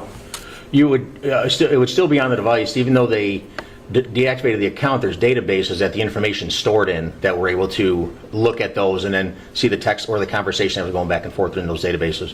Okay. Now, what if someone were to delete their account?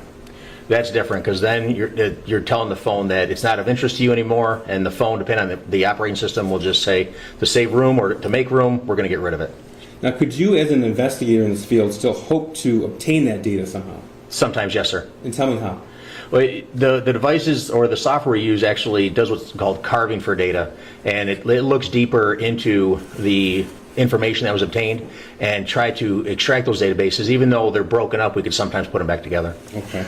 Now, if you were concerned that someone were going to delete their actual, let's say, Facebook or Instagram accounts, how would you as an investigator try to prevent all that data from being purged? You would serve a preservation letter. What's that mean?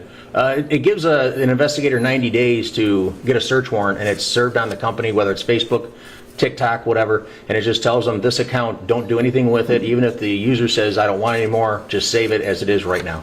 And were preservation letters sent in this particular case? Yes, sir. Now, in addition to the data extractions from the cell phones themselves, did you have the opportunity to review search warrant returns from Ethan Crumbley's Instagram account? Yes, sir. What about Jennifer Crumbley's Instagram account? Yes, sir. James Crumbley's Instagram account? Yes, sir. Jennifer Crumbley's Facebook account? Yes, sir. And James Crumbley's DoorDash account? Yes, sir. And also James Crumbley's Facebook account? Yes, sir. When the Crumbleys were interviewed, did they give the police their phone numbers? Yes, sir. Okay, and then did the police also become known of Ethan Crumbley's phone number? Yes, yes, sir. All right. So what I'm asking you is, when you have a cell phone, it's given to you, you don't know whose it is right away. Am I correct?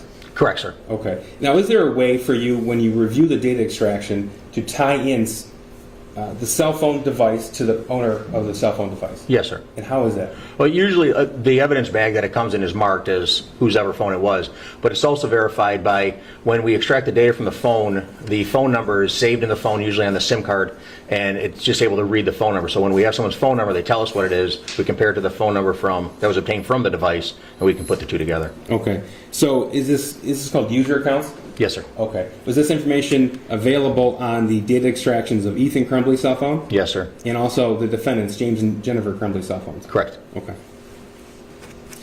All told, how many devices were recovered from Jennifer Crumbley? Jennifer Crumbley, there were 4 total cell phones that were recovered. And tell me how that happened. The first one, there was a search warrant served on their house shortly after the shooting, and their phones were seized then. Then we discovered through the investigation that they went and purchased the exact same cell phones, and then also 2 track phones. Okay, what's a track phone? We refer to it as a burner phone. Like, it's a prepaid phone that you can get from Walmart or Meijer. Okay, and how many phones were seized from James Crumbley? 3. 3. When we say 3, we're talking about the original, the same phone that you just referred to, and then the track phone? Yes, sir. Okay. And what about Ethan Crumbley? Just 1. Now, throughout the course of this direct examination, I am going to be referring only to their original cell phones, the phones that were seized in the date of the search warrant, unless I specifically say otherwise, so we're clear. Okay, yes, sir. Now, as part of your data extraction from Jennifer Crumbley's cell phone, did you review audio recordings? Yes, sir. Do you have occasion to identify an audio recording that was saved as a voicemail on November the 29th, 2021? Yes, sir. Okay. Judge, this is People's Proposed Exhibit 9. I believe we have a stipulation to deny. This is a voicemail on November 29th. We do, Your Honor. We just would ask that the entire voicemail be played. Certainly. There's a stipulation as to both attorneys. Correct, Your Honor. And this is 9. Based upon the stipulation, the court will go ahead and admit the recording into evidence. Thank you. My name's Pam Fine. I'm calling from Oxford High School, and I'm here with Mr. Hopkins, who's Ethan's counselor. I was just calling just to let you know that we just spoke with Ethan, had a really nice conversation. One of his teachers had sent an email to the office just that she was concerned because Ethan, when she was walking around the room checking assignments, that he was on his phone looking at bullets and that sort of thing. So she just wanted us to have a conversation. We did. He said he had been to the shooting range with you this weekend, and we were like, yep, guns are a hobby for a lot of people and shooting ranges, and that's perfectly normal. And that we just wanted to make sure I had a conversation with him about the things he searches at school and things versus searching at home. Like Mr. Hopkins gave a good example of, like, if a teacher makes beer at home, perfectly normal and healthy, but can't be using searches for making beer at school. So we had that conversation. He was great. He was like, yep, I get it. So I just wanted to let you know that we did have that conversation with him, and I don't know, about 5 minutes, and he went back to class. All right, if you have any questions, you can give me a call at 248-572-9565. 248-572-9565. Otherwise, I hope you have a great holiday. Thanks. Bye-bye. Detective, that was a 1 minute and 25-second audio recording. That was the complete recording from the phone, am I right? Yes, sir. Okay. Now, you testified that you reviewed the data extractions on both Ethan and Jennifer Crumbley's phone. Is that right? Yes, sir. Okay. Were you able to review a text message thread between Ethan Crumbley and Jennifer Crumbley found on Jennifer Crumbley's phone? Yes, sir. All right. And did you export that to a PDF? Yes, sir. Now, when you review a data extraction on Celebrate, you were able to put it in a searchable format? Yes. Okay, tell me how that works, please. There's, within the different tabs, either whether it's a text message or call logs or whatever, there's a search field, and you can just type in whether it's a phone number, a name, a keyword, or whatever, put it in there, and it just narrows down the search of the information of what you're looking for. Okay, thank you. Now, sir, this entire text thread is 293 pages with about 1,150 messages. Is that right? Sounds about right, yes, sir. Okay. I'm sorry, can the prosecutor repeat that and slow down? I can't hear him. Yeah, if you could. Sorry, which judge? Slow down a little bit. Sure. And then we can hear the full question. Okay, absolutely. The actual printout of the text thread between Ethan and Jennifer Crumbley is 293 pages in total. Is that right? Yes, sir. Okay. So, Judge, this is proposed Exhibit 10. I do not believe we have an objection. This is pages 286 to 291.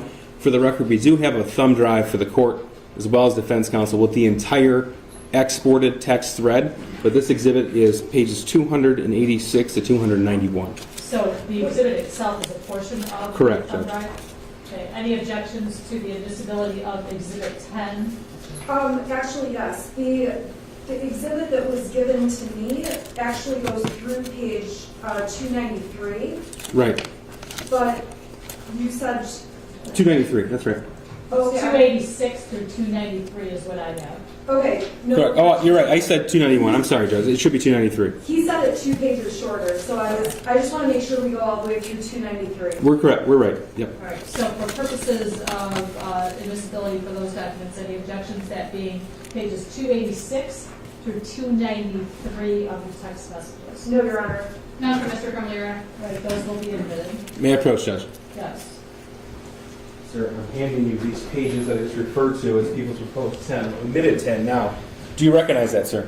Yes, sir. And how do you recognize that? It's an export in a PDF format from a text thread.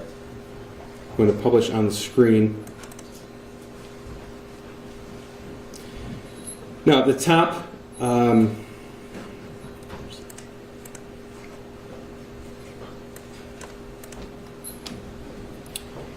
the top right is a green text bubble. Is that right? Yes, sir. Okay, and this is on page 286 that I've identified. And what does it say at the top there? The sentence? Well, first of all, does it identify owner? It It doesn't identify the owner, it says who it's to. Okay. But this was taken off of Jennifer Crumbley's phone, is that right? Yes, sir. All right. And who does it say it's to?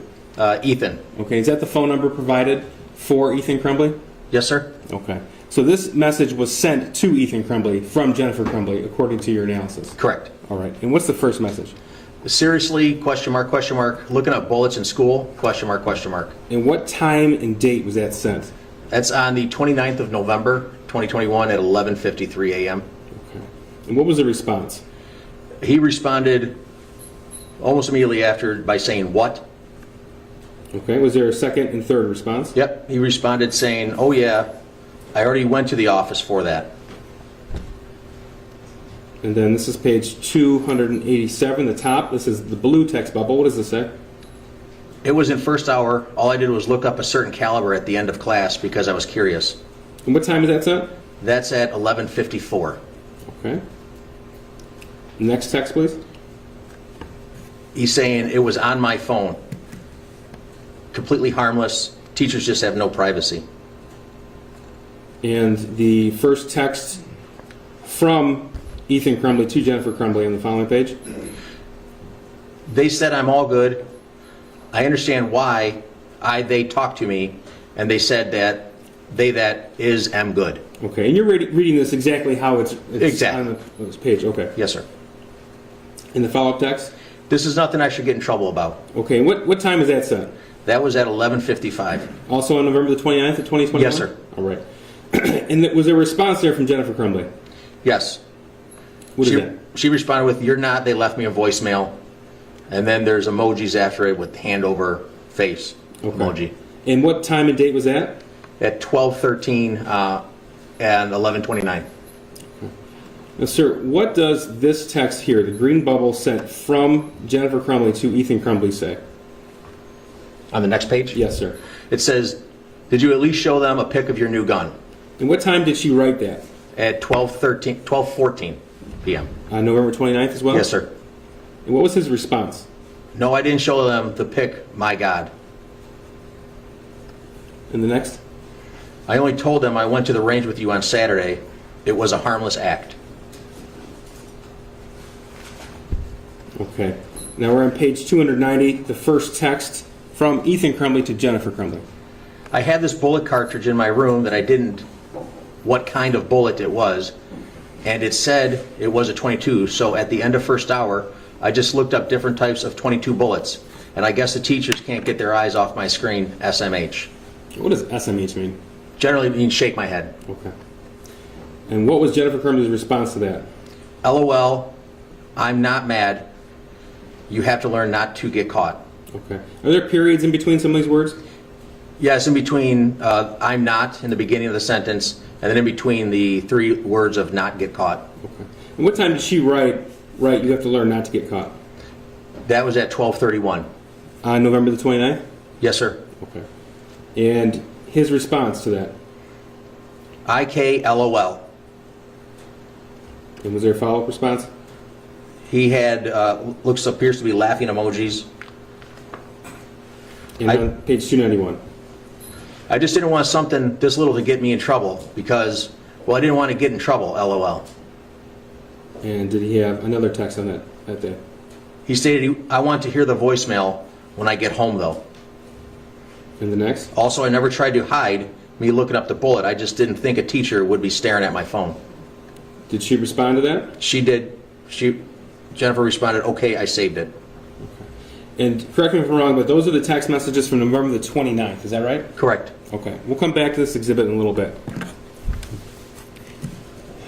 May I approach the witness, Judge? Yes. Do you want all of them? Hang on to the last two. Thank you. Detective, you told us that you've had the opportunity to review data received from Instagram, is that right? Yes, sir. Okay. Did that include Ethan, Jennifer, and James' accounts? Yes, sir. All right. Do you know what Jennifer Crumbley's Instagram username was? It was identified as Gen C78, JEHN C78. Okay. And were you able to find that on the device as well? Yes, sir.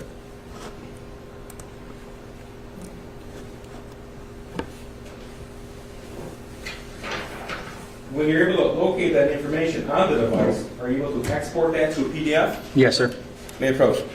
This is People's Proposal 11. Sir, what is that I just handed you? It's a PDF report from UFID Physical Analyzer software. And what does it say in there? It is user accounts is the report itself, and it's the username of JEHNC78. Okay. For Instagram. And so that's how you're able to verify what Jennifer Crumbley's Instagram username was? Yes, sir. Okay, people move to amendment number 11. Any objection? No objection. None for Mr. Crumbly. Be admitted. Thank you. I'm just going to publish this, Judge, for the court. All right, so this is the page that I've handed you? Yes, sir. Okay. So under user account, we talked about user accounts earlier. So under user accounts here, we have a username. Yes, sir. And this is where we have JEHNC78, is that right? Correct. Okay, thank you. Were you able to determine if James Crumbley had an Instagram account as well? Yes, sir. And do you recall what his username was? His name, James Crumbley, 54321. All right. And did you do the same process with the user accounts on James Crumbley's actual device to verify that? Yes, sir. May I approach that? Yes. This is People's Proposed 12. Sir, what am I handing you? It's a PDF report from Physical Analyzer software. Did you obtain that in the same method that you obtained the information for Jennifer Crumbley's Instagram account? Yes, sir. Okay. People move to amendment number 12. No objection? None for Mr. Crumbly. I'm going to publish this. Any objection from Jennifer Crumbly? No objection, thank you. They'll be admitted. And sir, on the screen here, this appears to be the same type of PDF, is that right? Yes, sir. Okay, but this is from James Crumbley, and we know that from this user account information? Yes, sir. And it has the username of James Crumbley 54321, which you've identified earlier? Correct. Thank you.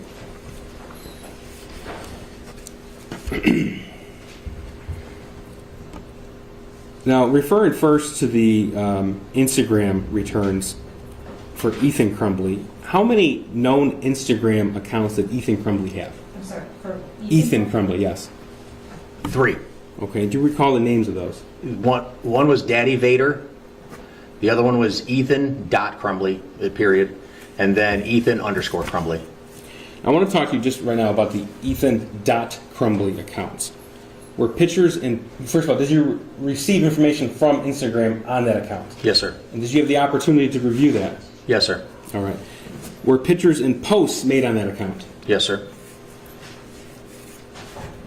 Now, I'm going to show you, this is People's Proposed 13.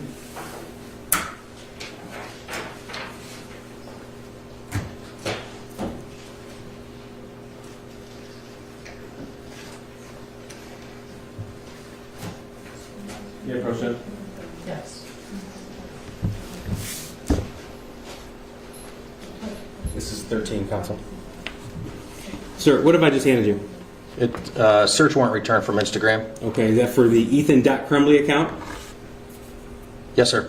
And that exhibit, proposed exhibit, has a number of pages, is that correct? Yes, sir. Okay. And is that the information that you actually received and reviewed from the Ethan.Crumbley account? Correct, yes, sir. Okay. People move to amend. Any objection on behalf of Jennifer Crumbly?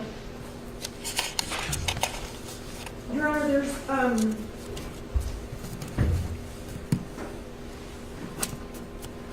there's no objection to the photo part of it being admitted, but there's some text afterwards that I don't think is relevant. I suppose I can ask the witness about it on cross-examination. It's not. Well, I can just Just for clarification and for reference, according to my documents, Exhibit 13 is several pages, correct? Yes, Judge. How many pages do you know? 17. 16, 17? 17 pages. Do you have all 17 pages? 17 pages. It is 17 Yes. total. Well, the last page is blank. I do have 17 pages. If I could just ask the prosecutor very quickly.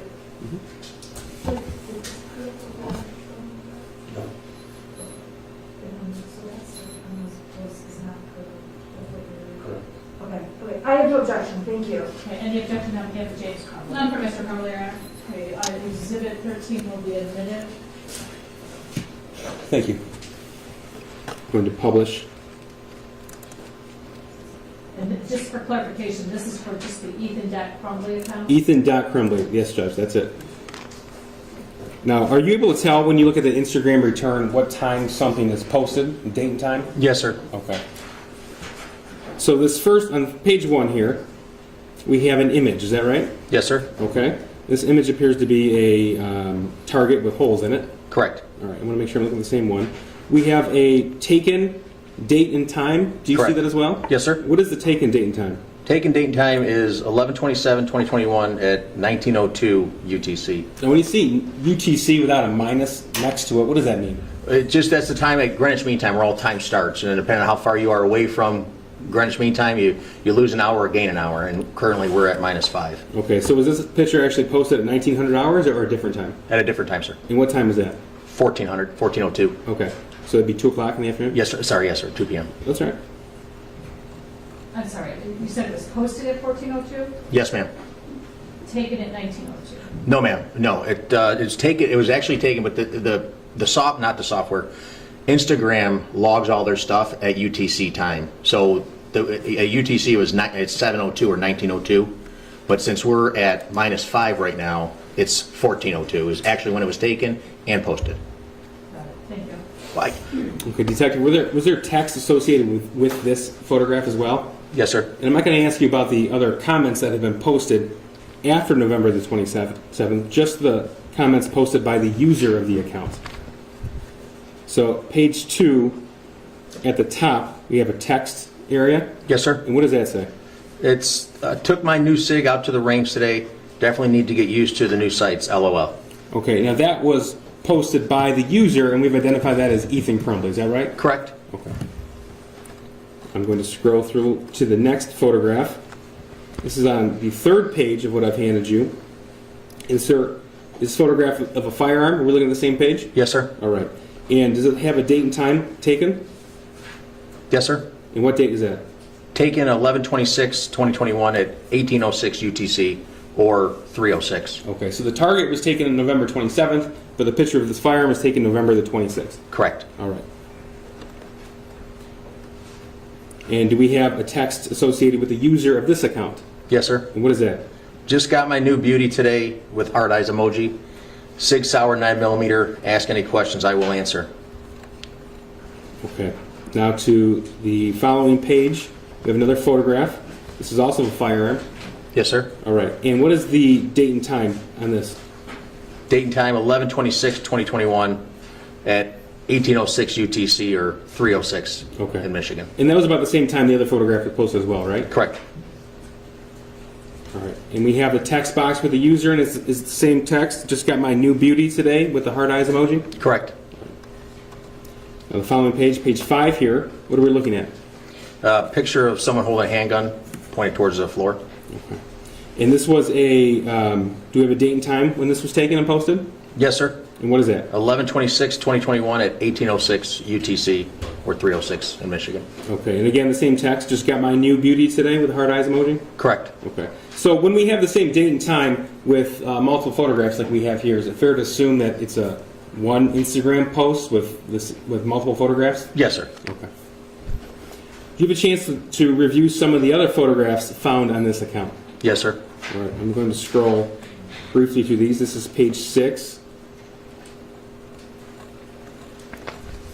Page 7. Have you found that one as well? Yes, sir. Your Honor,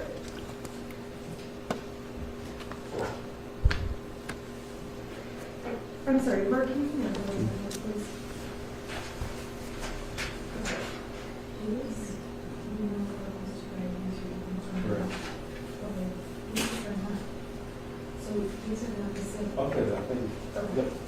Now, Detective, we know for sure that the firearms were posted by the user, Ethan Crumbley. What about these other photographs? Were they posted by Ethan Crumbley, or were they just shared on his account? Okay, first of all, let's identify what photographs you're talking about. Thank you, Judge. I appreciate that. We're starting with what's on page 6 with the photograph that's being published right now. The question is whether it's shared versus posted by you. Correct. It would be, looking at this, looks like they were posted by Ethan. Okay. All right, I'm going to move back down to, we have page 7. I think we've already viewed this one. Page 8 is where we stopped. Page 9, 10, 11, 12, 13, 14, 15, and the last one is all black, it appears.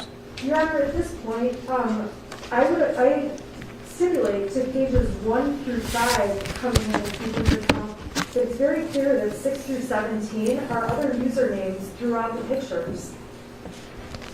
We can have the detective verify, Judge. And if you don't mind, as far as further response, Judge, our next exhibit is a contact page on both James and Jennifer's devices that show they followed the Ethan.Crumbley account. It's relevant that way as well. But as it relates to the pages of the photographs, that's being pages 6 through 16, please clarify with the witness who actually posted those photographs. And again, Judge, I don't mind clarifying with the detective. However, our position is that, as we will show in just a minute by an offer of proof. Correct. Go ahead and see some photographs. Thank you, Judge. Just by virtue of the information that's provided on the exhibit. Okay. And if you can, you can. If you can't, you can't.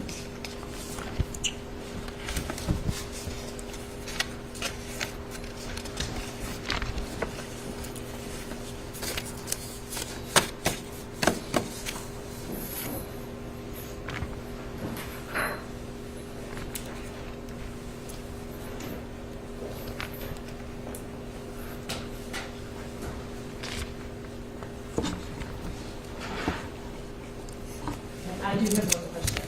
Yes, ma'am. If you look at page 6. Yes, ma'am. Photograph, Yes, ma'am. and if you look at the text underneath the photograph, it has 2 usernames there.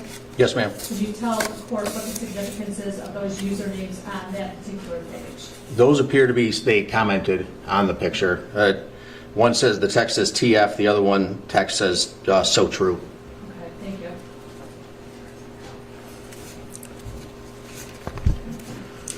Are you able to tell, based upon this exhibit, Detective?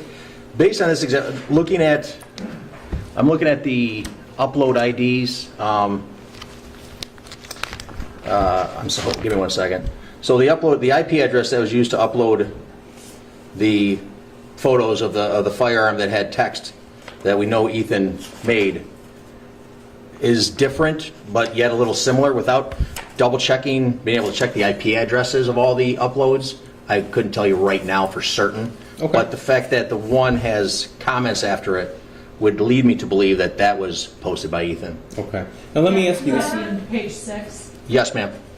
Your Honor, we can explore this more in cross-examination, but these are very different circumstances. This has usernames listed that are not Ethan Crumbley's.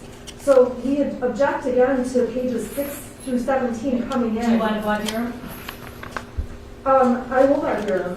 Okay, go ahead and I'll let you go to blood here. Okay, Detective, on pages 1 through 5, where photos are, we're talking about the picture of the target, and then there's a picture of a gun in a case, and a picture of Ethan holding a gun, presumably, and then a picture of Ethan pointing a gun down. Those 5 pages, after each of those pictures, you can see that it says comments user Ethan.Crumbley, correct? Yes, ma'am. Okay. On page 6, there's a different photograph of like this ghost face, and in the same spot where it says Ethan.Crumbley, it says user Augusto Ferrari 0227. Yes, ma'am. Okay, so Augusto Ferrari is, and there is nothing on here showing Ethan.Crumbley's name, correct? On page 6, ma'am? Yes. Correct. But on pages 1 through 5, Ethan.Crumbley is on all of those photographs. Yes, ma'am. Okay, so the photograph with the white face,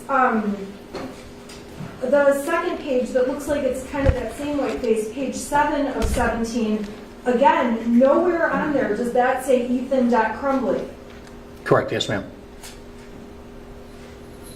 And the following page, where 8 of 17, again, it does not say Ethan.Crumbley anywhere. Correct, yes, ma'am. Same thing on page 9 out of 17.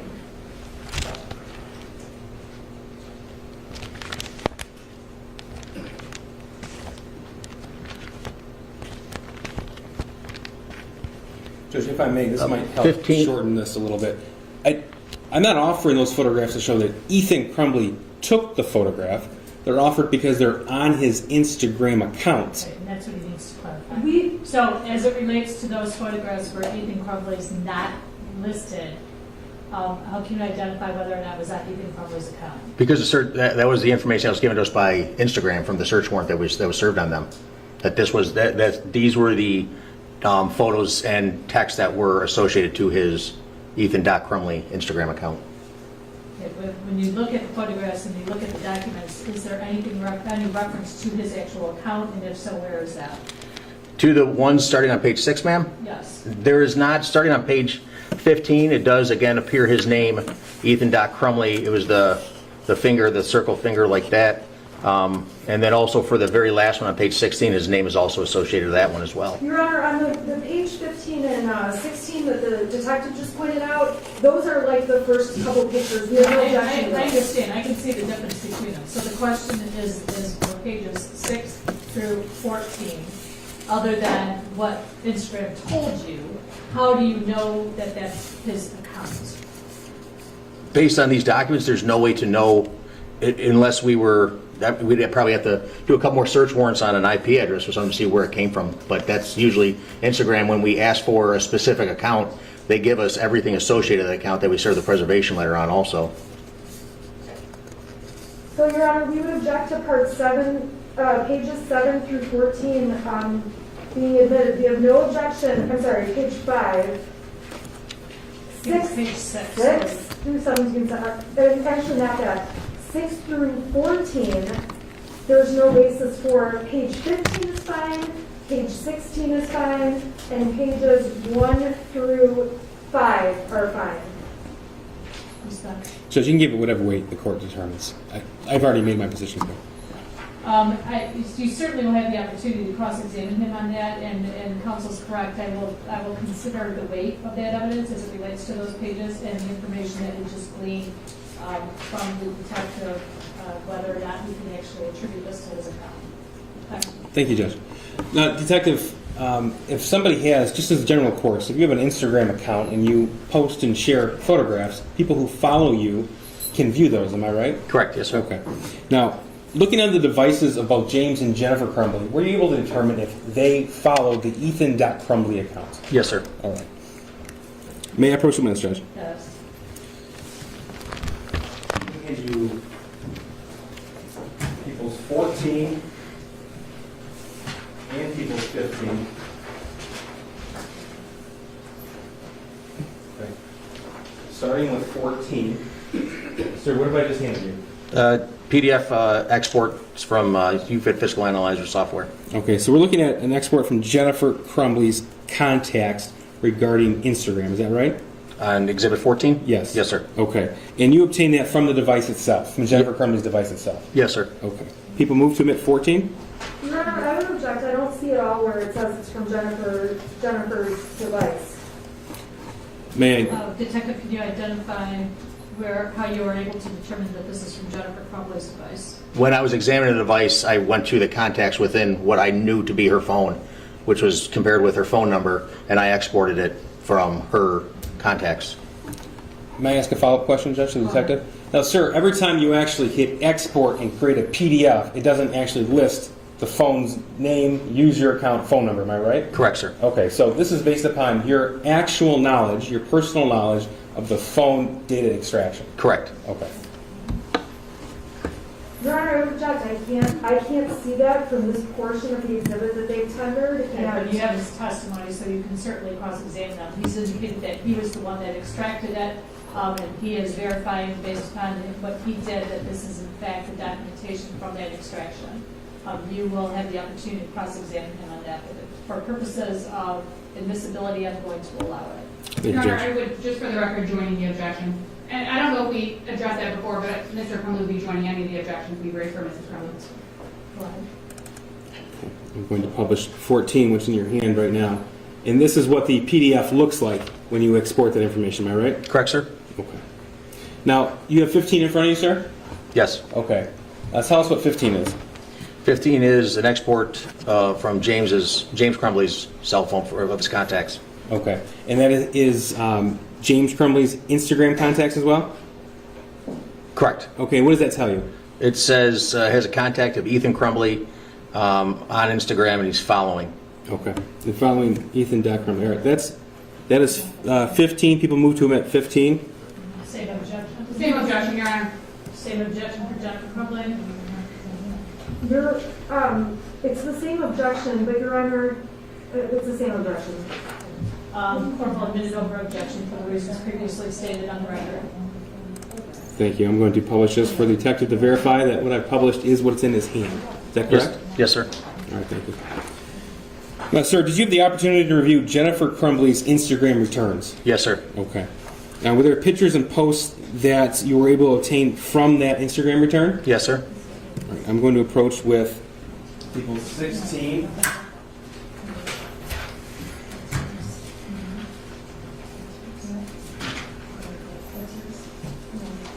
Approach us. This is People's Post 16. There's 4 pages here. Sir, do you recognize what I've just handed you? Yes, sir. How do you recognize that? It's a search warrant return, a printout of the search warrant return from Instagram. Okay, and that's on the Jennifer Crumbley's identified Instagram account? Correct. Okay. People move to admit 16. The objection on behalf of James Crumbley is 16. No objection to 16 for Jennifer. No objection, Your Honor. That will be admitted. Thank you, Judge. I'm going to publish this for you, sir.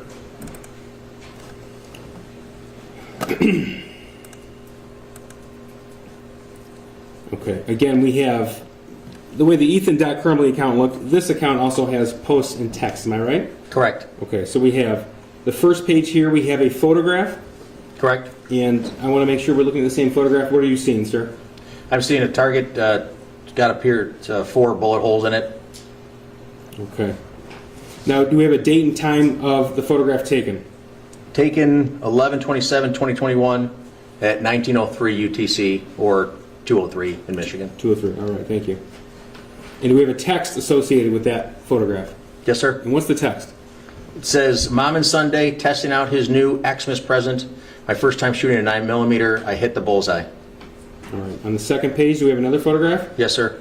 And what do we see here? It's a pulled back picture of appears to be the same target. And the target, does it have a name at the top? Accurate Firearms. Do we have a date and time taken? Taken 11/27/2021 at 1903 UTC or 203 in Michigan. So we see a text, Mom and Sunday testing out his new Xmas present. My first time shooting a 9mm, I hit the bullseye. Is that the same text as the first post? Correct, sir. All right, thank you. Now we have another picture here. What do we see here? That one appears to be a Sig Sauer handgun in a gun case with 2 magazines. All right. What's underneath the Sig Sauer handgun? Looks like a pamphlet, says ATF Youth Handgun Act Notice. And what time was this taken? This was taken at 11/27/2021 at 1903 UTC or 203 in Michigan. And what's the text posted by the user on this account? Same as the last one, Mom and Sunday testing out his new Xmas present. My first time shooting 9mm, I hit the bullseye. Thank you.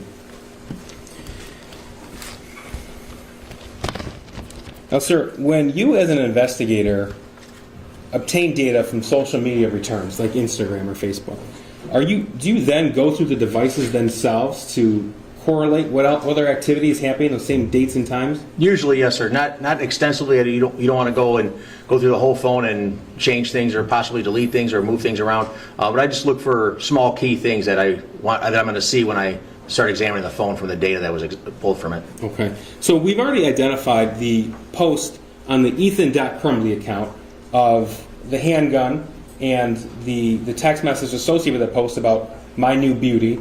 That was taken on November the 26th, am I right? Correct. Okay. Did you have a chance to review the videos on Ethan Crumbley's cell phone data extraction? Yes, sir. Specifically, November the 26th, 2021, at 6:39 p.m., a video posted that date and time. Did you review that? Yes, sir. All right. And you've already had the chance before today to view that video, am I right? Correct. Okay. People move to omit. This is 17. Any objection from James Crumbley? No, Your Honor. From Jennifer Crumbley? No, Your Honor. As long as we're going to watch the video, I can make sure it's what. Absolutely. The exhibit, that's exhibit 17. I'm going to play it on the screen here. And, sir, if you could confirm that this is what you actually found off the phone.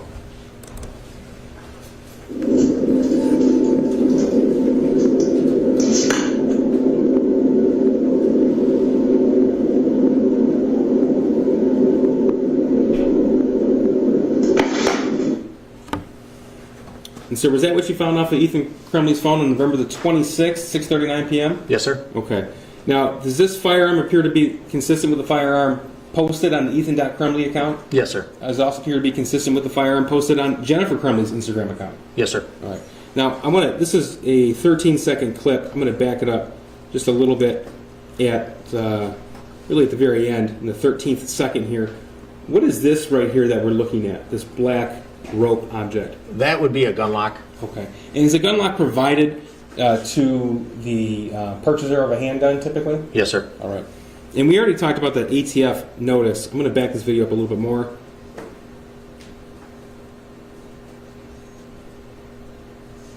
Tell me, sir, do we see that pamphlet? Yes, sir. Okay. Is that the same, appear to be the same ATF Youth Handgun Act notice? Yes, sir. Thank you. And just for the record, that was 17. Sir, now I want to move on to Facebook returns. Were you able to determine the username of Jennifer Crumbley's Facebook profile? Yes, sir. And what was that? J.C. Rumbley. Okay. Were you able to determine the username of James Crumbley's Facebook profile? Yes, sir. And do you recall that? James R. Crumbley. Right. Were you able to extract a Facebook Messenger thread between the defendants, between James and Jennifer Crumbley? Yes, sir. And if printed out, how many pages would it be? Oh, thousands, I believe. Now, I want to talk specifically about the pages that the text that begin on 2042 through 2046 of that messenger thread. And Judge, for the record, we've tendered the entire messenger thread over to the defense, and I believe the court has a copy as well. And that's marked as Exhibit 18. 18, yes, Judge. Thank you. Are you moving for disability right now? I am, as soon as this detective authenticates it, Judge. May I approach the witness? There's no stipulation on that, correct? Counsel, I don't recall if we discussed this one or not.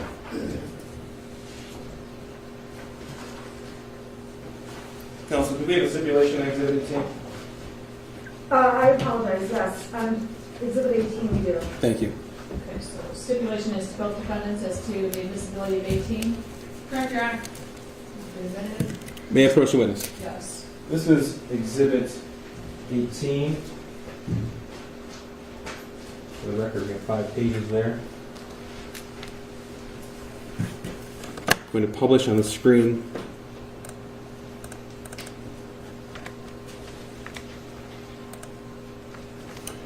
Okay, I want to start with November the 30th.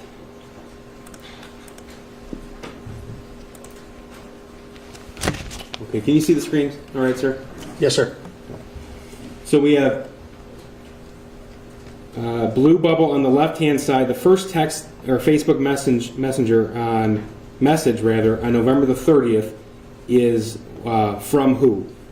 From J.C. Rumbley. Okay, and that's identified obviously as defendant Jennifer Crumbley? Yes, sir. Okay. And what date and time was this? That was at 11/30/2021 at 9:33 a.m. All right.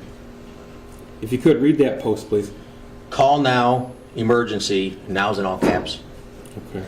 Now, the second message she sent? The first message to follow that, rather. Yep. Sent after that was just the word emergency. And what time was that sent? 9:35 a.m. 33 or 9:35? 35, ma'am. And what was the next message on that thread? Jennifer sent 2 photos. Okay. And were you able to tell in your data extractions and your review what these photographs were that she sent? Yes, sir. And what are those photographs? It's the drawing, the math test that Ethan had, that he had drawn on.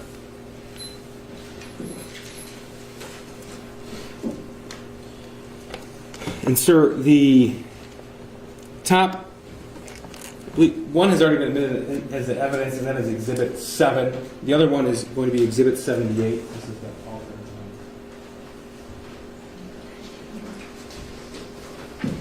What number is that?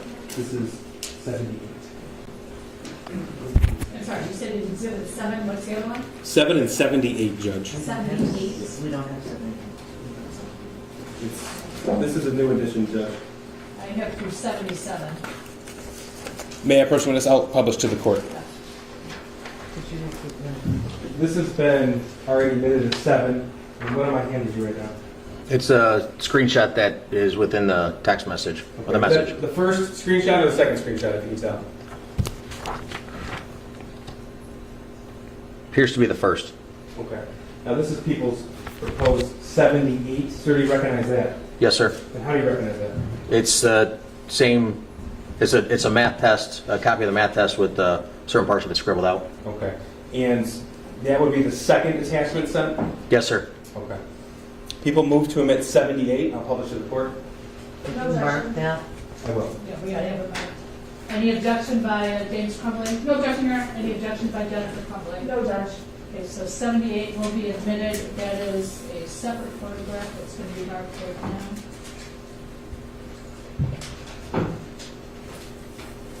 May I approach the bench? Yes.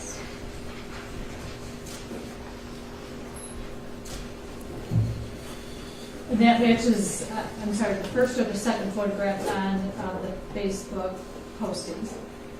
The second. Yeah. Do I see it again? Yeah. No, it's the second. Yes, ma'am. I just want to make sure. I'm going to put 78 on the screen to make sure that we are all talking about the same exhibit.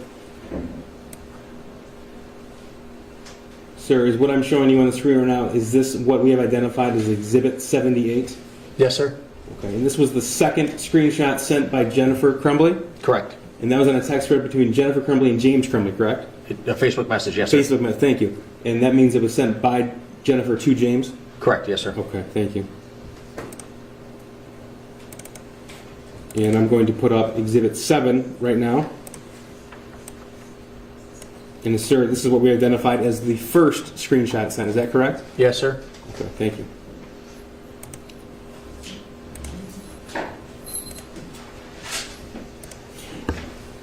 All right, going back now to 18, which is the text, the Facebook message thread between Jennifer and James Crumbley. What time were these screenshots sent? They were sent on 11/30/2021 at 9:38 a.m. Okay. And I scroll down and I see a duplicate message. Is there, can you tell what happened there? It's just where the software, it searches multiple areas and the device stores it in different places. So whether it's found in a file system extraction or what's called a logical extraction, it just let you know that it found it in multiple places. Thank you. And we have identical thing happening next. Okay, what was the response from James Crumbley to Jennifer Crumbley? James responded with, "My God, WTF." What's WTF mean? Excuse my language, ma'am. What the fuck? Okay. That was sent November 30th, 2021, 9:44 a.m. from James to Jennifer Crumbley? Yes, sir. All right. And what's his next post? His next message, rather? Vet not here yet. It's Muckle Murray from Kira's Horse, still waiting on vet. What time was that sent? That was at 9:45 a.m. And what was Jennifer Crumbley's response? Her response, he said he was distraught about last night. Okay. So she wrote, he said he was distraught about last night on November 30, 2021 at 9:50 a.m.? Correct. What was James Crumbley's response to that message? We talked about it this morning. And go ahead, continue. James then said, you talked to him? And then her response? She responded with, can you call, question mark, heading to a school. Okay. And then what is this last post here? On the first post on page 2046. Jennifer saying, I'm very concerned. Okay, and she wrote that November 30th, 2021 at 10:04 a.m.? Correct. And then, what's the next one? At 10:12, she said, headed to a school. Okay. Now these Facebook messages here that we refer to occurred, I think 9:33 a.m. was the first one, and then 10:12:58 was the last one. Is that right? Correct, yes, sir. Okay, now through the data extractions, are you able to tell if they're communicating other than just Facebook Messenger? Yes, sir. Okay. Did you have a chance to review the call logs? Yes, sir. And are call logs part of your standard data extraction information that you receive? Yes, sir. I'm going to show you people's proposed 19.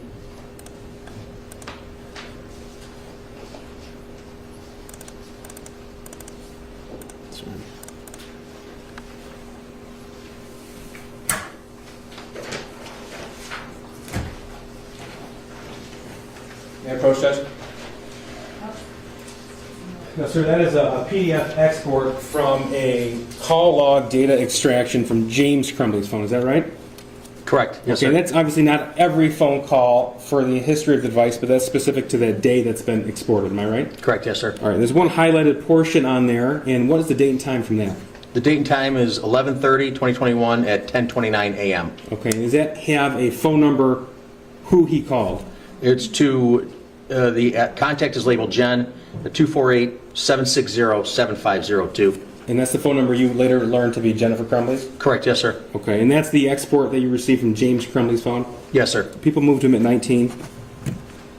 Any objection? No objection. No objection. Could be admitted. Thank you. Excuse me. Detective on the screen here, were you looking at the same exhibit? This is exhibit 19? It appears so, yes, sir. Okay, I'm going to scroll down to the highlighted portion. This is 2, and then the phone number you identified as Jennifer Crumbley with the date November 30, 2021, in the time of 10:29 a.m.? Yes, sir. And does it have a length of that phone conversation? The length is 7 minutes and 16 seconds. Okay, so we can tell they had a phone conversation at 10:23 a.m. for 7 minutes. Is that right? 10:29 a.m. 10:29. Thank you.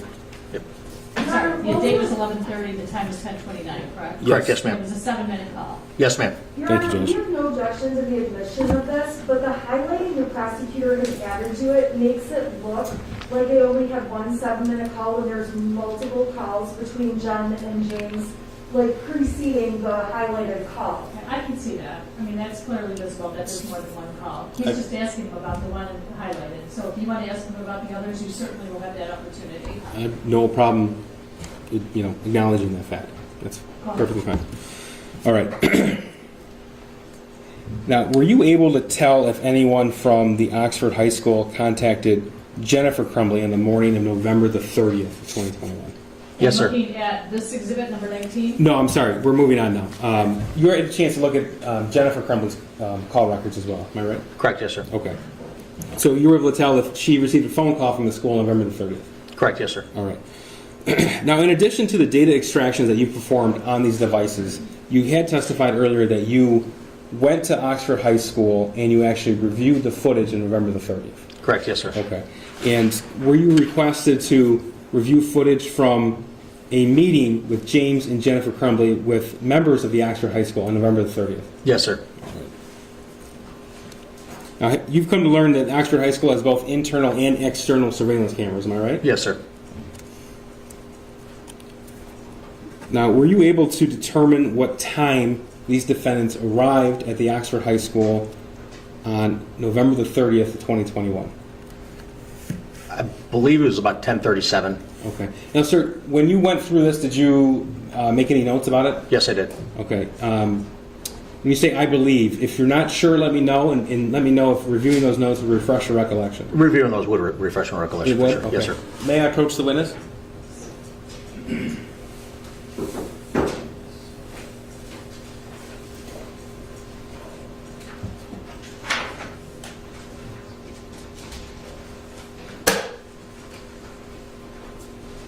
handing you a printout, and I have no problem if the defense sees it as well when he's done reviewing it. Just tell me what I've handed you, sir. It's the notes I took of when certain events happened and what cameras they came into and what they were doing as they approached the school and came into the school and left the school. Okay, so these are just the notes you took to keep the time straight, am I right? Yes, sir. Okay, so I'm referring specifically to November the 30th, 2021, the time that James and Jennifer Crumbley arrived at the Oxford High School. Do you know what time that happened? It was at 10:37. Okay. And then do you have recollection of when James and Jennifer Crumbley were actually seen into the office of Oxford High School? For my notes, just real quick. They entered the office at 10:39. Okay. 25 seconds. And do you know what time they were greeted by a school employee? At 10:40. And what time were they escorted somewhere? Yes. Okay. And what time were they seen next on the cameras leaving that meeting? They were seen leaving counseling at 10:53. So this meeting lasted, according to your camera review, approximately 13 minutes? Yes, sir. So what time did they leave the school? They left the school at 10:54. Did they arrive at the school in one car or two cars? One car. Did they leave in one car or two cars? One car. Okay. And what time did they actually leave the actual school grounds, if you know? We were leaving the parking lot at 10:56. 10:56, okay. So I'm going to show you on the screen here what's already been admitted as People 6. Now this is a series of screenshots of messages between Kira Pennock, and Jennifer Crumbley. I'm sorry, what was it there? 6. 6? Now, sir, you've told us that they left the parking lot, James and Jennifer Crumbley left the parking lot together on November the 30th, 2021 at 10:56 a.m. Correct. I'm looking for the first message after 10:56 a.m. And what do we see here? It's a message at 10:58 a.m.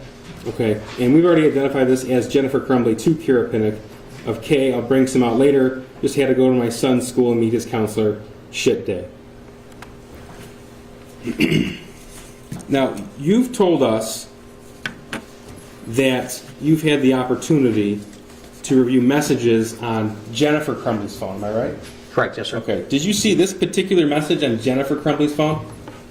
I don't remember seeing that. Okay. And if it wasn't on Jennifer Crumbley's device, what does that tell you as an investigator? That it was deleted. Now, sir, you've had the chance to look at, you told us about DoorDash search warrant records. Am I right? Yes, sir. And you did so because you came to learn that James Crumbley was employed by DoorDash. Correct. Okay.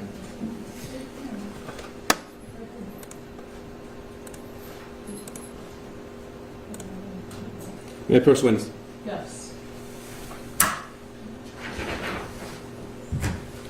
This is People's 20.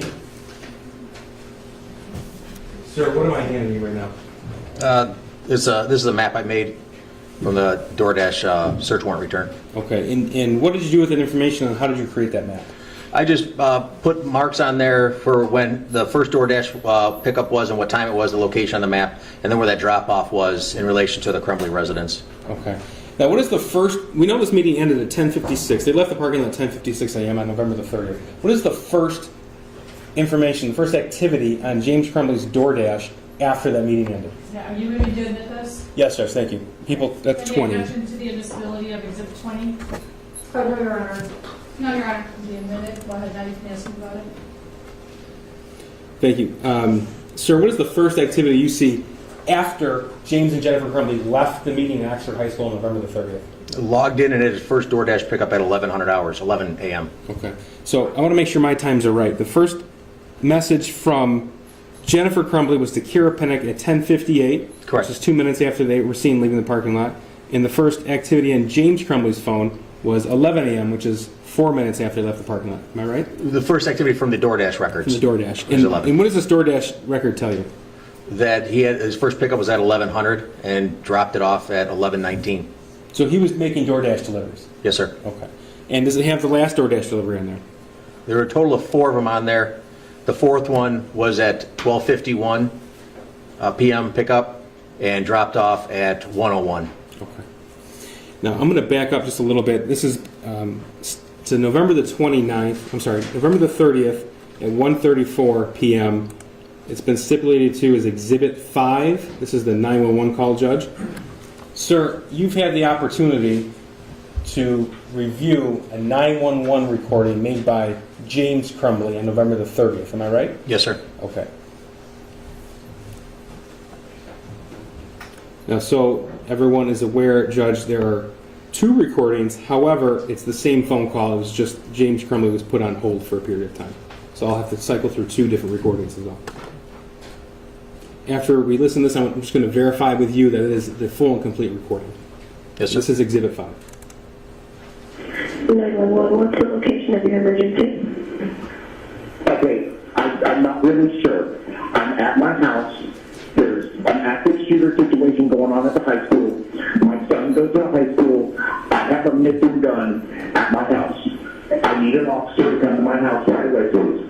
Okay, I'm not going to be able to send anybody to your house right now. So they're on the active shooter situation right now. I understand that. There's a million cops there. I have a missing gun, and my son is at the school, and we had to go meet with the counselor this morning because of something that he wrote on a pen paper, and then I was in town, and I saw a whole bunch of cops going somewhere, and I made sure that I wanted to get to the high school because I was going to high school, and then somebody told me that there was an active shooter, and then I raced home just to find out, and I think my son took the gun. I don't know if it's him, I don't know what's going on. I'm really freaking out. My son's name is Ethan Crumbley, C-R-U-M-B-L-E-Y. E-L-E-Y. Alright, sir, I'm going to put you on hold for just 1 second, okay? And see Dr. Cookman come in and see if I can do anything for you, okay? We'll put you on hold. Thank you. Okay, Mr. Crumbley? Yes. Alright, I'm going to get your name and phone number, and I'm going to have my lieutenant that's out there dealing with the situation. He's going to contact you, okay? What's your first name? My first name is James. And your last name, Crumbley? Yes. Okay. And what's that phone number for you? 248-760-6483. Okay, do you know what your son was wearing when he left the house this morning? He had on a pair of sweatpants and like a gray shirt. A gray sweatshirt. Okay. Alright. Somebody's going to give you a call, okay? I can't give you a time frame because they're right in the middle of all of this. So I can't give you a time frame, but we're going to give you a call as soon as it's possible, okay? Okay. Alright, thank you. Bye-bye. Sir, was that a full and complete recording of the 911 call made by James Crumbley on November the 30th? Yes, sir. And Judge, that was Exhibit 5. That was Exhibit 5, which we have stipulated to. Yes. Now, sir, I'm going to ask you about some things found on Ethan Crumbley's phone and some things found on Jennifer Crumbley's phone. Starting first with Jennifer, and again, this is the original phone that was seized from her on November the 30th. Okay. Starting with Jennifer Crumbley's phones, does your data extraction also include internet search results? Yes, sir. May I approach the witness? Yes.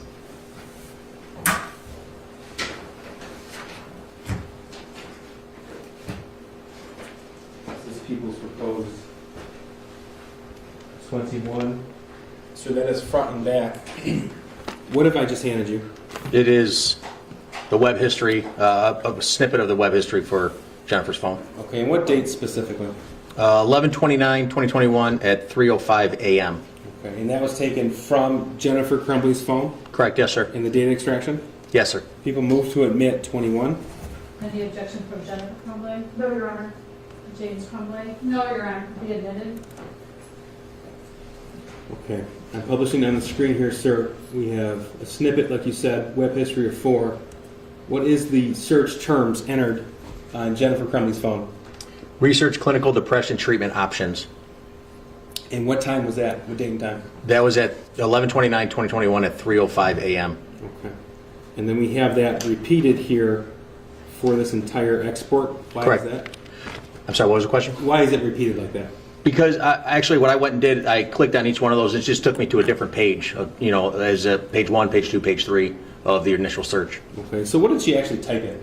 Typed in research clinical depression treatment options.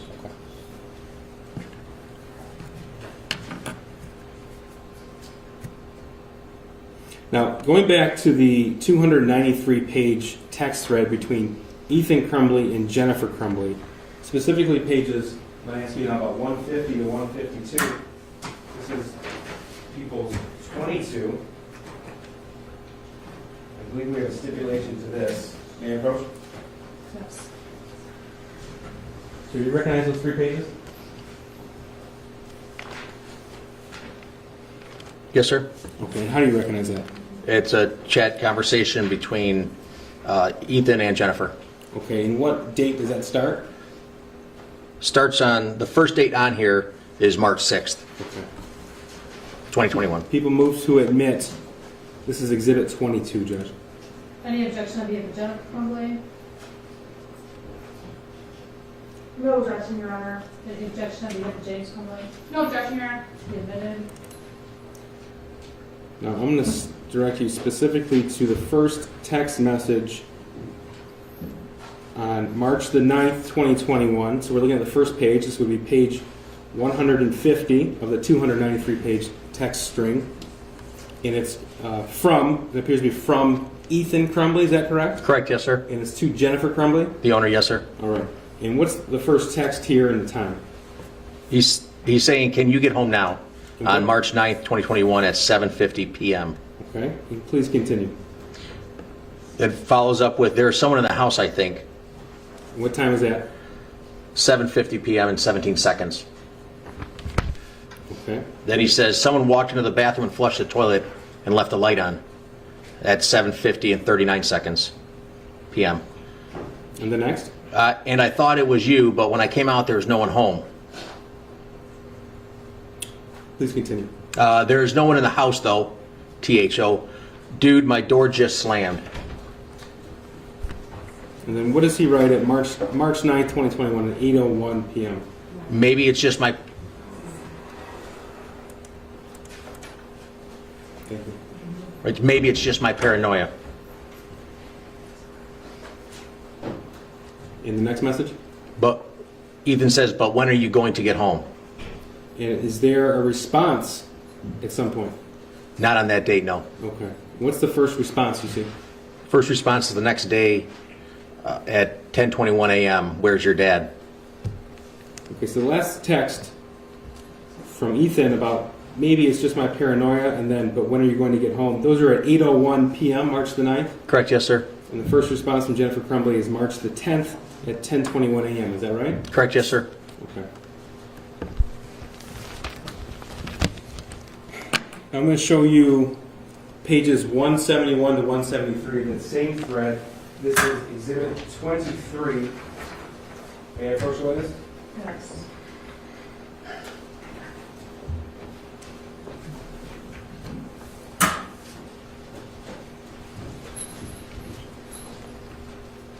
And sir, do you recognize what I've handed you? Yes, sir. And again, that is the same text thread of Ethan and Jennifer Crumbley? Correct, yes, sir. Okay. People move to admit 23. Any objection to Jennifer Crumbley? No objection. James Crumbley? No objection, Your Honor. Be admitted.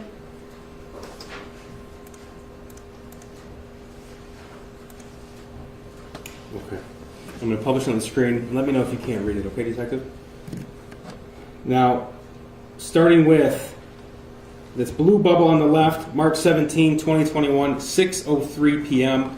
That's from Ethan Crumbley to Jennifer Crumbley, am I right? Correct, yes, sir. Okay, what does that say? Says, okay, the house is now haunted. Okay, what's next? He then says, some weird shit just happens and now I'm scared. Please continue. I got some videos. What time is that? That was at 6:03 and 12 seconds p.m. And tell me, what's this text right here say? On the next page, I'm sorry? Yes. The next text says, and a picture of the demon. Okay, and what time and date does he send the text and a picture of the demon? That was at 6:03 and 12 seconds p.m. March 17th, 2021? March 17th, yes, sir.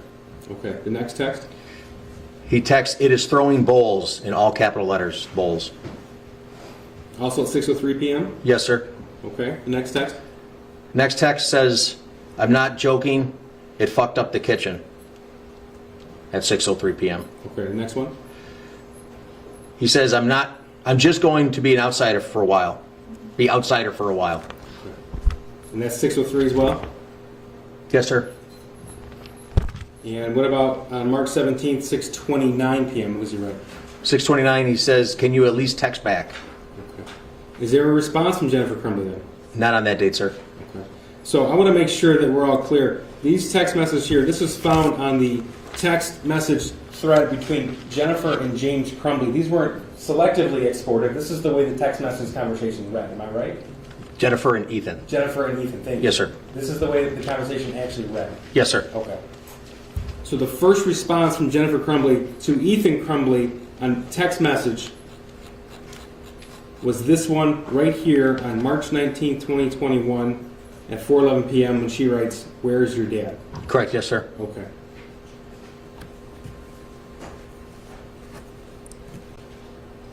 Now, if we could, let's continue. The next text message, March 19, 2021. At 7:48, I'm sorry? Yes. The next one? At 7:48 p.m., text me when you're done. Okay. Then at 9:02 p.m., she texts, done yet? All right. Question mark. And the next text message on the thread from Ethan to Jennifer Crumbley occurs what time? It occurred on March 20th, 2021 at 2:33 p.m. And what does he write? I finished picking up the room. Okay. The next text, please. I cleaned until the clothes started flying off the shelf. What time does he write that? That was on March 20th at 2:34 p.m. Okay. And the following text? Following text, this stuff only happens when I'm home alone. And what time is that? At 2:34 p.m. All right. And then the last text on this thread here. I picked the clothes back up, though, at 2:34 p.m. Now, because you've actually reviewed all 3 data extractions and all social media accounts, when you learn something along the lines of this information, such as on March 17th of 2021, Ethan Crumbley texting and took a picture of the demon, were you able to then go back through these defendants' cell phones to get an idea of what they're doing on those dates and times? Yes, sir. Okay. And did you do that in this case? Yes, sir. Are you able, through your data extractions, to tell us what Jennifer Crumbley was doing on March the 9th, March 17th, and March the 20th? Horseback riding. All right. Now, how were you able to make that determination? You could go and look at the pictures and just narrow down your search to those specific days, or the software puts everything in a timeline, so it's just a chronological order of when things are happening on that device. And do images stored on Jennifer Crumbley's phone on that device, do they have a date and time stamp? Yes, sir. May I approach the witness, Judge? Yes. This is People's Proposed 24. Sir, that's a photograph? Yes, sir. And do you recognize that photograph? Yes, sir. How do you recognize it? I've seen it on Jennifer's phone. Okay, does it have a date and time stamp at the bottom? Yes, sir. Okay, and what is the date and time? March 9th, 2021 at 4:55 p.m. Okay, people move to admit 24. No objection. No objection for Mr. Crumbley to be admitted. Okay, what we're looking at here on the screen is a photograph taken from Jennifer Crumbley's phone, and we have it taken on March 9th, 2021 at 4:55 p.m. Is that right? Correct, yes, sir. Okay. May I approach again, Judge? Yes. This is People's Proposed 25. And sir, I handed you a photograph again. Yes, sir. And does that photograph have a date and time stamp? It does. March 17th, 2021 at 6:03 p.m. Okay, people move to admit 25. Any objection? No objection. No objection for Mr. Crumbley. This is a photograph of James Crumbley stored on Jennifer Crumbley's phone, am I right? Correct, yes, sir. Okay, and the date and time is March 17th, 2021 at 6:03 p.m. Yes, sir. And what was happening at March 17th, 2021 at 6:03 p.m. on that text message thread? Ethan was texting his mom. And what was he texting his mom then? I believe on the March 17th that's when he was seeing, he said the house is haunted. And he has videos and a picture of the demon. May I approach? This is a photograph, People's Proposed 26. Sir, do you recognize that photograph? Yes, sir. How so? It's seen on Jennifer's phone. People move to admit 26. Any objection? No, Your Honor. None for Mr. Crumbly. And we also have a date and timestamp on the bottom of this? Correct, yes, sir. Okay. You would characterize this as a selfie, am I right? Yes, sir. All right. This is March 17th, 2021 at 6:03 p.m.? Yes, sir. And finally, People's 27, may I approach? This also is a photograph. Sir, you recognize that photograph? Yes, sir. How do you recognize that? Again, it was on Jennifer's phone. People move to admit 27. No objection. No objection from Mr. Hillman. Thank you. And this was taken March 20th, 2021 at 12:02 p.m., am I right? Correct, yes, sir. All right. Again, photographs of horses. Yes, sir. Now, looking at the data extraction on Jennifer Crumbley's phone, we can see no text back in relation to clothes flying off the shelves or seeing demons, things like that. But were there any other phone calls or any other messages on any other messaging apps? No, sir. And were there any text messages in relation to demons or things flying off shelves or the house being haunted on James Crumbley's phone to Ethan Crumbley? No, sir. Were there any phone calls from James Crumbley to Ethan Crumbley during this time span? No, sir. And no phone calls from Jennifer Crumbley to Ethan Crumbley during this time span either? No, sir. I'm going to go back to this is People's Post 28.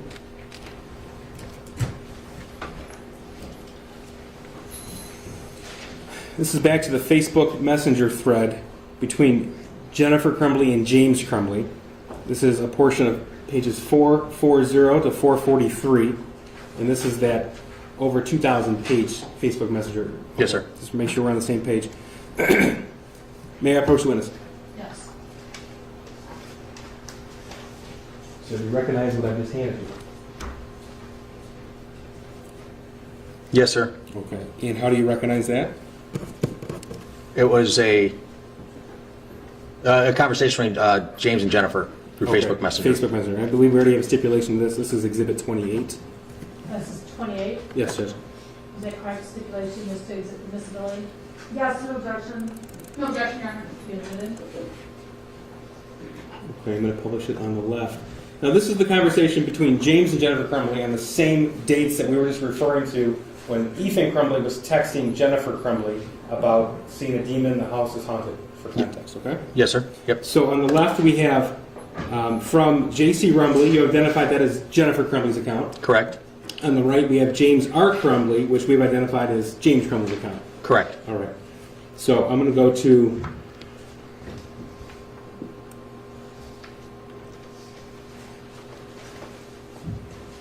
starting with March 19th, 2021, 9:37 a.m. from Jennifer to James. What did she write? 9:37. You awake? Okay. And then the next message, please. Ethan awake. James's response. James responds, yeah. Okay. And Jennifer. She responds with, how is he? Okay. And what does James write?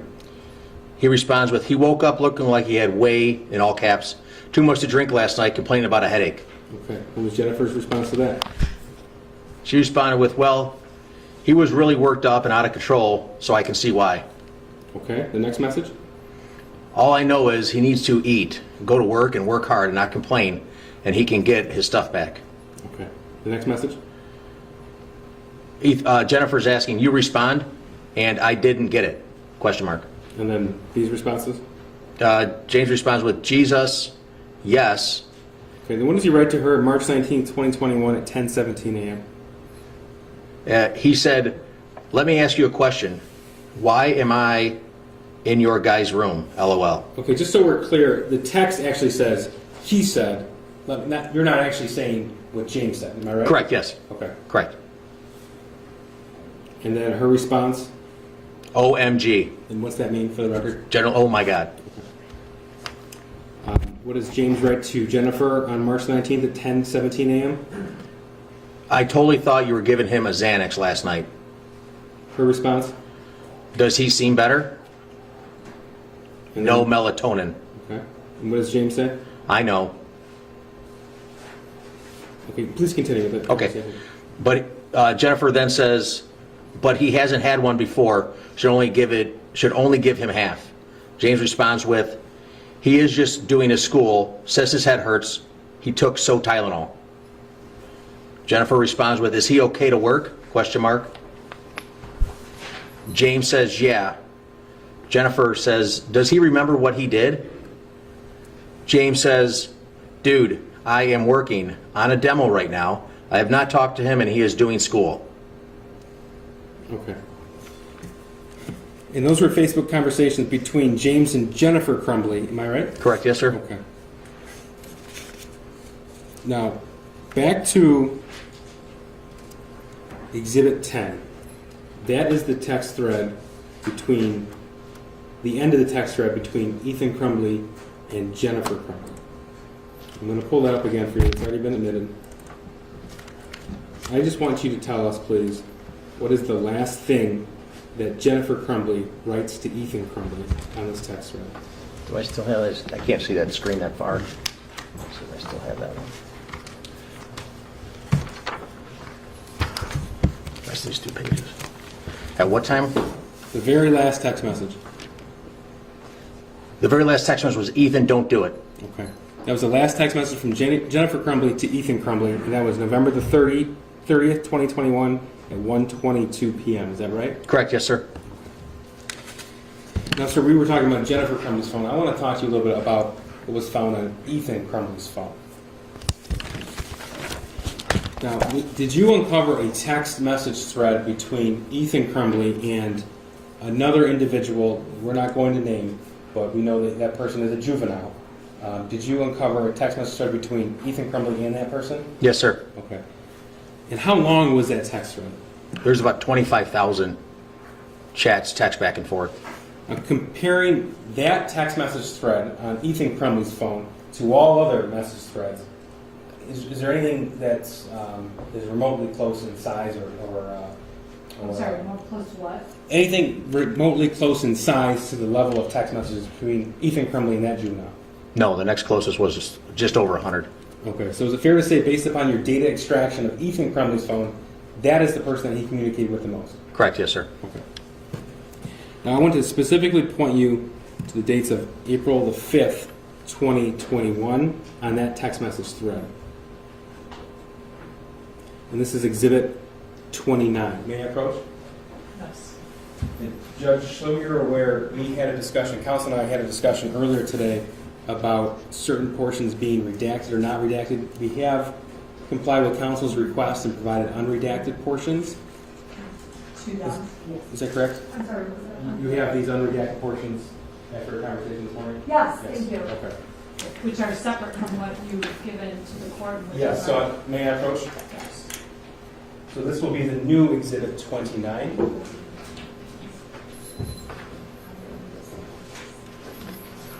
So this is been identified as Exhibit 29. With those modifications, I don't believe we have an objection to the admissibility of Exhibit 29. But let me ask you, Detective, this was a portion of the text message thread between Ethan Crumbley and that juvenile. Correct, yes, sir. Okay. And on the top of page 29, what's the date and time? April 5th, 2021 at 12:38 a.m. Okay, and we already know this is from Ethan Crumbley's device from his phone, right? Correct, yes, sir. So on the right, it's going to be green, it's going to say owner. Correct. That would be Ethan Crumbley. Yes, sir. And it's going to say to, and it's going to be the person he's texting to. Correct, yes, sir. Is that right? Okay. People move to admit 29. Any objection? No objection. No objection for Mr. Crumbley. Can I have counsel approach for a moment? Yes, sir. Yes,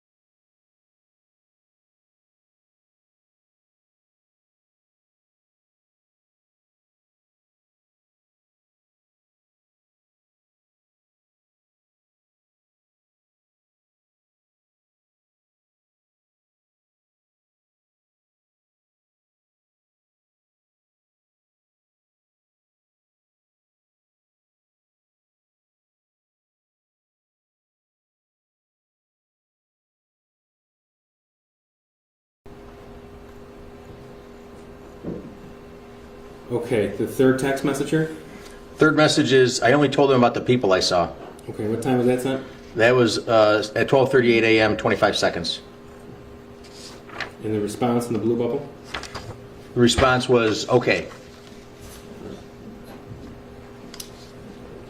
And if... Now I want to talk to you about this one right here on page 3, April 5th, 2021 at 12:39 a.m. What is that text message from Ethan Crumbley? From Ethan says, like I am mentally and physically dying.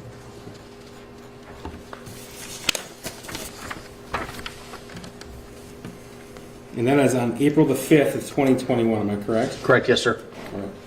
Now, on this large, substantial text thread between Ethan Crumbley and that other individual, there were videos as attachments as well? Yes, sir. Okay, you had the opportunity to review not only the text messages, but those images? Yes, sir. Now, was there a video sent on August the 19th, 2021 from Ethan Crumbley to this person? Yes, sir. And you've had the opportunity to view that from the data extraction on Ethan Crumbley's phone? Correct, yes, sir. People move to omit 30. Any objection? Your Honor, to be honest, I don't know what video is the 819 video. Are you going to play it? Yes. I'm sorry. Do you want to look on my screen here and I can unhook it? Sure. You also have a flash drive. Are you going to show it to her now? Yes. Before you move to admit? I'm going to take a quick break. Thank you, Judge. Actually, flash drive. All rise. Court is in recess. Can I see a picture of it? Barbara, can I see you touch those up? Oh.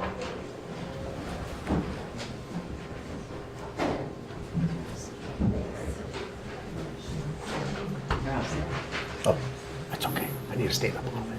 Yeah. Get the blood flowing. Yeah, we're going to look it up in our terms to make sense. And I don't think, isn't he, there's one meeting when he came out. Okay. Oh, Judge, I'm sorry. Guys, can we just... Actually, I'll show you the judge. We're actually... We'll do it.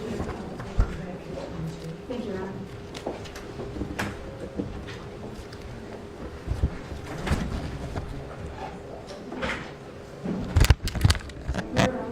Okay. Yeah, I'm doing good.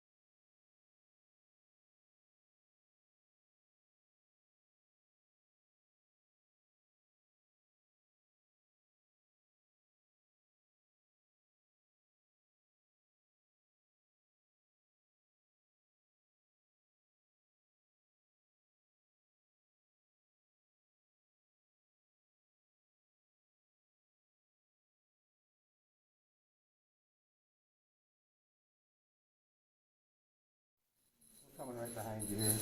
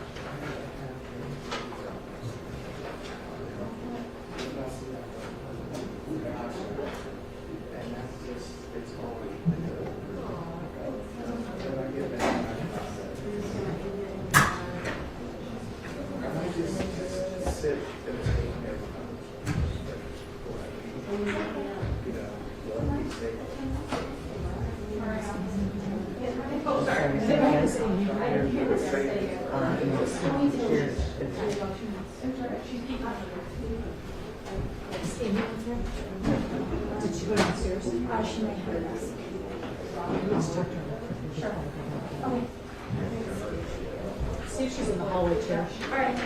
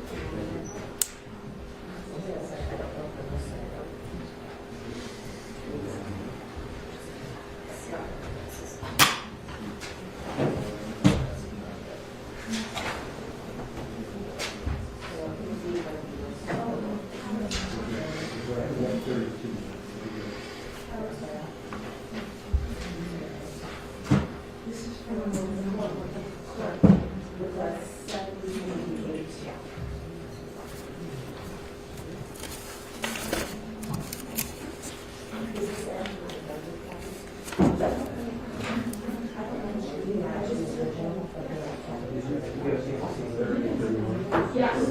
Yep, you look at all of them.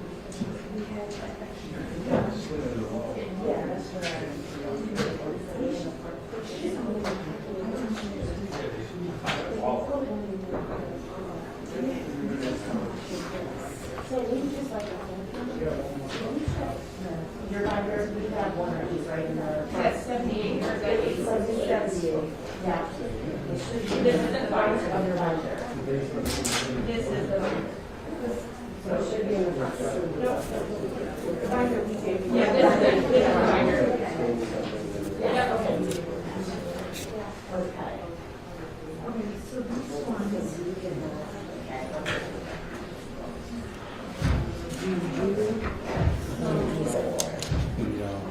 It's just from, that's just from the binder on the table.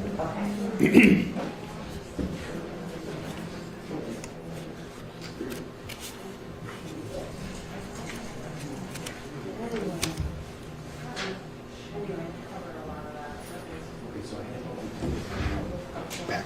Yeah.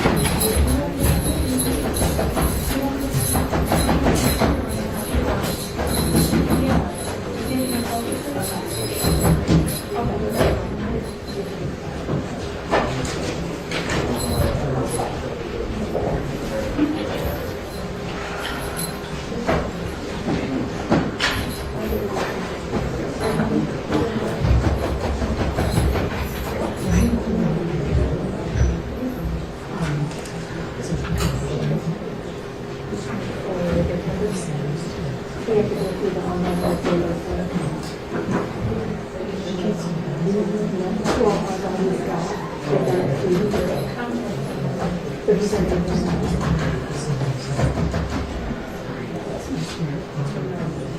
it is,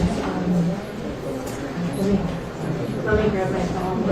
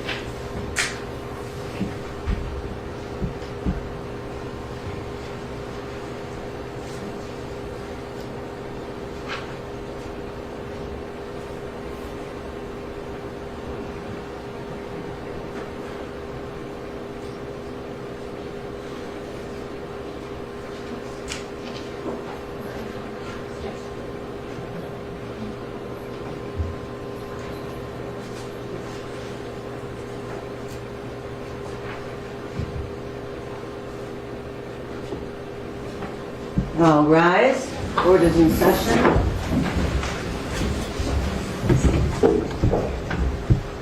Okay, please be seated. We did contact the county and they are going to adjust the temperature remotely for us. So it should be okay. We do need to close those outer doors. There you go. Just before we begin, is there a way to, this video is a little bit dark on the projection, is there a way to turn off? So now we're going to be in the dark in the evening.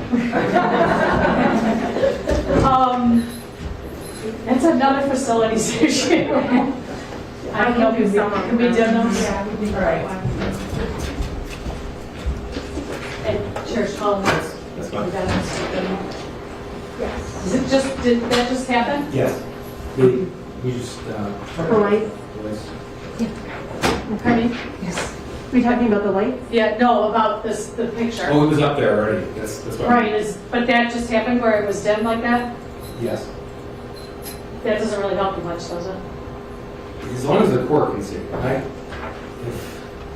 Which exhibit is that? This is 30.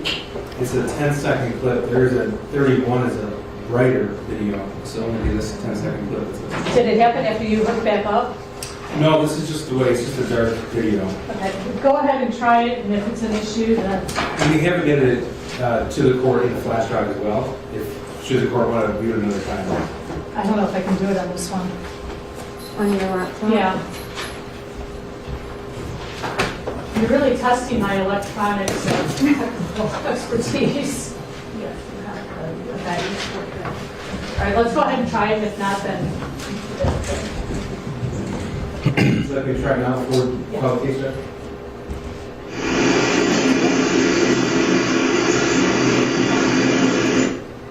Yeah, that's fine. I can see it. Perfect, thank you. All right, go ahead and proceed. We're back on the record, thank you. We're back on the record, yes. Okay, Detective, we were at Exhibit 30.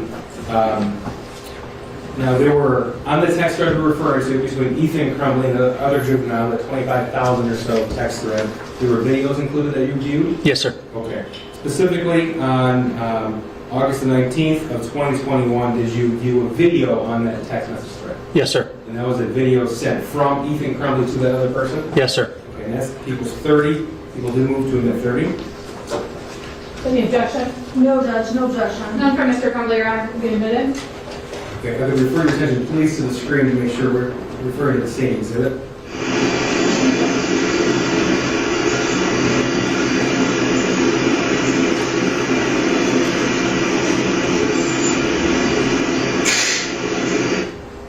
Now, sir, this was August the 19th of 2021, and it appears to have a person holding a handgun. Is that correct? Correct, yes, sir. Okay, that noise that we heard at the end, what was that? The person hit the slide lock release, so then the slide went forward. That's exhibit 30. Did you also review a video in the same text thread, the same conversation, shortly after that one was sent, in the early morning hours of August the 20th, 2021? Yes, sir. This is People's 31. I believe we have a stipulation of People's 31. That's correct, no objection. No objection from Mr. Crumbly. Be admitted. This is an 11-second clip. Again, this was sent from Ethan Crumbley to that other individual. Is that correct? Correct, yes, sir.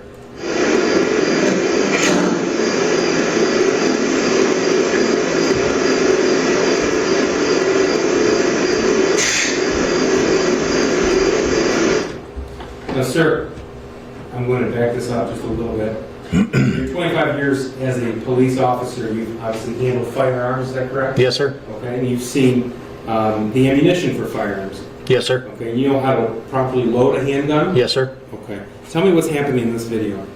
He inserted the magazine into the magazine well, and you could see the top of one of the bullets. Is that right here that I'm referring to? Yes, sir. Okay. Does that mean there's a round in the chamber there? As soon as that slide goes forward, there will be. Okay. And prior to this point of the video,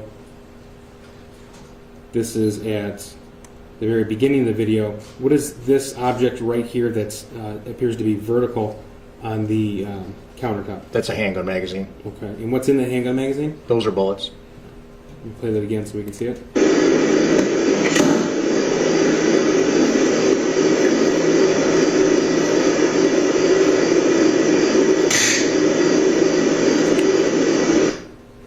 And that was 31. Sir, was there a text message conversation in the midst of these videos being sent? Yes, sir. Okay. Judge, this is People's 32, and like People's 29, we made some changes to the redaction, so this would be a new copy for the court. The defense has this as well. Can you approach the witness? Yes. This is People's Proposed 32.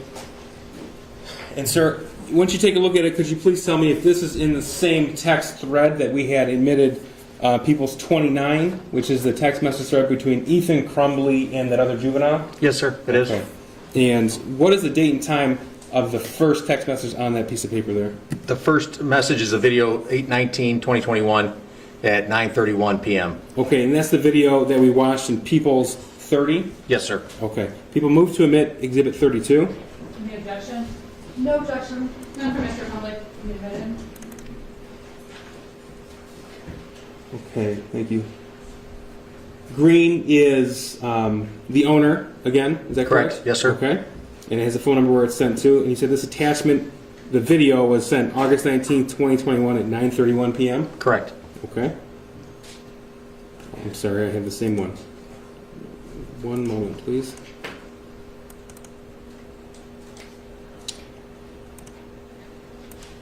There we go. Okay. Okay, then we have a response to that video being sent. What is that response? The response from the other juvenile is nice. Okay, and there's spelled correctly or incorrectly? No, there's a couple extra I's. N-I-I-I-C-E. Okay. And then what was the message from Ethan Crumbley? Ethan then says, shoot that Sunday, question mark. And that's August the 19th, 2021 at 9:34 p.m.? Correct, yes, sir. Okay, the next text? Ethan says, if you don't want to come to the range, to the gun range, that's fine. You can just tell me. No hard feelings. Okay, and the response to that?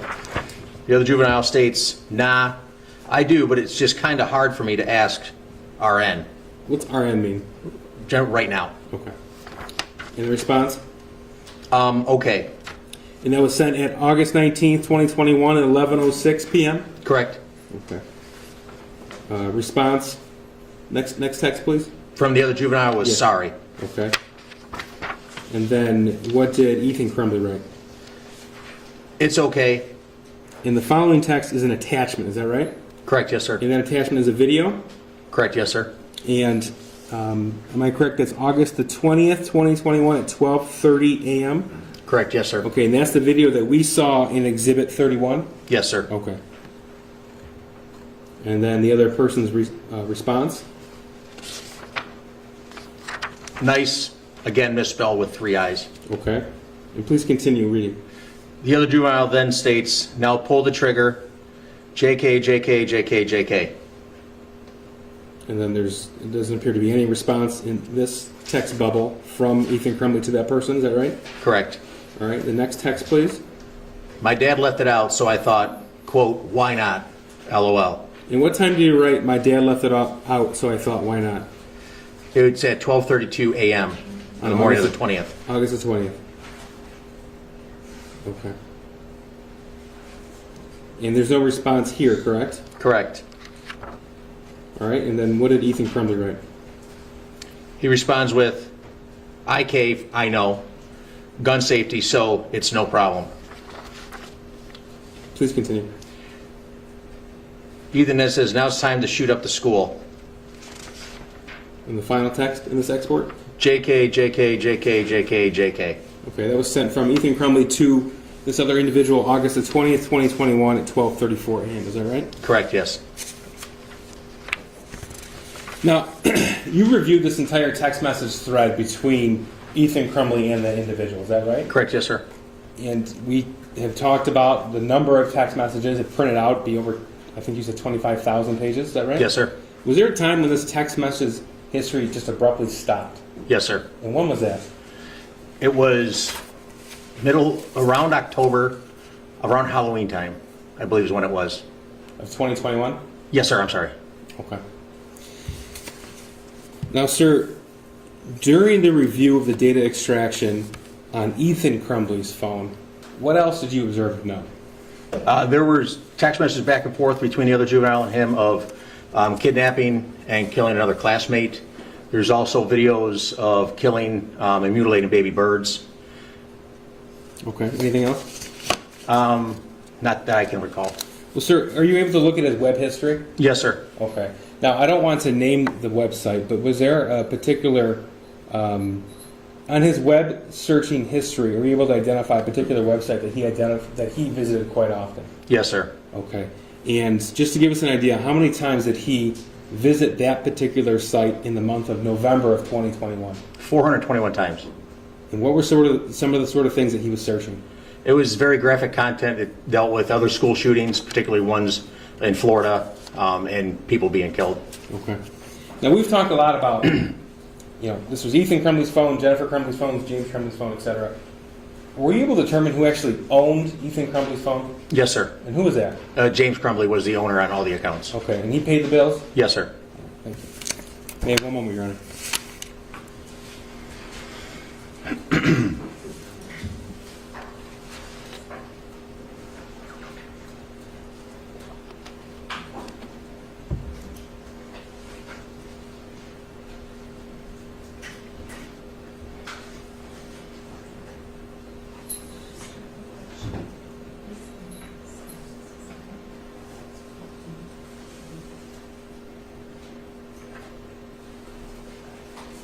Detective, during the course of your investigation, did you come to learn that there was more than one gun in the Crumbley home? Yes, sir. Okay, so we've been referring to the 9mm SIG. That was the firearm used in the actual shooting, am I right? Correct, yes, sir. Okay, what were the other firearms found in the Crumbley house? There was a Caltech, I believe. I believe it was a .22 caliber, and then there was a small Derringer. Okay. Now the videos that we saw on People's 30 and 31, what kind of gun is that, if you can tell? That was the Caltech. 22 Caltech? Yes, sir. And that's also semi-automatic? Yes, sir. Thank you. I have nothing further.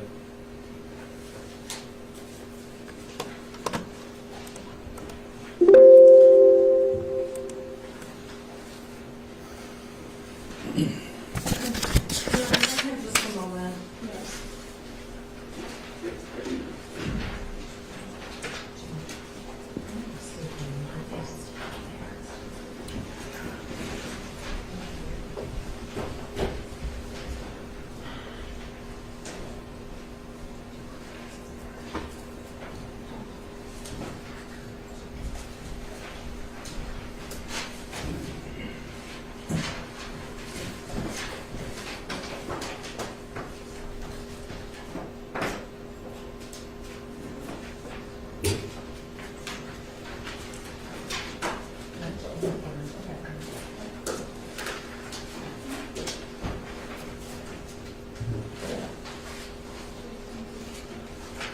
Yes. Your Honor, can I stay at the table and question from here? Yes, just keep your voice up. Okay. Good afternoon. Good afternoon, ma'am. I want to go back to Exhibit 29. And really what I need to do is have you help me understand the reports. When you take stuff off of a Celebrate report, it's fair to say there's different ways you can extract the information. Is that correct? Well, to be precise, take information off the data from the phone and then export reports from that data, yes. Okay, and when you testify that if messages are deleted, sometimes those will not come up in the report. Is that correct? They won't come up in the extraction, the analyzation of the data, yes, ma'am. Okay, so, Your Honor, may I approach the witness with, this is my, yeah. Okay, may I approach the witness with these materials? So I can What ask materials are those? These are the texts between Ethan and the other young man that we've been discussing Okay. on the record. They're not exhibits They're at not- this point. They're not exhibits at this point. Okay. We just need to make sure they're identified correctly, that's all. Okay, so This is all one. yeah, this is all, there's two separate files, but I'm going to ask you about that. Okay, so Detective, I just handed you a very large stack of papers, and if you take a quick skim through it, it appears to be all of the messages between Ethan Crumbley and his friend, who we're not identifying on the record. Name starts with B. Does that appear true to you? That looks correct, yes, ma'am. Okay, so at my office, when I get your Celebrate report, I pulled up all of these messages, printed them, and brought them into court today. And if every page is there, you would agree with me that that's from the Celebrate report. Is that a fair statement? It came from, it's a Celebrate report, yes ma'am, I can tell you that, because the logo's on there, it looks like it should. I don't know if it, are you asking, is it every message that they share back and forth? Well, no, there'd be no way to verify that because there's so many thousands. I'm just asking, if I'm telling you that I printed those off Celebrate, does that look like what you would expect it to look like? I'm sorry, yes ma'am, it does. Okay, so I want to turn your attention to Exhibit 29, which was admitted when the prosecution was questioning you. Your Honor, may I approach the witness? What do you have there? I have Exhibit 29. 29? Yes. Okay, and Exhibit 29 contains a series of text messages that were from April 4th, 2021. Yes ma'am? Okay, and those messages specifically that were admitted in Exhibit 29, those messages did not print when I printed the messages. So I'm wondering if you can explain why the printouts I printed from Celebrate would be missing some of those messages. Without having where you printed that from and being able to examine it myself, there's no way I can tell you that. Okay, is it possible that those messages were deleted by the user of the phone?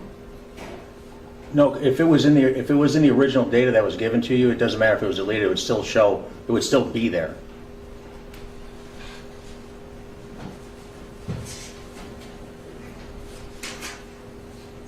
There is not, as far as you know, there is not a way to filter out dates if you print the entire thing as a whole, correct?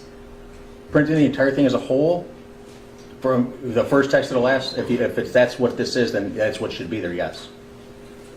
And can you take a look at the text I printed from 4/5 of 21, and can you show me where the texts on Exhibit 29 fall into that, where they would be?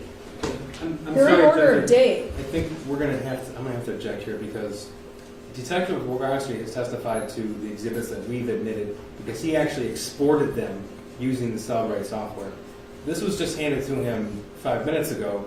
I didn't print out 25,000 text messages because I'm not going to admit 25,000 text messages. There's just no way for this officer to know that that is in fact the entire text thread between Ethan Crumbley and another person. But she certainly can ask him about his particular date, and if it doesn't match up, it doesn't match up. In what Ms. Smith has handed him, but we just don't know. See, we have an expert in cell phone forensics because it takes some skill to actually extract some of this ability. It takes some expertise, which he has. So we just don't know. It could, quite frankly, just be user error. We don't know if that is actually the representative text thread, the entire text thread. There's no way to know from a paper printout. And Your Honor, in all honesty, accuracy and getting things right is what's important in this case, making sure that it's accurate. I don't understand why all of the texts are missing many texts that the prosecution is using. I'm trying to understand that, but to be quite frank, I asked this court to adjourn so that we can explore this issue and figure this out. This is a very big deal that we do not have these texts. Just for clarification, are you asking him to identify whether or not the exhibit is the entire string of the text thread? I can't have him because he didn't print that out. All I can say is I printed it out as the entire string. That's what you're asking. Does it? I can ask. Does it appear to be the entire set of text messages? No. So are you asking him to identify where Exhibit 29, page 1, falls in? Yes. Where those exhibits are? Yes, and they're in order by date. They're ordered by date. So, Detective, if you could go to April 5th. Yeah, if I could just... I mean, they're in chronological order? Yeah. There's one thing that I just stand, I don't know, again, if these are the messages, the file path, the source info that this came from, that this right here is different than the source info here. They should be the same. I don't know why that is. But I'll look for the text messages where they should be in here.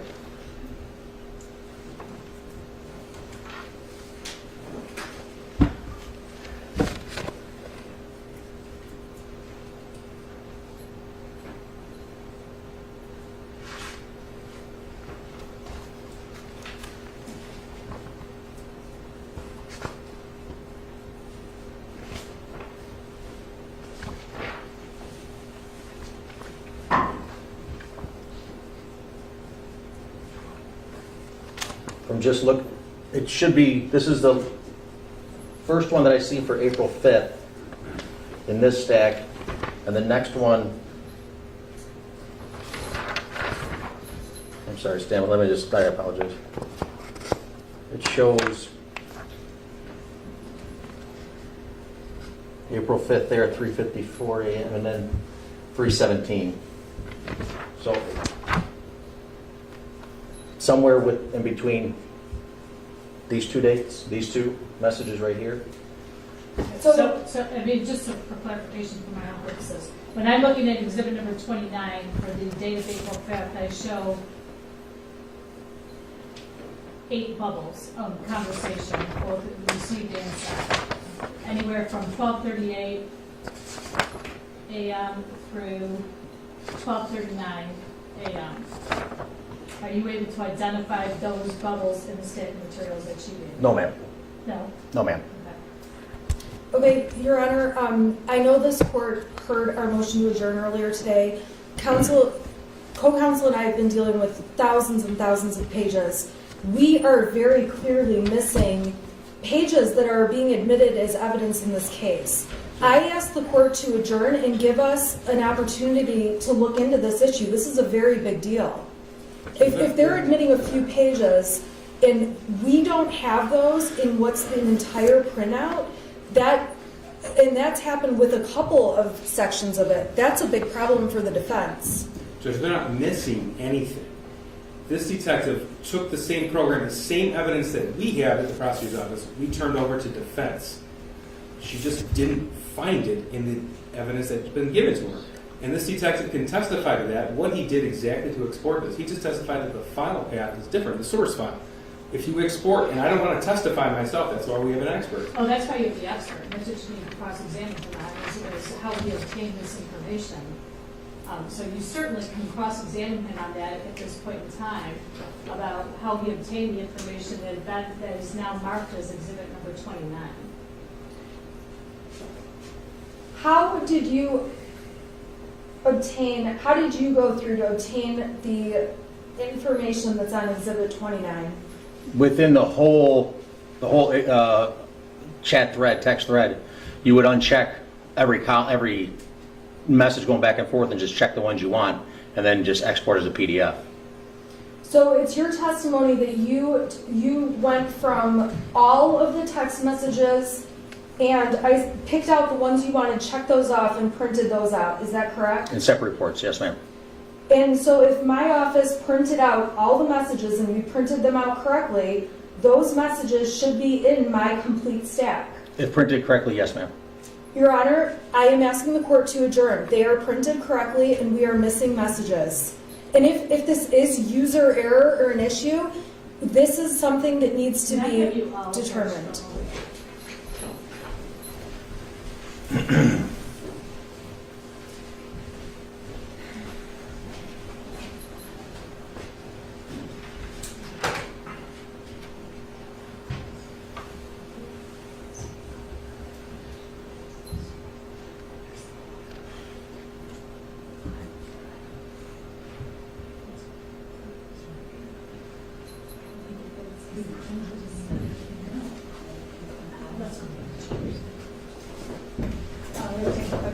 All rise. Court is in recess. You be seated.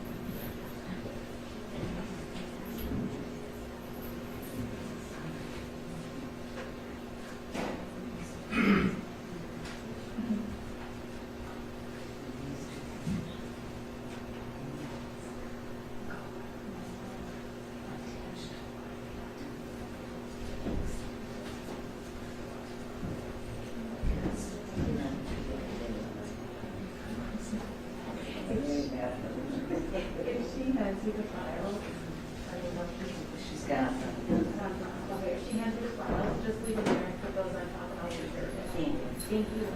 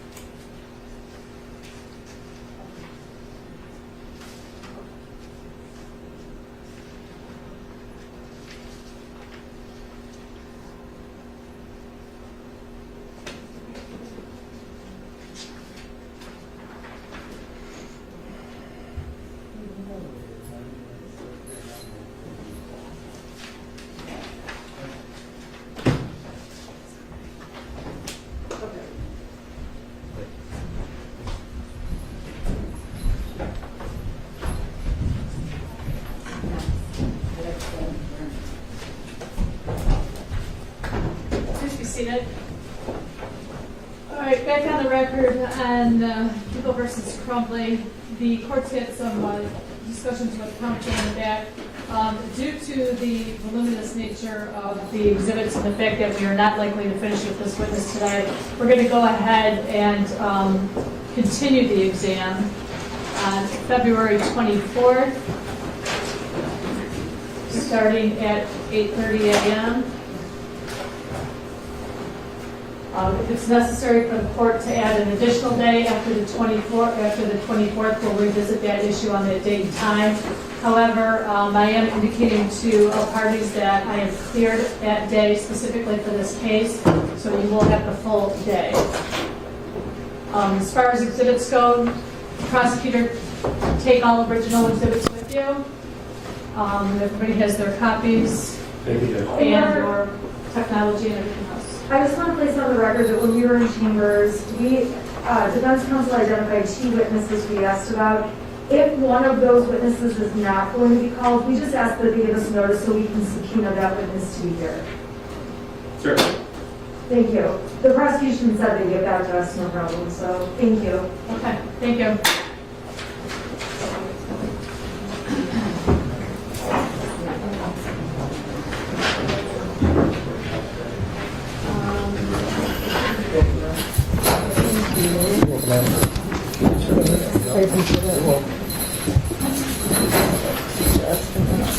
Oh, those are yours? Yeah, this one's mine. Okay, very well. Yeah. Both those yours? Yeah. Okay. I'll make sure. Thank you. Yep. Okay,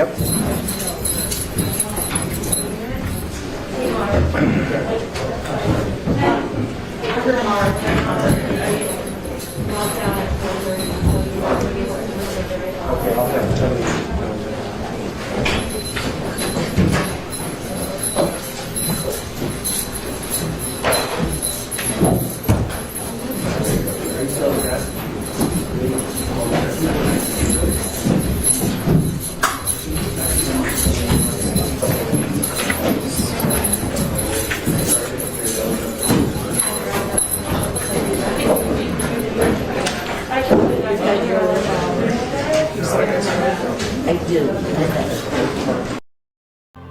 Really, really, really, really, really, really need your love. I'm begging you to be kind. I'm begging you to be kind.